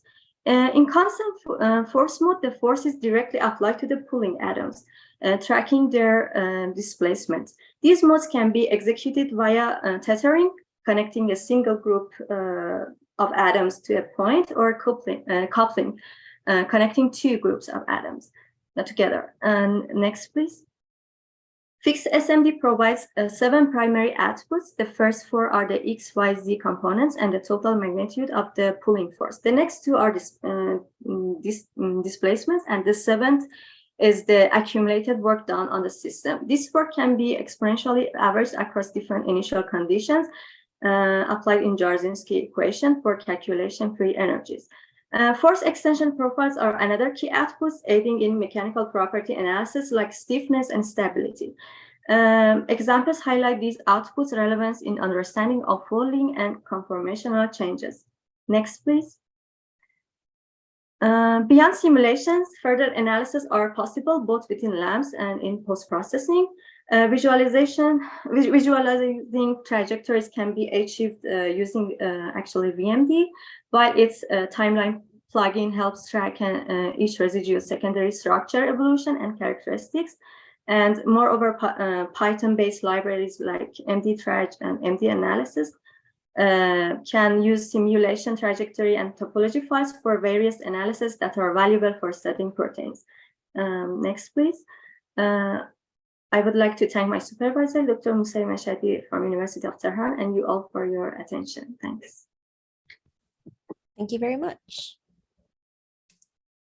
Okay, our next speaker is Ruchen Liu. Can you hear me? Yes. Oh, thank you.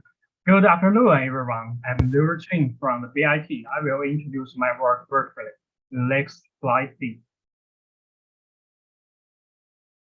As one of the important defects in RDX, some chemical inclusion, including carbon, solvent, gas, and other homemade chemicals, they always affect the shock inhibition and sensitivity. Here, my purpose is to figure out the atomic orange of chemical inclusion effects in the shock RDX. Therefore, based on the LAMMPS and the reactive force field, I use reactive molecular dynamic method and the multiscale technique for investigating the shock inhalation of RDX crystals into the various chemical inclusion. First, I have created a 7 RDX model compared to the perfect RDX model, also called PR. You can see on the PPT. Some chemical inclusion were induced into the defective RDX model, such as spherical carbon, HMX, and TATB crystals, acetone molecular dry air. Note that those defective RDX model are named by CR, HR, TR, air, and GR respectively.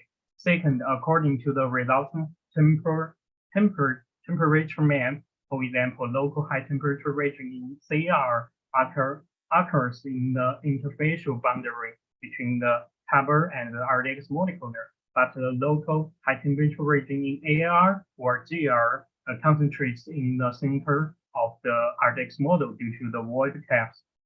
This result indicates that there are various dynamic mechanicals in the shock process. Obviously, you can see the intermolecular compression and interfacial impact and shear and void clamps and jets. Next slide, please. Third, after the chemical space analysis, it indicates that introduced chemical inclusion can reduce the effectiveness of void during the shock impact. For example, the parent RDX decay rate in CR is about 1/4 of that in VR.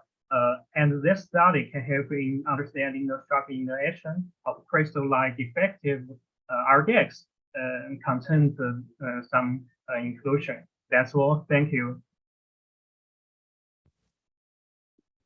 Thank you very much.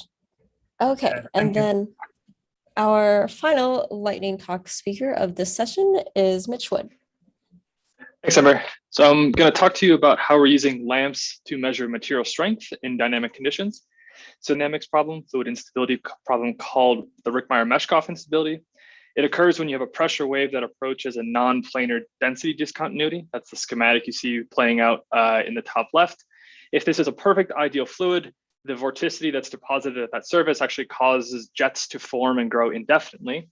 In real materials, what you see is in the experiment in the top right, where the jets will increase in time, but depending on the shock strength, the pressure pulse that you have there, that jet will grow with a different rate through time. The problem really is encapsulated by those fits that are applied in the top right. A single yield strength is not enough to capture these fluid dynamic problems across a wide range of shock pressures. So we turn to our atomistic simulations to give us this answer, and we sweep a large number of particle velocities, a large number of geometric conditions, as well as physical sizes of that perturbation at the surface. That last bit, that perturbation at the surface, is our proxy for the strain rate. So as we go larger and smaller in the physical size of the system, we will get differing strain rates out. So the images on the bottom left show you kind of the characteristic behavior that you can get from a shocked sample of copper, where small piston velocities and or small perturbations on the surface will cause no jetting to form. Intermediate conditions will give you growth and arrest of that jetted material, and even larger sizes and or larger piston velocities will give you a growth and breakup of that jetted material. The full map of all the simulation conditions is that weird plot you see in the bottom right, and that's actually showing you all the different sizes of the perturbation, the wavelength of that perturbation on one plot. So as you move outward in radii, you're looking at larger and larger peak-to-peak distances. Next slide, please. So from this, we can actually take all of our LAMMPS simulations, collect them, make new measures of the yield strength that depend across a number of different strain rates. And we get a value that's actually slightly higher than what you would have inferred if you just used the experiments that we had. But what we can do is we can take these values, put them into continuum codes, and understand where the limiting behavior of this shocked and jetted material agrees with continuum approximations or agrees with all of our direct simulations.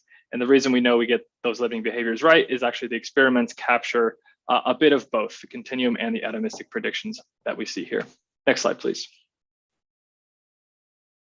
So if you're interested in these results, we were able to recently publish them in the Journal of Applied Physics. The title of that and the authors you can see in the top left. And we're hoping to extend this capability into other simple materials like aluminum or nickel.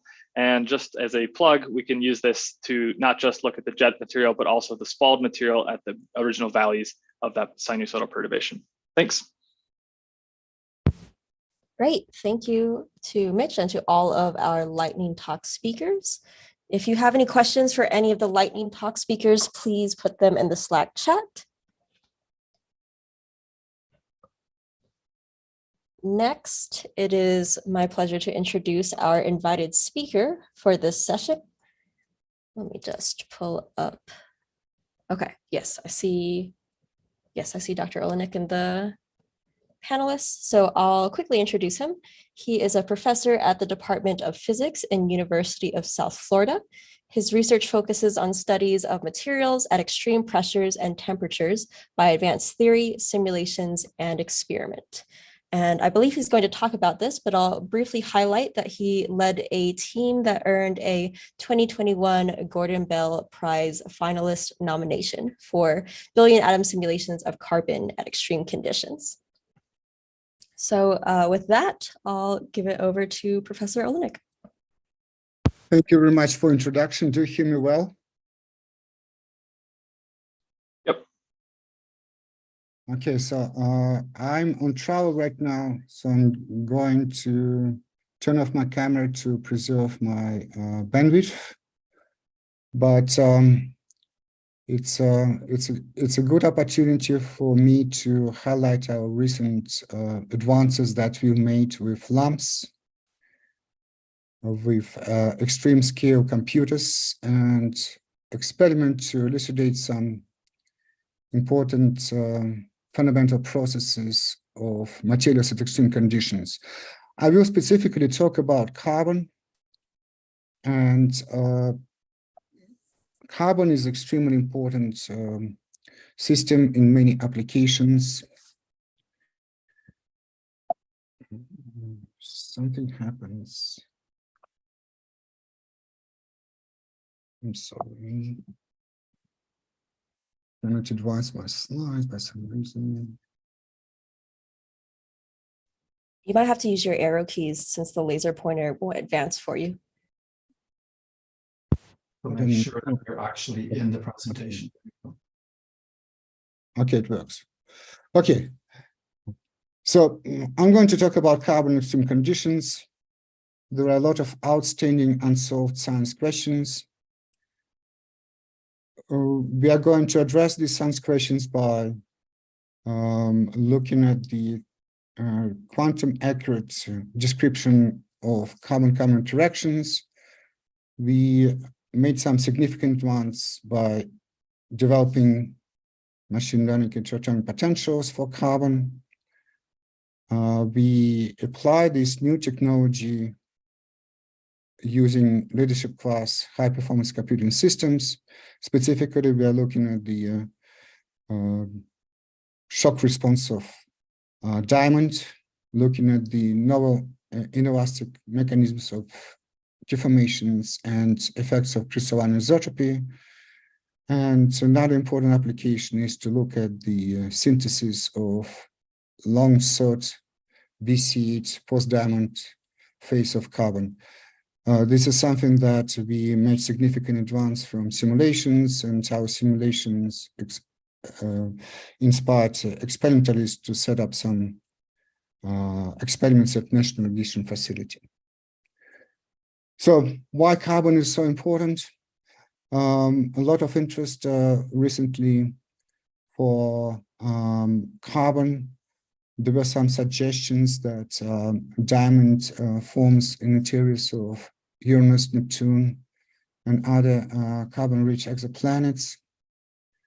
Important question for the planetary science is what kind of phases exist at extreme pressures and temperatures. We're talking about tens of megabars and tens of thousands of Kelvin. Also, the important excitement application for diamond is inertial confinement fusion. Everyone heard about this recent breakthrough for the fusion that achieved on December 5th, 2022. So basically, diamond ablators are used as fuel capsules. They are compressed by intense laser beams, 192 beams, under extreme pressures and temperatures. And this implosion results into the fusion of deuterium and tritium fuels. The important question is, what is the behavior of diamond ablator upon application of the shock? So this compression happens through the application of the shock, several shocks, and the first shock might set up some instabilities based on the heterogeneities during the shock compression. So this type of questions that were not possible to look from the experiment point of view, but MD is a perfect tool to investigate this type of phenomena. Why MD is so important for this type of applications? Because it's exact match to experiments. So we know that it's very difficult to address the time-length scales for real experiments, but in this particular case, these experiments are done by ablating some material that sends the strong shock. This shock propagates with the velocity, very high velocity, 20 kilometers per second or 20 nanometers per picosecond. And if you take the thickness of the sample, divide by the shock velocity, you will get the duration of this compression around nanoseconds. So we're talking about the simulations at micrometer and nanometer length and time scales. So in order to achieve these simulations, achieve the impact of these simulations, there are three important requirements. First, to be of predictive power, we have to deliver quantum accurate description of atomic interactions. This is the very important requirement, and there were some recent developments in the field. The first speaker, Boris Kozinski, talked about this already, but it's something that it is important for us to demonstrate the accurate simulations that experimentalists can trust us. Second important criterion is the efficient implementation. We are talking about the simulations of the hundreds of millions and up to several billions of atoms. These simulations can only be done using GPU-enabled leadership class computers using thousands of nodes. And of course, you can only do the simulations if you have access to the systems. We made significant advance very recently by developing quantum accurate spectral neighbor analysis potential for carbon. The LAMMPS leaders, Aidan Thompson and Mitch Woods, introduced this important technology. They were pioneers of the machine learning atomic potentials. We use this already developed technology to devise this potential. And I briefly mentioned how these potentials work. We have very complex atomic system. For each atom, we introduce the descriptors. It's kind of fingerprints that describe all sorts of complex atomic environments that might happen for a particular atom under different varying conditions during the simulations. So it's done by using so-called bispectrum components of local neighbor density. I refer to the publication in Journal of Chemical Physics if someone interested in details.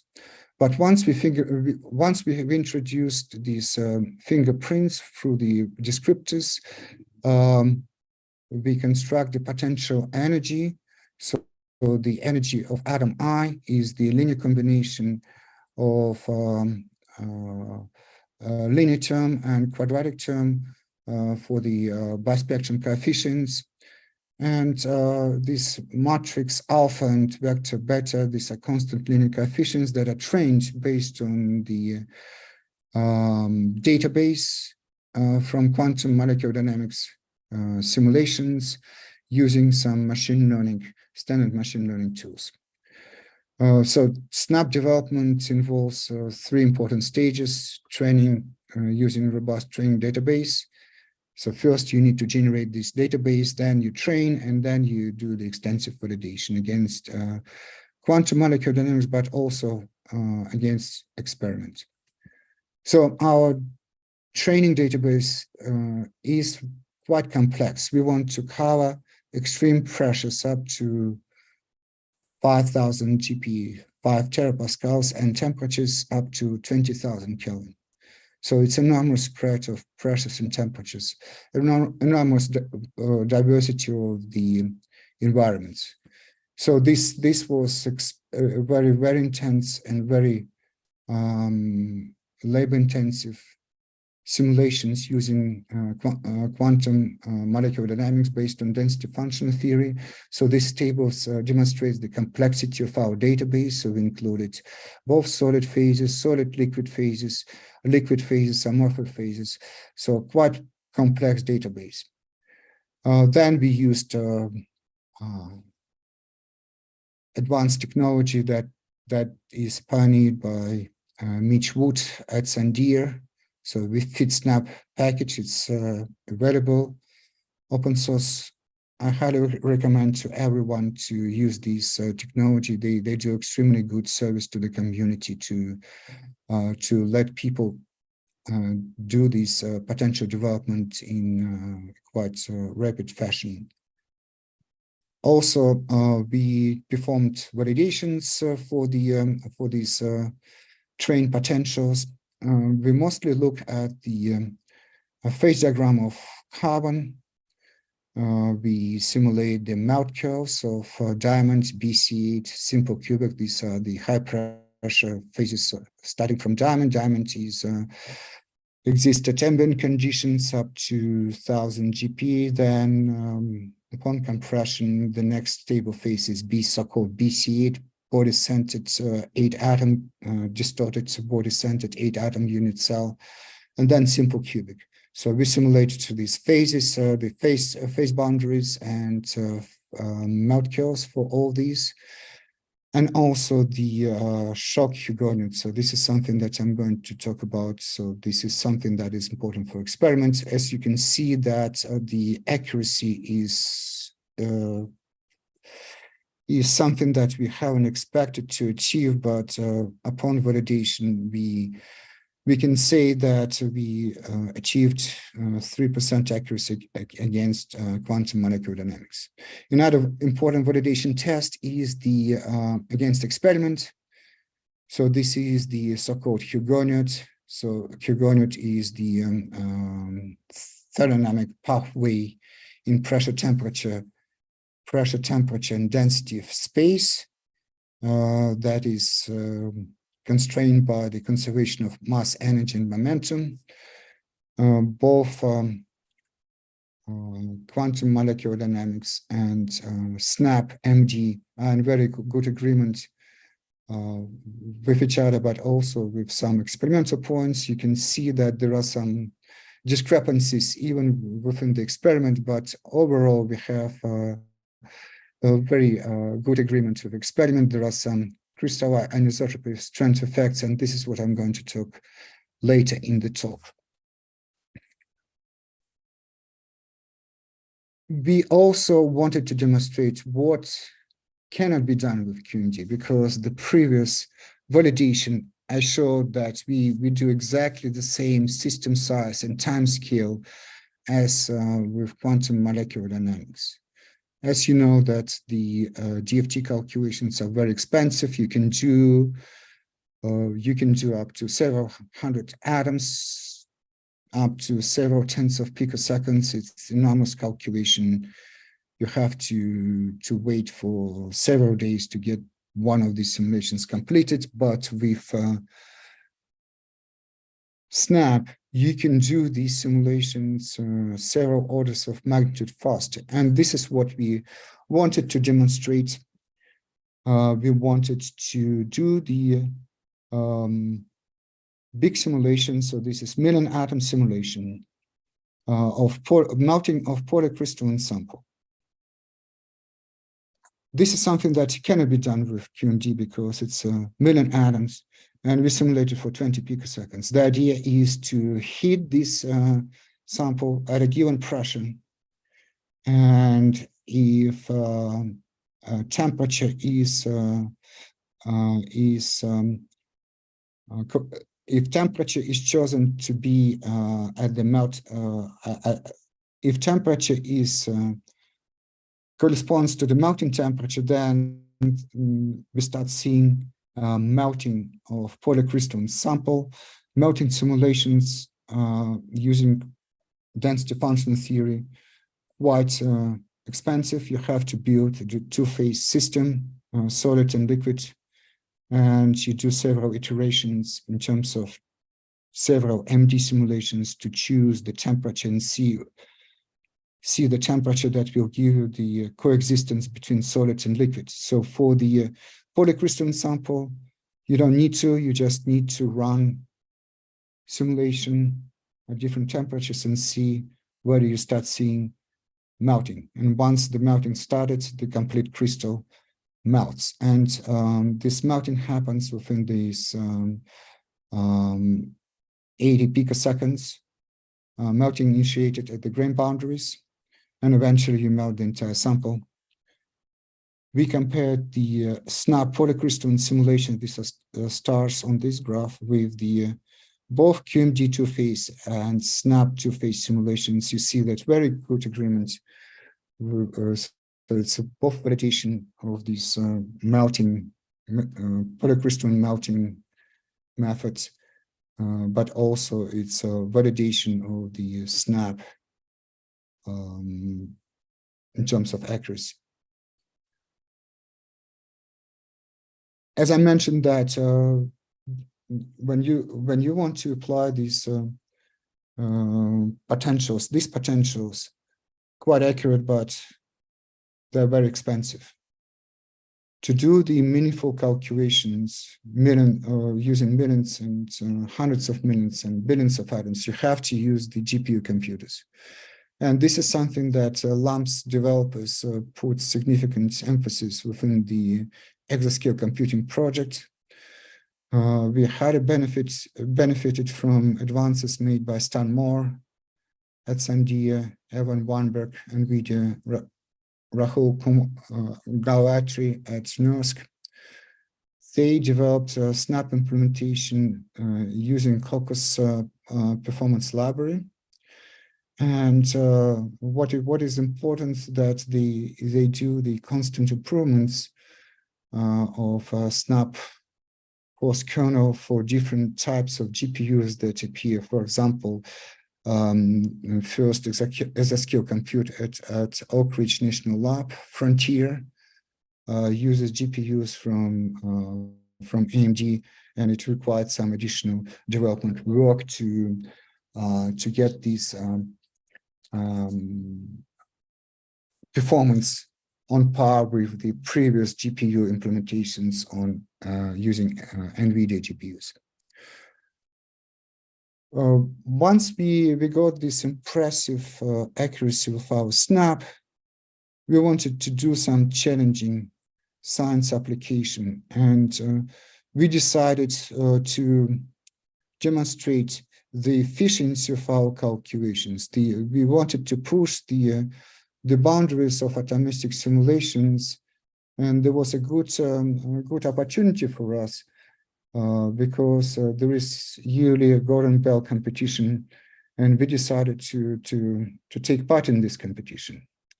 So we wanted to achieve important science goal. We wanted to synthesize long-sought high-pressure BCH phase of carbon, and the goal was to do the production simulations on the full summit. So this is pre-exascale supercomputer at Oak Ridge National Lab. We wanted to do the simulations of BCH synthesis using 1 billion atom sample using within this CPU time 1 nanosecond and within the 24 hours of wall clock time. Before we proceeded with production calculations, we did extensive scaling tests. So we wanted to see the optimal size of the system. I said that we used 1 billion atoms sample, but Summit has 4,800 plus nodes. We wanted to choose the optimal size of the system to achieve the peak performance of LAMMPS for this particular simulation. What is important, and this is something that I want to emphasize. So some people claim that their implementation of machine learning potentials is superior compared to others. But I think that it's important for us to come together and run the same set of tests and demonstrate the same accuracy on the same type of hardware. And the most important comparison metrics is the performance metric is MD performance. So this is the so-called normalized MD throughput, and is measured in million atom steps per node per second. So this is very important. So if we compare one simulation versus another simulation, it's important to report this number, not just total number of steps that were done, total simulation time, because it depends on the particular simulation, how many nodes you use, and so on and so forth. So this is normalized performance. You take the number of atoms, divide by 10 to 6. This is the number of atoms in millions. Then number of steps divided by number of nodes and time of simulation. So this is, I mentioned that we use the summit. This is our collaborative team from USF, Sandia, Andy Thompson, Mitch Wood, Stan Moore, Nursk, Rahul, Guatri, NVIDIA, Evan Weinberg, and Anatoly Belnoshko from KTH. And as I mentioned, that first we did the scaling. Scaling is scaling was done for different sizes of the atoms. Briefly, if you look at this graph, briefly, the good performance is achieved if you have around 100,000 nodes per node. So this is something that was important for us to set up this 1 billion system size for these simulations. I mentioned that we managed to synthesize the BC8 phase. We started with the amorphous sample, and then we saw how this amorphous sample transferred to BC8 within the time of simulations. And we did multiple simulations without restarting the job. So we just, on the fly, once we see the synthesis of BC8 achieved, we reset the temperature and continue simulations. So we managed to simulate different BC8 syntheses, different temperatures within the 1 nanosecond of physical time, using 24 hours of clock time. So we achieved the transformative science impact because we synthesized non-solid BC8 phase of carbon. Now I want to demonstrate another application. This is the shock simulations. I mentioned that these high pressure temperature conditions achieved using shock compression. I mentioned about these laser-driven shocks, but in LAMMPS simulations, we do very simple setup. We drive the wave by compressing material with piston, and we look at the evolution of the material transformation as the wave propagates through the sample. We drive the wave by constant piston velocity, UP. And for the piston, we use momentum mirror option in LAMMPS. And we use, for systematic studies of the inelastic mechanisms of diamonds, we use the different system sizes, going from 70 million atoms to up to 3 billion atoms. And I'm going to show the movie. I was told that during this workshop, this movie was shown a couple of times, but I want to show you some interesting physics that we discovered with these simulations. So this is the schematic, what you're going to see in the movie. So we drive the shock wave with the piston that moving with the 7 kilometers per second. The system size is enormous. So the cross section of the sample 0.5 micron, the length of the sample 1.5 micron, and we drive the wave. This compression wave heats and compresses material, resulting into two waves. One is the elastic wave that moves with very high velocity, 22.3 kilometers per second. And behind the elastic front, there is some interesting dynamics that going on. But eventually, material forms inelastic front that moves with the velocity 18.3 kilometers per second. This is the movie that I'm playing for you. So this is the elastic front. This is an elastic front. You see very interesting dynamics, lack of propagation of the defects. These multiple cracks, tips of these cracks create these sound waves, multiple sound waves, and they interfere like typical light Huygens interference, producing some planar fronts. And there are interesting things that happening during this. So I'm going to go through each of these interesting phenomena. First, we see these cracks. I put in quote cracks. So we are going to look at what is inside of these cracks. So they are seated by this inelastic front. They propagate from this inelastic front inside of the elastically compressed material. Then, interesting that these multiple cracks are the seeds of the spherical sound waves. The sound waves interfere and they catch up with the elastic front, and the effect of these waves is to introduce the corrugation to the shockwave front. So usually it's assumed that it's a planar shock front, but it turned out that this enormous defect creation and this generation of the sound waves produces corrugation in the shockwave front. So then another interesting thing, I mentioned that these cracks seeded mostly by this inelastically compressed region, but sometimes we see these defects forming in elastically compressed material. So it's usual assumption that the elastic compression is separated from inelastic compression, but it turned out that these defects also can spontaneously appear in elastically compressed material as well. Then I mentioned about these cracks. It turned out if you zoom in there, these are not cracks. These are just amorphized regions of compressed diamonds. So this is amorphized regions propagate.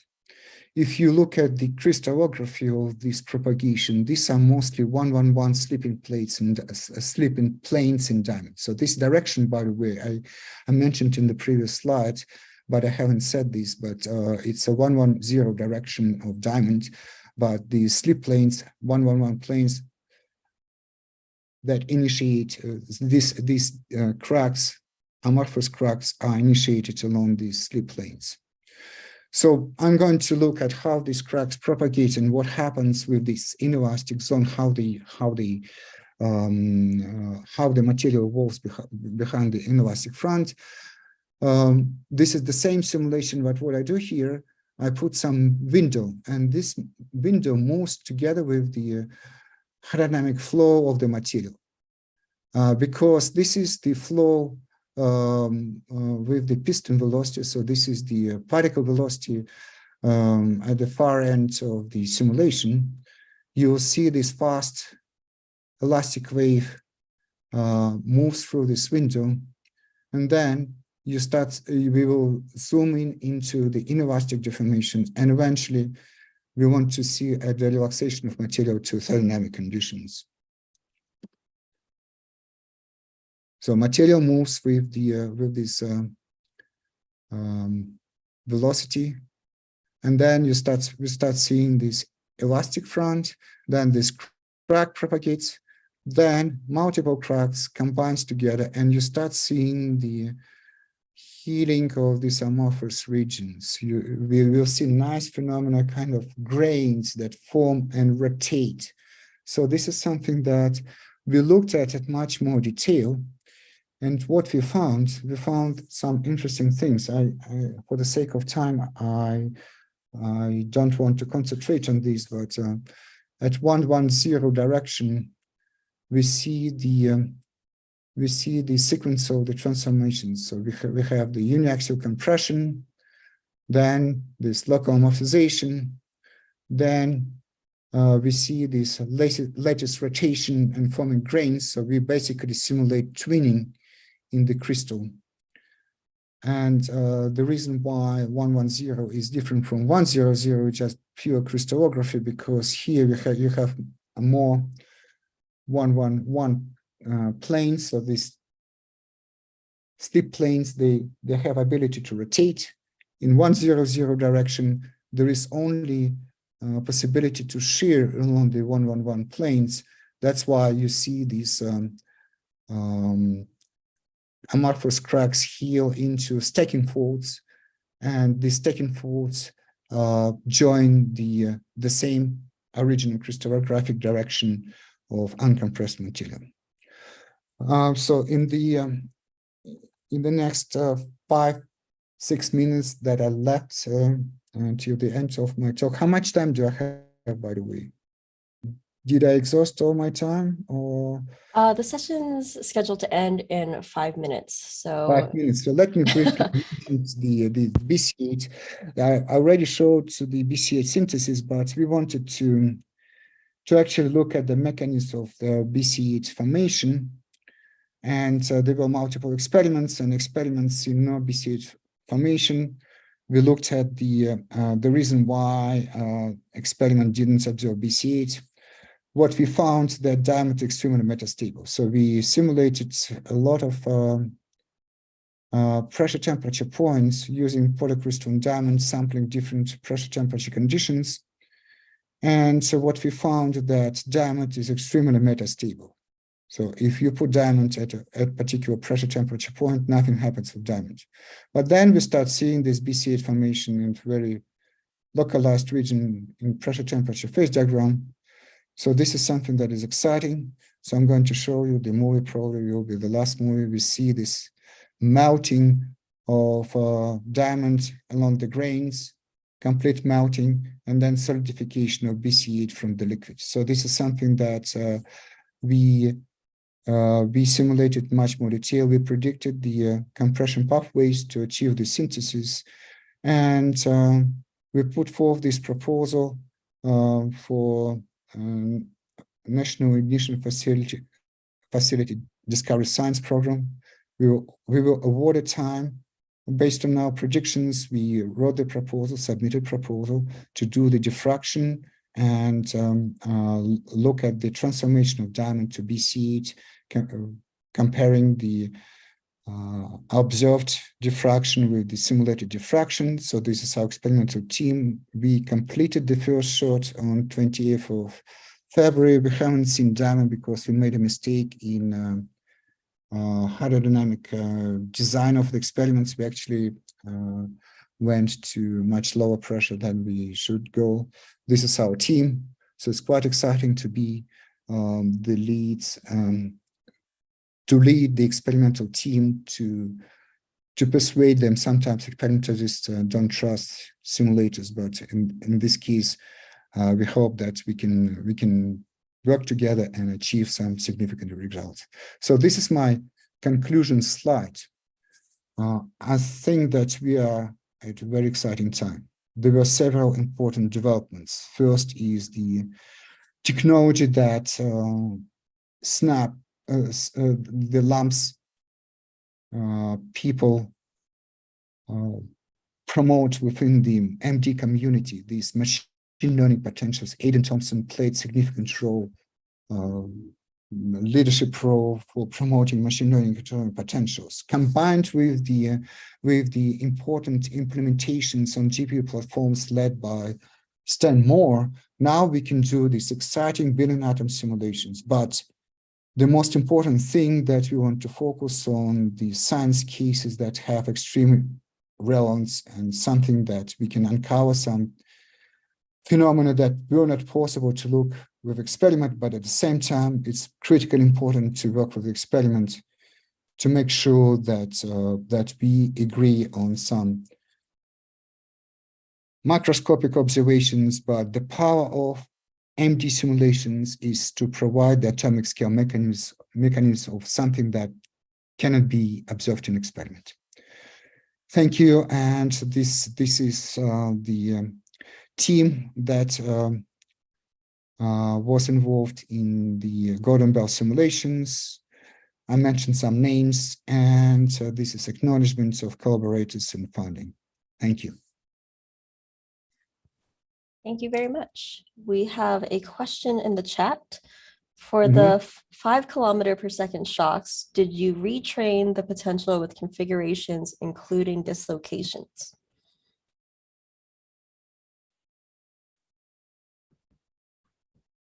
Okay, so dislocations, important question. We are not sure that there are some dislocations in diamonds. There were several recent works by Eduardo Bringer and also a recent paper published, I think, last week from Mark Myers' group at University of San Diego. These simulations were done using some flavor of Cherenkov potential. And we know that Cherenkov and even Reba reactive bond order potentials are empirical, and we work with these potentials for quite a while. And this is why we were happy, we were lucky to collaborate with Aidan Thompson, Mitch Wood, and Sandy team, because now we can simulate, we can resolve all these pitfalls of these empirical potentials. So I said that dislocations is something that big question mark. I cannot make bold statement that there are no dislocations, but at least what we see that dislocation dynamics is severely hindered by the strong covalent bonds in diamond. So we haven't done any retraining because there is no purpose for doing this. So we are pretty sure about the inelastic deformations, that we properly describe inelastic deformations, because we did a lot of simulations using density functional theory to look at the different transformation. So basically we did these gamma surface simulations, we did the uniaxial compressions at various pressures, temperatures. We did see a lot of extended defects forming. This is something that we included in the database, but we didn't retrain for 5 kilometers per second that someone mentioned. Okay, great. So we are over time, just in case anyone needs to get going. There are a couple more questions in the chat. I could go over them now if you have time. Otherwise, please check the Slack. I do have time, so if people want to go, they can always leave the room, right? Sure. So another question that we have is, did you study for your models electronic or vibrational properties and their interaction with dislocations? Okay, so sometimes people want everything. First, electronic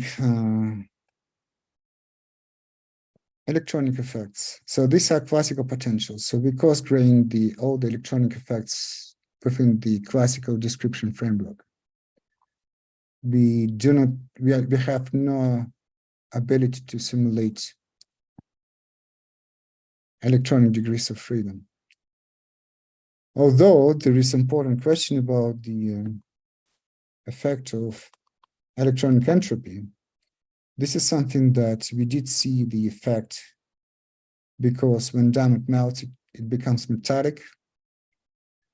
This metallic this metallic excitation involves some electronic entropy that significantly contributes to the free energy, and it's something that is not captured by our training, because although I mentioned that everything was trained on quantum molecular dynamics, so we took the frames from the QMD that was done at finite temperature, including the electronic excitations. But once we get the frame from the MD, we do the 0 Kelvin single point energy calculations to get the energy, forces, and stresses, atomic forces and stresses at 0 Kelvin. The reason why, because if you start including the frames at different temperatures, especially at above 10,000, above the melting temperature, then you start introducing this ambiguity. So some ambiguity, because the same sample at a given pressure and temperature can have different states, whether you include the electronic temperature. So there is some electronic temperature dependency. We didn't want to go into this. So we know that probably the electronic temperature is something that requires some special consideration. I know that within the community there is some effort to include electron temperature effect. So we haven't looked at the vibrational properties. It's something that can be easily checked.